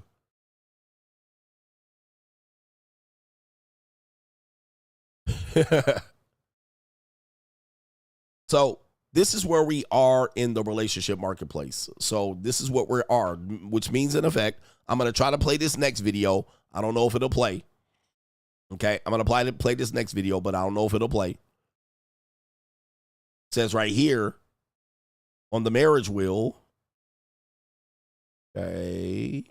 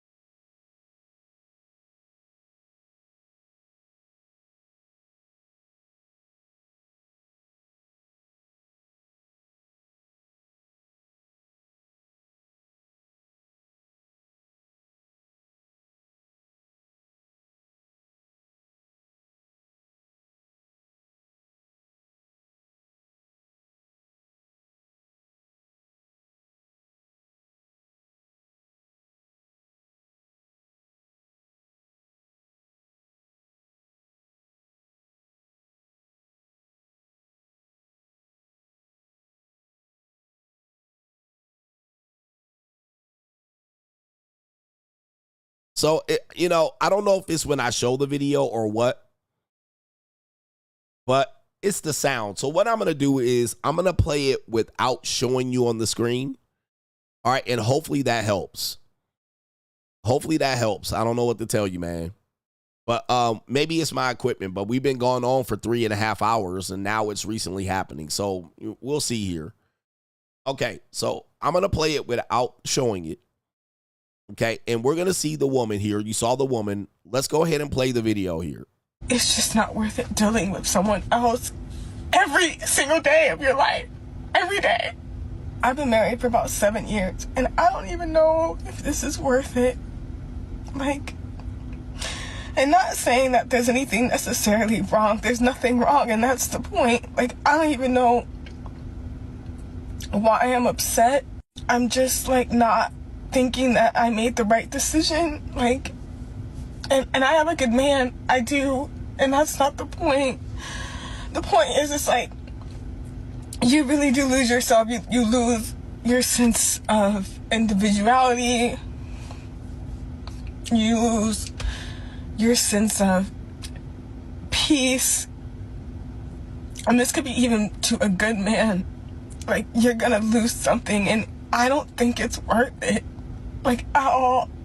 I've always had a dream of, like, getting out of my hometown, like, city and moving on, like, moving forward. Like, life is supposed to be experience. Like, we're supposed to be doing new things and traveling, and it's just not worth it dealing with someone else every single day of your life.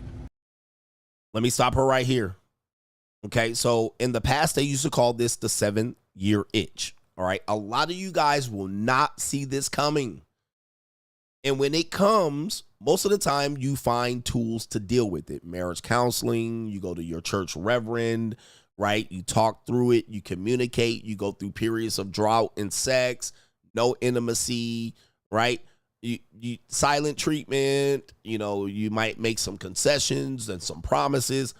I've been telling you, but guys will say they don't deal with it, and it's a lie. Everybody deals with this in basic relationships and marriage. It's a lie. You're going to go to this point. And some guys buck up or cuck up. All right, so you either buck up, cuck up, you either pay up, pay the bill, or you become a cuck and watch your wife getting fucked and you're in the corner chair.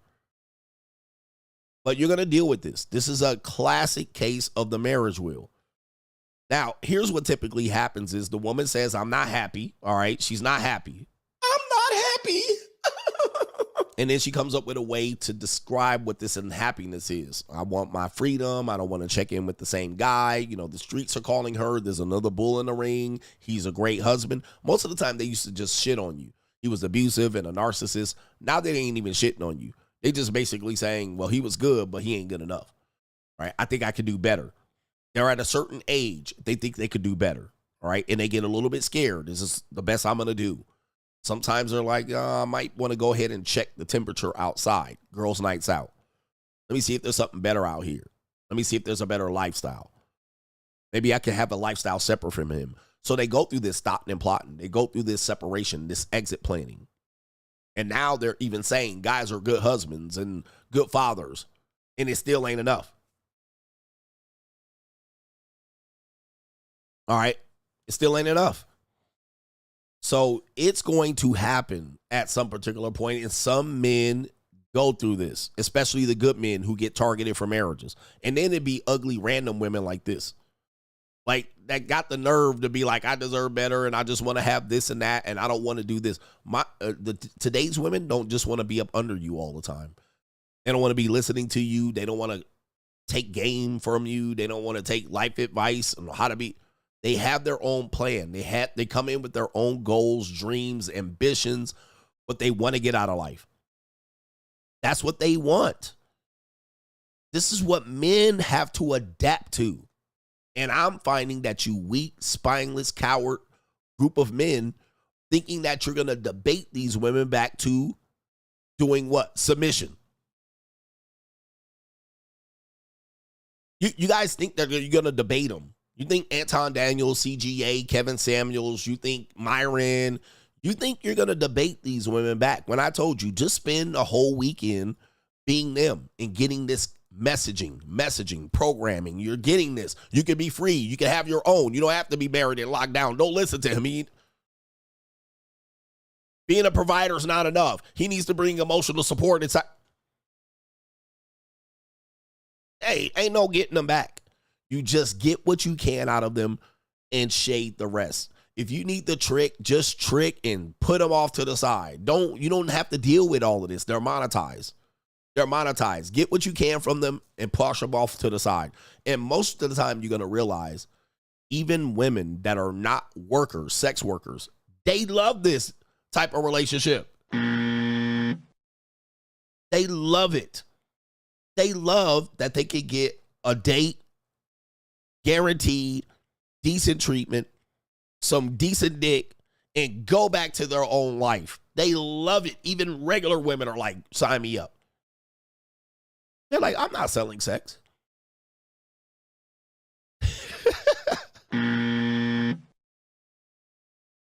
They're like, hey, I'm getting the best of both worlds. This is my mate, my sex partner, my boyfriend, my sugar daddy. This is my trick. This is my, and they come over there. They have fun. They get to dress up, go on a nice date, a night out of the town. They go on a helicopter, some tour. They go on a trip or a vacation. They give up a little bit of sex because they was going to fuck anyway. And then they get a little bit of money, gas money, or a little bit of money for their cell phone.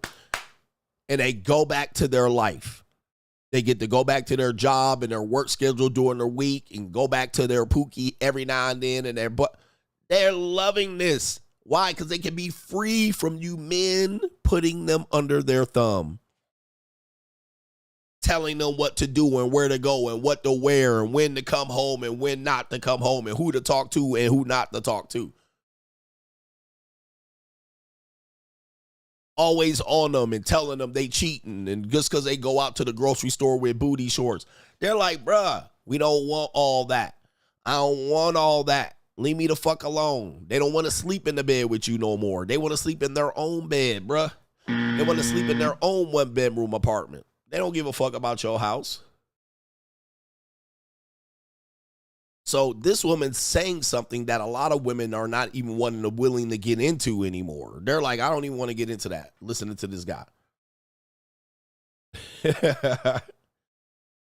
All right, so let me play the next part of the video here. I wish I could have you see her cry. I don't know.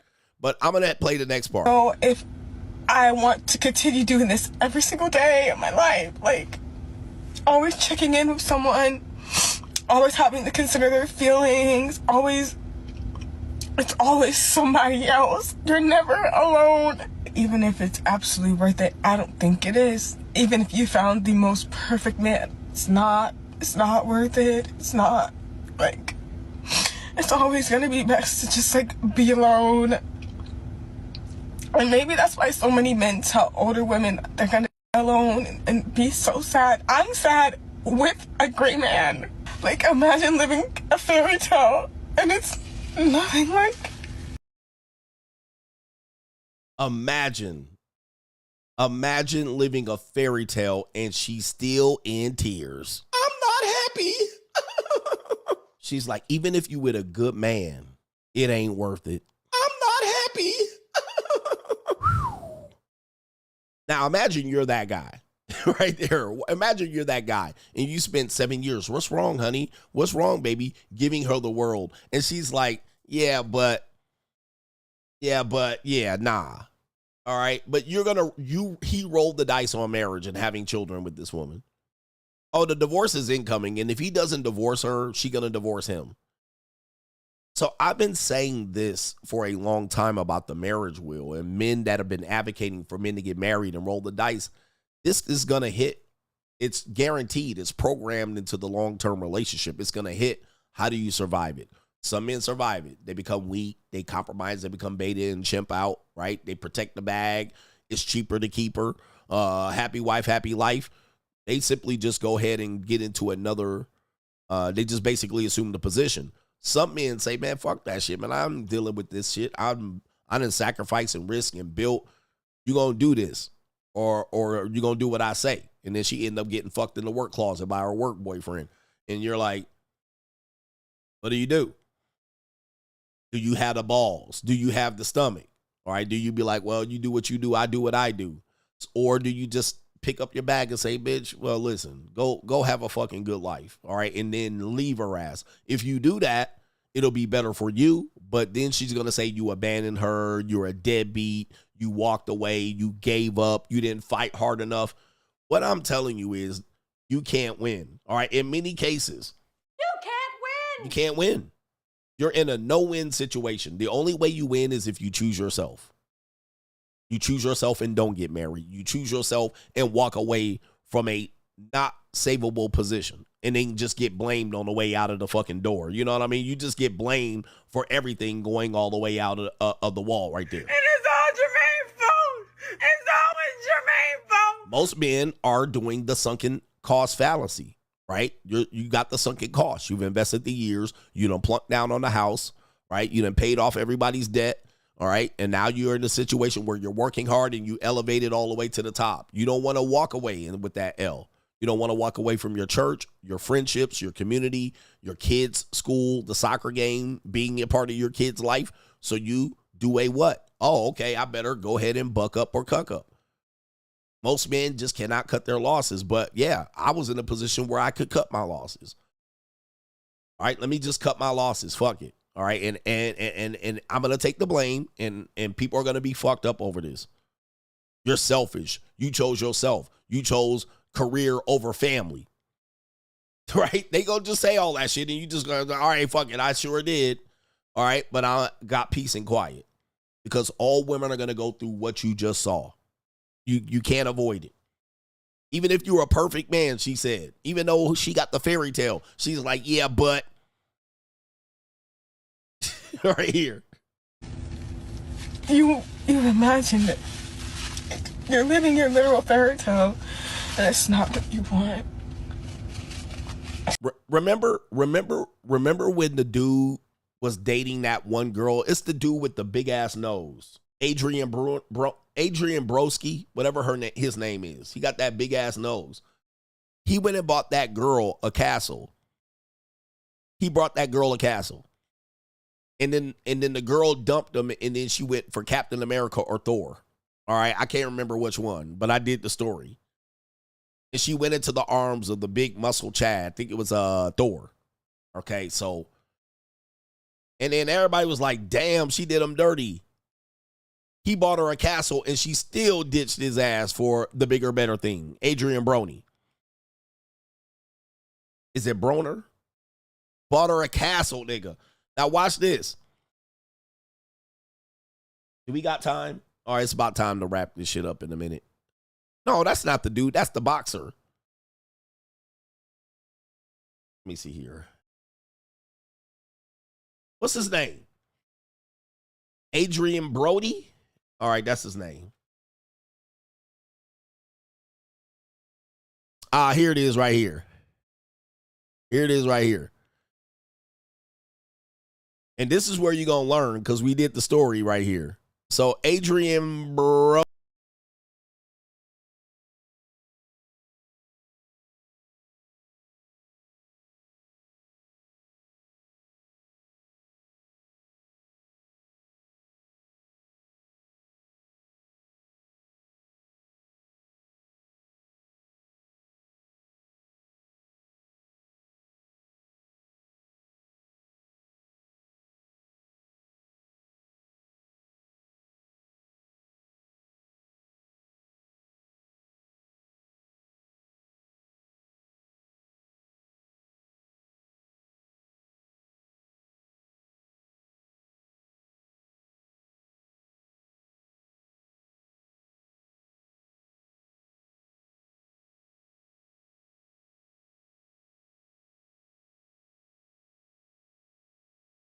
Mike. All right, this weekend. We'll do it this weekend. We'll do it this weekend.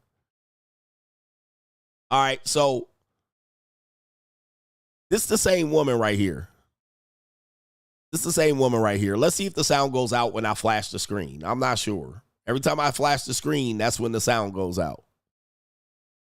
Okay, so here it is right here. Can you hear me now? Okay. Every time I flash the screen, it goes out, but maybe it's my computer here. So this is her now with him, Thor. Now, when people called out the woman, okay, when people called out the woman for ditching Adrian Brody after he bought her the castle, there were women saying, fuck that castle. Who cares about that castle? He probably bought that castle for his ego. Right? She probably didn't even want that castle. Just because he bought her a castle doesn't mean blah, blah, blah. Now, again, she might not have wanted the castle. I have no idea. But the point of it is, she could have said she didn't want the castle. Right? That's the thing. She could have said, you know what? Save your money. I don't even want this fucking castle. Did she do that? No. She let him go ahead and believe and did a whole photo spread of her saying this is my dream fucking castle and still got. Still got. This castle ain't enough. All right. Being a good husband is not enough. Being a good father is not enough. Being a provider is not enough. You got to do more. You need to be there emotionally. You need to give me freedom and space. You need to give me. So this is what I'm saying, man. It's getting harder and harder. Shout out to you young people that got a little girlfriend and y'all out here. Not me, coach. My girlfriend will never do that to me. Shout out to y'all. All right, because only time will tell with y'all. All right, y'all gonna learn at some particular point. But man, it's getting tough out here. Not even being a good husband, she said, was worth it. And she's still searching. By the way, I'll finish this point. One of the reasons women do this is because it gives them a little bit of scare. They're scared that, let me see here. They're scared that at some point of their life that they'll be stuck in the position that they're in. So typically around, let's say if you got with a woman and you married her in her early to late 20s, early, mid, late 20s, around 30 something, she's going to pull this for sure. Around 30, 35, she's going to pull this. All right. She's going to pull this. Is this enough? I can do better. This guy's just a piece of shit. I could get a Prince Charming out there. If she gets married in her 30s, she's going to pull this in her mid 40s for sure. Okay. Mid 40s. You're lazy. You just sit there in your recliner. All right. You don't do nothing. You don't do nothing but come home at 5:30 every day and sit in that chair. You play video games and watch football on the Sundays. Right. And then they want something better, right? I'm active. I want to lose weight. I want to be outside. I want to go dancing. I want to go partying. I want to go to the gym. I want to go to Pilates. I want to look good. I want to check. So it's guaranteed. All right. It's built in there. They're going to want that depending on when they have the kids. Certainly she's only going to do this after she has the investment. So this, for people who haven't experienced this yet, and you're like, not me, not my girl. The only way you're going to know if she's going to do this is if this has happened for the new people. You have to get past this stage right here of the marriage will. This is the stage you got to get by. Stage 2 has to be fulfilled. Then you're going to see the bait and switch. Right? If you haven't had stage 2, you don't see how stage 3 could be possible. Right? You're like, what? No, me and my girl, we love each other. We can't keep our hands off each other. We're great. We've never argued, blah, blah, blah. Okay, you got to wait till you have had some kids, right, and bought a house and paid down her debt, right, and you guys went on the Dave Ramsey fucking debt payment plan, and you had your kids at least get through kindergarten, first, second grade. The investment phase must be solidified. She doesn't want any more kids. She had 2 or 3 kids. She doesn't want any more. You have to get to that stage in order to see the third stage. You're rarely going to get the third stage unless she just has another Chad, Pookie, or Ray Ray. All right. So that at that point, you can't just pull the rug. You can't be like, all right, fuck you then and bop. All right. Sounds out again. I don't know what to tell you. All right. I'll try. But I'll try to finish up here with some super chats. All right. So that's what's going on there. So a stage 2. But just because she doesn't get stage 2 doesn't mean that she's not going to do this. Typically what'll happen is if she gets a boyfriend, like another boyfriend. Write this. Hold on for a second. Here's an example of if you don't go through stage 2. If she has another guy applying pressure, right? So she meets a guy at her job. She meets a guy at the street who cold approaches her. She meets another guy that is genuinely going to not judge her on things you're judging her on, right? So say, for instance, she has a past and you judge her on it. It keeps coming up. But there's a new guy that says, I wouldn't judge you on that. You know, I know girls like that. I've dealt with girls like that. Or a new guy comes in and he's applying pressure. Then you're going to see this, all right, typically without a stage 2 investment. You're going to see this because then she's going to measure you against him. And eventually every now and then she'll even bring up whatever this is, you know, I met this one guy, I met some people and they didn't even judge me. And you keep judging me on this, and he's so much better, and he's been to Qatar, and he's traveled more, and he's experienced life. They'll start comparing you to this motherfucking bull in the ring that you don't know, Mr. Invisible nigga. Every now and then she'll drop a hint that there's some other guy or somebody at their gym that's just so funny and compelling, somebody in their work that tells the best jokes and gives the best hand massages. Like, there's something, so you won't go through stage 2, but you'll get a guy applying pressure, and then she'll start telling you how not happy she is and how you got to step up your game and how you got to commit and put a ring on it. So that is no stage 2. She'll compare you to a guy that you don't really know much about. This guy's feeding her ego, and then now all of a sudden here you are trying to do better for her against this nigga. Yeah. So even without the stage 2, you can still get that bait and switch. Some women don't want to give up the ghost. They'll keep the mask on long enough for them to get the phase 2. All right. Some women won't get the phase 2. You won't even be a committed, I ain't marrying you, bitch. And then you just keep her. And then every other guy gassing her up is she's going to make you compete against. Now, the best thing you could do is just let her go to that guy. All right, this is my advice. How do we solve this, coach? Let her go to that guy. And she's going to find out that the little bit that the what you were giving her, that little bit she wasn't getting from you, she was only getting that little bit from him. We call that the old 80-20 rule. She's going to trade in 20% to get the 20% you weren't giving her.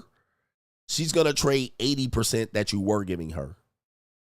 Now, you'll remove the 80% that you were giving her so she could go chase that 20% from that nigga, and that nigga ain't going to give her nowhere near 80% that you were giving her. So she thinks if she just jumps over here and you leave her, good, I'm going to go over to him. He's only going to give her 20%. Then she's going to be like, well, can you do these things too? And he's going to be like, what?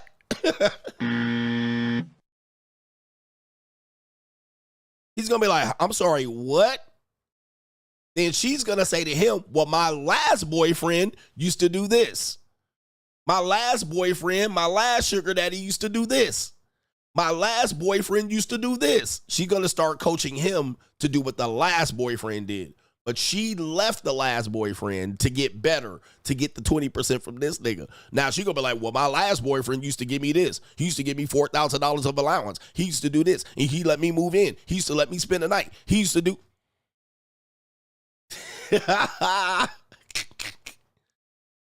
She gonna go harken back to the last rich nigga she knew. Oh, you left the rich nigga to get the 20% over here. Oh, so going over there. You can go get it from him. But she's only going to get that 20% that she was missing from you. That's all she going to get. That guy only signed up and gave her and showed her the 20%. All right, so the thing is, you definitely want to let them go. You don't want to compete against this, especially when you know who you're not competing against, right? It's unfair to you to have her positioning you to compete against another guy who sounds wonderful on paper, and they're able to say what that guy is giving her and what he's going to give her, but it ain't nowhere near what you were giving her, right? He ain't going to give her nowhere near what she was getting from you. So it is what it is. She ends up taking a double L. Now, she'll eventually, over time, after she gets ran through about 10 other niggas, she'll eventually find another you. So she's not always a loss for them. She'll eventually, sometimes they do spin the block. Most of the time, their ego won't allow them to spin the block. Sometimes they will be like, okay, let me just do what this nigga was saying, all right? But most of the time, they'll end up, after getting dick down, pumped and dumped, ran through, they end up finding another version of you down the line.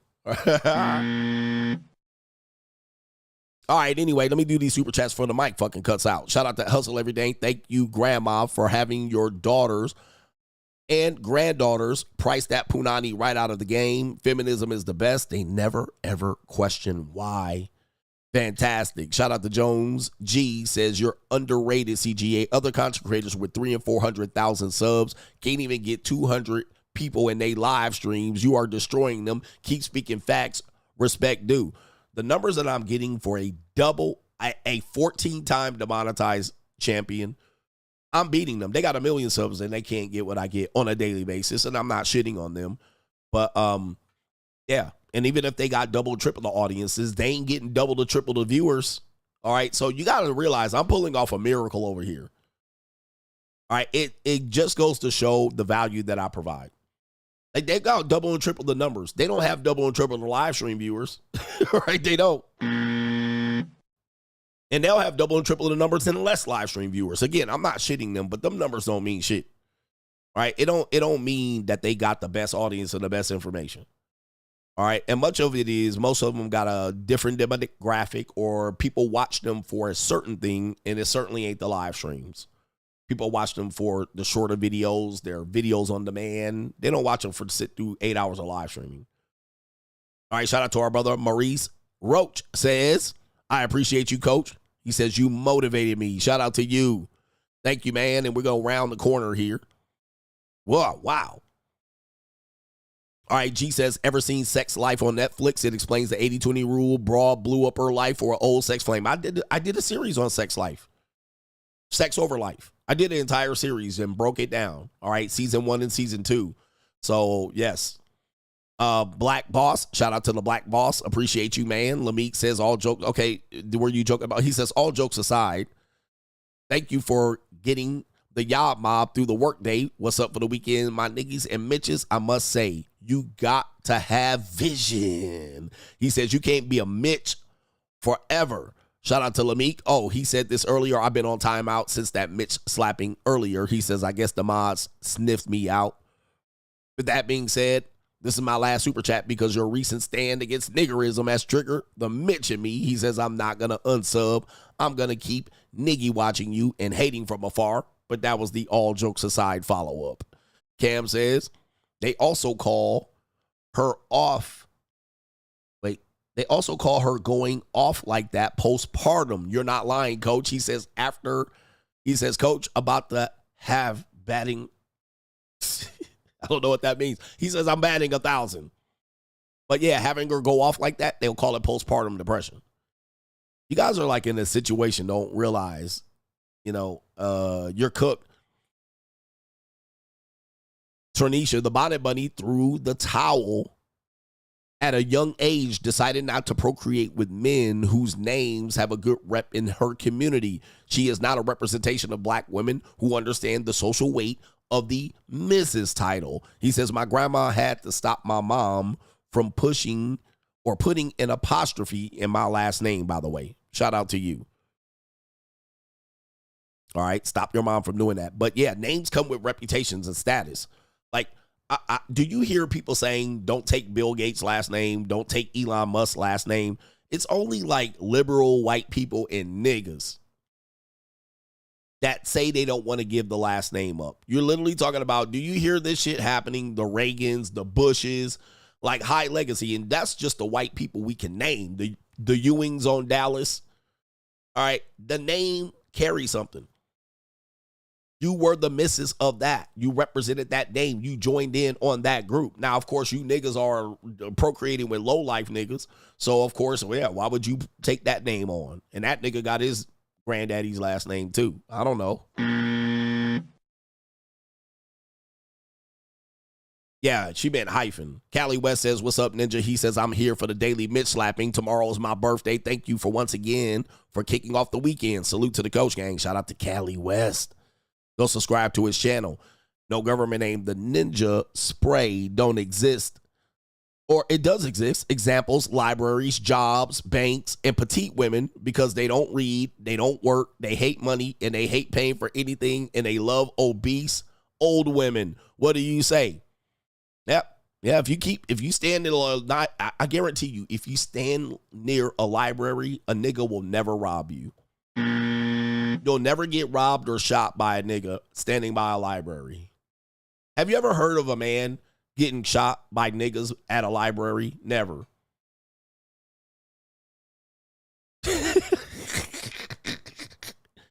Shout out to you, Black Boss. Never will happen. So, just be by library. Be where niggas don't be at. Young white women, young petite women, all right, jobs, libraries. All right, they never gonna be there. Universities, unless it's the football team. All right, they never gonna be around these places. All right, stay around them places and you can live. All right, anyway, somebody shot the teenager at a library in Cleveland. All right, it's Cleveland though, but shout out to you, thank you. All right, Mikey says, thank you for the message and everything you do, Coach. Keep smacking these niggas. He says they want to stay unranked. Thanks for addressing the problem, because the real problem is they want to stay unranked. The real problem is niggerism. They do. That's the real problem. All right, they do. They want to stay unranked. They want to stay amongst the people, the masses of the unemployed and the people that don't accomplish anything. You got so much support here that I need to get to. G says it's basically Pookie and Ray Ray out here effing the good stand-up men. He says, even seeing the movie, ever seen the movie Idiocracy? It might be fiction, but it's real. Right? They want to bring you down. Shout out to Mitch Slapper. Why do you always go on long rants and tangents? You Mitch nigga. Shout out to you right there, because it is the show. That's what you tuned in for. Hey, yo, it says, been on my grind, been absent from class. You've been traveling. MLNR to you, sir. And he says, keep doing it. For the few, despite the many, they're not worthy. The Niggy Committee is not amused. Hit him with the FM song. And for the light, bright friend over here in Squid City, Idaho. All right, I'm so far behind that I got to keep going. Enigma says, do your thing, CGA. I like the small insight into your trips. He says, I'm doing Amsterdam this week or this year, in Thailand in 2026 with no MFing job, well invested. Shout out to you, ninjas. You better boss up. You better boss up, nigga. All right, let me see here. We're going to call you Abermentho. So I'm not sure what that means. Not sure when these ninjas are going to understand that black is a term used to categorize people in the Western caste system. Black being the lower caste. He says, willingly calling yourself black is a sign of immense ignorance. It is a sign of immense ignorance to literally call yourself black. I mean, that is crazy. All right, to claim it. But typically what happened was there was a movement of Negroes that I can't remember if I heard Brooklyn say Michael talking about this or somebody else, but the movement of Negroes in the 60s who started to claim back black, right? They started to claim black. I'm black and I'm proud, right? Stay it loud. I'm black and I'm proud, right? So before that, most people did not call themselves black, all right? Most people called themselves Negroes or, all right, something like this. All right, you will have a people that came before that, an elder group of people before that they did not call themselves black. But people started to claim the power back. They took the power back from black. It's the same as when we call ourselves niggas. Like today, we have the same word nigga, right? At some point, you will say that people before 1960s and 1970s and 80s did not call themselves niggas, right? There would be a small percentage of niggas that will call themselves niggas. Now, when rap came along, we started to have the nigga move. Like, nigga started to be a term of endearment. Just like black became a word that you claim back. So now today, color was the other one. But now today, nigga is synonymous with black. So not only did we take the lowest form of the caste system, black, and claim it, we also claim nigga in the 20, 30 years down the line, to the point where now we willfully call each other nigga. So people that don't understand that transition happened where black was essentially the word nigga, right? It's a bad word to call yourself. People claimed it. Just like in the 90s, people claimed nigga as a positive term of endearment. Never ignorant, getting goals accomplished, nigga. So it happens. It happens. So people don't just see black as being a negative term. But is nigga a negative term? Yep. And do we call ourselves nigga? Yep.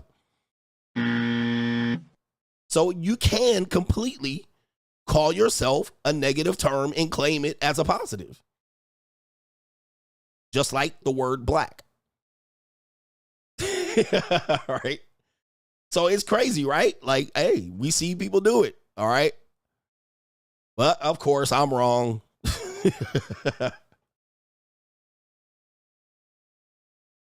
I'm wrong.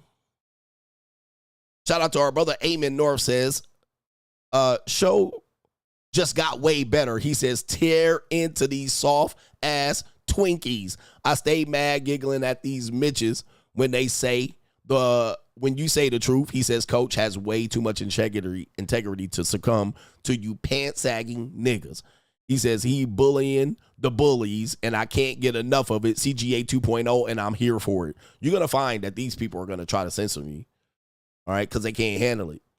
Bullying the bullies. All right, Kevin G says, I've tried telling my friend and family, most of them who I no longer associate with, that this life is about purpose and that men must compete. He says the acknowledgement of competition is what drives men to become the greatest version of themselves. Not only that, it is why hypergamy exists, why hypergamy is beneficial. Men competing. Men that are against hypergamy are against the betterment of men. Hypergamy creates competition. Nigga, keep your bitch. Your bitch chose me. People that are anti-capitalist, they're anti-competition. And it's usually the people who don't have that want the people who have to give them some. I've never heard somebody at the top say, I want to be a socialist so I can give people what I worked hard for. Do you ever hear that? No, it's always the people at the bottom who don't want to compete, who don't want to be giving any, who don't want to work, who don't want to earn, who don't want to get up early in the morning, who don't want to sacrifice or risk. Those people always want to take from the people who done so. Now that the motherfucking smoke is cleared, let's dice up all of their shit. All right. All right. Now that the smoke is cleared, nigga. All right. Shout out to you. But people don't want to compete. And it's mostly men. Bitch niggas. All right. Shout out to Side 54. We going to get everybody, man. Shout out to Ronald. All right. Isley Martinez says, thank you for your content. He said you have helped in ways that other men's self-help improvement men. Reading with CGA. Thank you. He says you have helped in ways that other men's self-help improvement channels could not. He says by taking action towards the free agent lifestyle, you have to take actions. Okay. All right. Somebody says corporations hate competition too. Of course they do. All right. Because they've created something that they don't want somebody moving into. So I'm going to sue your motherfucking ass too for copyright infringement. So they hate competition because essentially what I'm going to do is if I'm a rival corporation, which all corporations do, you know what they do? They hire your talent. Everything you have right now is because another corporation came in and hired the talent of the previous company to do what they did for the company before. Like, yeah, they're eliminating the competition because all I know you're going to do is hire my best people. Facebook, Twitter, Instagram, Snapchat. That's all these social media people do. They basically say, okay, this company has this feature. This social media platform has this feature. How do we put this feature over there? Let's hire the people over on TikTok. Let's hire the TikTok people, pay them more money over here, and put that shit over here. So, yeah, I would hate competition, too, when you just going to come in and steal my motherfucking talent, all right, and steal the hard work that I did. So, yeah, they don't hate competition for competition's sake. They hate competition because people are just going to buy my work and employees. So that's not them hating competition. I want to corner the market. I came up with a great idea. Now, all these people just going to come and steal it. Samsung, Apple. Okay? It's the same thing. So that's why they hate competition. Because people are just going to steal my ideas and steal my concepts that I set up here and worked on and shit. And then I hire good people to deliver the goods. And now that I have it, all you're going to do is raid my group of people. So now I got to put a non-compete clause, which you can't even do anymore. So, yeah, that's why they hate competition. All right, they get knocked for their bitch. All right, so that's why they hate competition. Not because they hate competition. They hate competition because that's what happens. I work so hard. I come up with a concept just like CGA. I work hard, come up with concepts, and other goofy ass men just take my shit and run with it and don't give me credit. We've been doing this in this space since forever. How do you think I feel? Then I watch they subscribers just go up and monetization, and them niggas start talking about how successful of a YouTuber they are. And I'm sitting over here like, what the fuck? You successful off some shit you've been watching me do. And don't lie, nigga. Don't act like you don't know me now, nigga. Everybody knows me. If you've been watching anything related to this space, you know who the fuck I am and you was watching me. All right, so enjoy your 400, 500, 600, 700,000 subs, nigga, but say my name once, bitch ass nigga. All right, but anyway. All right. And somebody said WCW stole all of Vince McMahon stars from the World Wrestling Federation. Facts. But guess what? Vince McMahon stole all of the stars from everywhere else. AWA, Mid-South Wrestling, and so forth and so on. Right? So forth and so on. So they basically did what Vince McMahon did to others. Vince McMahon did not have a good wrestling roster. All right? But he went and stole everybody else's wrestler and took the credit for it, renamed them niggas, and put them out there. All right? On a pay-per-view. And then WCW did the same thing to Vince, but they basically didn't change their names. They just basically said, here, we going to move this character over here and just call them the same goddamn name. Hey, business is business. All right, shout out to our brother. Wow, we got so many here, man.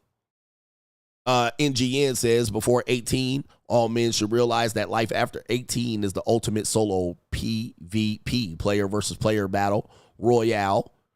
That's play to win. He says, life is not meant to be fair and never will be. My parents made sure I understood this as a young boy. Life ain't fair. Life ain't fair. And life is pay for play, man. Life is pay for play. And then you ever notice the people that don't want you to pay for play? Them niggas want you to play their rules, all right? Why don't you want me to do it? Am I harming you? Yes, I'm harming you in your ability to come in here with your lazy ass effort. Okay, but life is pay for play. Social media is play for play. Social media is play for play. If I want to get more boost, I got to pay the social media platform. I got to boost that post. Oh, this post is gaining traction. Boost the post. What do you want? More followers? Or people to read your profile? Or people to watch your website? Pay for play. But if I don't boost the post, it just dies. 2 days later, the post is dead. All right. And so that's pay for play. All right. Now, if I'm a content creator and I have a surplus, $100,000 worth of cash, then I can boost every goddamn post. Okay. Just like that. All right. Now I can play this game all day long and get all the views and tractions that I want. Watch this. Look at this. Just so I can show you here in real time, I'm going to take a post that went viral and I'm going to show you what it says right there. Take a look. You see that right there? This is a post that went viral. It hasn't moved, and this post is dead as of probably August 12th. The post is dead. Right there. That's the most amount of likes that I've seen it get. 42K likes. What does it say right there at the top? Promote. Reach up to 100,000 more users now. Life is play for play, gentlemen. Life ain't fair. I'm rich, bitch. Oh, it's dead. We're no longer going to show it. It's reached its end. You wanted more people to see it? Pay up. You see that? So don't be mad, nigga. Get glad. Goody got the brand new trash bags, dad. And they know where to dump that ass in the Chad, the Hoochie Ridger with the, all right, I fucked it up. But look, that's what time it is, man. That's what time it is. That's the world we live in. Now, if I say, fuck that, I don't want to pay them extra money for to boost my post, then the post is dead. All right? Now your post is dead for everybody. Nobody's going to see it. No more people's going to see it. Same thing as your YouTube video. Same thing as your Instagram post. Same thing as your Facebook post is dead. All right, but yeah, somebody donated. Now I can pay for the post to get boosted. All right, to 100,000 more people. So it is what it is. Nobody gonna help you for the principle of it or just for the. You gotta help yourself, my G. All right, shout out to our brother. He says, even women overseas say Western men are easy just to pretend to be nice and treat them well, speak softly and make them food and play dumb, and he'll serve you. And she'll win. I cook, I suck, I shut the fuck up. He says, Coach is right. Men are dumb and their ego is the source of their problems because all we want to be is liked. Okay, we want to be liked, especially black men. We want to be liked. Old white men, they want to be liked. We want to be... we want them to scratch our ear and we want them to pat our head and say, good boy, you did so good.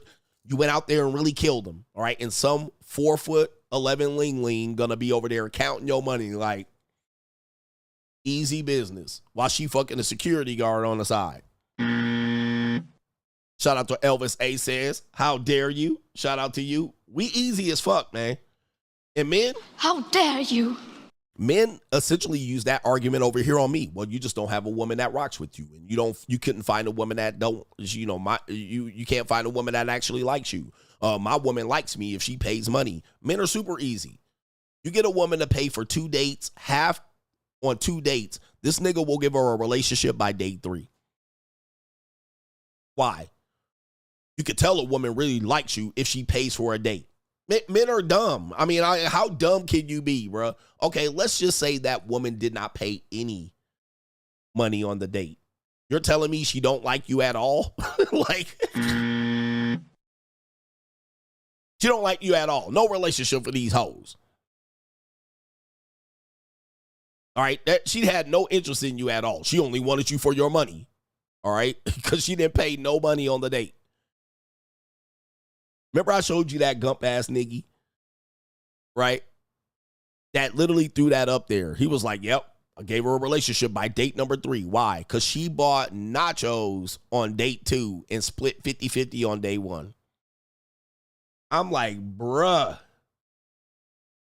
that's crazy. That's insane, bro. That is an insane turnaround. See, a woman really likes you if, like, holy shit. Dude, I be going viral and don't even be paying attention, man. I need somebody to help me out. That is an insane turnaround. Like, that is, you guys are wow. All right, let me see if I can find the post. And that nigga was proud as hell. See, I got a woman that actually likes me. All right, where is it at? And I didn't even have to pay. All right. Oh, man, where is it at? I deleted it, or did Facebook probably deleted it, calling it bullying or something like that. But what the point is, men just want to be liked. And if a woman ever figures out how to figure that out and unlock that, they'll get men to do anything. Anything. I want to read that shit too. I want to read. And it was a woman that, I don't know. She wasn't bad looking. She was a little bit older and a little lumpier. She probably was a single mother. And I was like, that's all it took. All these other women weren't worthy though. All right. I guess, my son's been posting a lot over here. So I guess it is very difficult to find over on my fake book. Oh, I did find it. Let's see if I can click on that shit. Hold on for a second. See if I can click on it. Here we go right here. I found it. So this is on my Facebook page that probably going to get banned at some particular point. Here it is right there. There he is right there. Look at that. All right, look at this guy right here. Look at this guy. Oh, the humanity. So let's read this post. She ain't bad looking. It says right here, first date, I asked her to Olive Garden, I paid. Olive Garden, y'all. All right, this is definitely Cleveland. Then it says second date, she invited me hiking. It was free. So you paid on one date. It was free on the second date. Third date, she invited me to a Mexican restaurant. She paid. All right, let's take a look. She looks possibly Mexican. Number one. Number two, Mexican food is cheap as fuck. All right, so we're not talking about them breaking the bank. Neither one of these people have broken the bank. All right, so we got a Olive Garden. He paid. We talking about $75. All right, then they went hiking free. Third date, she invited me to a Mexican restaurant. She paid. She probably knew the Mexicans working in there. The Mitch auction. Then he said right here, fourth and fifth date, we watched a movie at my house. It was free. By date 6, we were already in a relationship. See, now that's where I have the problem. Right there. That's where. So you took. See, this is what I don't understand, bro. Like, this is why I say she really liked you. She rocked with you. You was already in a relationship by day 6. This woman was a single mom for sure. She put that Mexican punani on you and you scooped that shit up. You fell for the Mexican restaurant date where she paid and it was somehow free for you to watch movies at the house and hike. He said the Mitch auction. Now, my question is, how's the relationship, how's the paying going now? Who's paying for what now? All right. So she got you snookered in. Easy work. Look at her. Easy work. Easy work. She got her a boyfriend just like that. She really loved me for me. Coach, you just mad you couldn't find somebody that loved you for you like she does because I got it for free and you did it. Snookered that fast for $50 in Mexican motherfucking tamales. For a Taco Supreme, he got snookered in. See, my girls pay for my dates. All right, and it was free other than that. Snookered you in, bro. She let you hit that Latina Punani raw. All right, and easy as 1, 2, 3. Got a goofy nigga just like that. All I had to do was free this and pay $50 for Taco Supremes, and look at this nigga. And he thought because it was free and she paid, I won. She really must like me. As I guarantee you, she's done that with plenty of dudes. And plenty of dudes are like, nah, bitch. Relationship by day 6, not me. Nope. Oh, shit. I got to get up out of here. All right, hold on for a second. I got to wrap this shit up. All right, hold on for a second. Let me let my massage therapist in. Hold on for a second. Let me see here. All right, so yeah, I forgot we were at that time. Hold on for a second. Give me a second here. We'll do it here. I'll come back and finish this shit up. Has the modern dating landscape confused you? Have many of the standards that you heard, you're kind of tired of hearing about, and you're wondering, what does it all mean? Well, look no further. Join us talking about the monetized dating marketplace right now on Locals, and it is CoachGregAdams.locals.com. You can create a free account to join the conversation between the Coach Gang members, but also on Sunday, we do a live stream demonstrating all aspects of the monetized dating marketplace, and coming soon in 2025, you're going to have access to a sample of the monetized dating marketplace course where you can get information related to how to participate in the monetized dating marketplace and or how to understand it so you're not out here spinning your wheels trying to figure out how you're going to best deal with the monetized dating marketplace. Listen, everything and every aspect what happened? of dating is do monetized. I have sound? I don't know what happened. happened here. I don't have sound on that end. All right. Last super chats right here, Alan. One of the unintended consequences of low interest rates and living off credit is it's conditioned parents to not plan for their kids' future.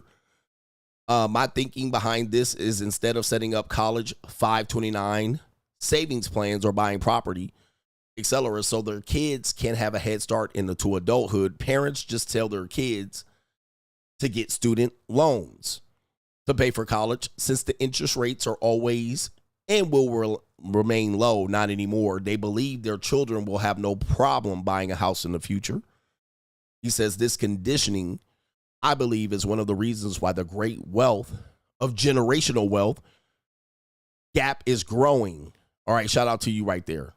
He said this conditioning is one of the reasons why the generational wealth gap is growing, for sure. All right. Yeah, most people have leveraged debt, believing that they were going to win in the end, and they lost. Right? So they lost. So they don't know what to do. Okay, and that was Alan Hopkins with a co-sponsorship. Hey, for some reason, oh, I see what happened. All right, I pressed the button over here. My headphones pressed the button. All right, Alan Hopkins with a co-sponsorship. Shout out to you. I'm probably going to skip somebody. But look at me reading all the super chats. All right, Fazito says, I'm sorry CGA came in late. I was running errands, missed my alarm. He says right here, but when I opened Facebook and I saw that Daddy Yankee was going through a divorce, then right under I saw Travis getting divorced for $40 million. I stopped in my tracks and I was like, oh shit, I probably covered it. I did talk about Daddy Yankee before, but Travis Hunter's alleged divorce, I think, is a rumor right now. So I haven't covered that. Steve Morgan says, I'm sure if you told women that there was a 40% chance they might leave the hospital with the wrong baby, they would gladly sign up for a paternity test. Oh, yes. Oh, yes. But not when it's a possibility that it's not your kid. Mama's baby, papa's maybe. Mama's baby, papa's maybe. No government name. I know a person that got turned down for a manager position 5 times, then got it as soon as he cut his dreads off. I told my wife this was part of the reason I didn't want a son to have long hair, and she said that's against the law. I said, but can you prove that that was the reason why, or would he rather just get the money and boss up?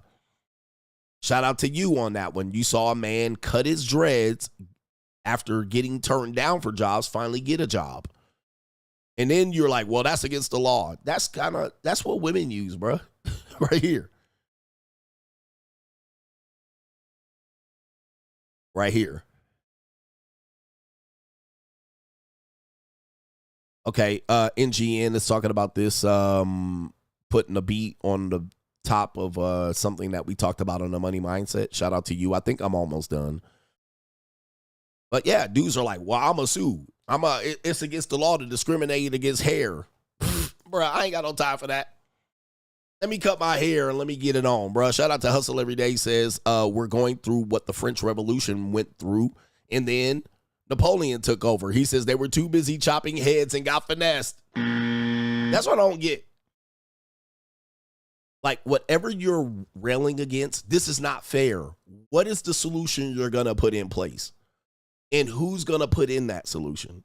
We're against corporations and price gouging. Okay, what you going to do in place of that?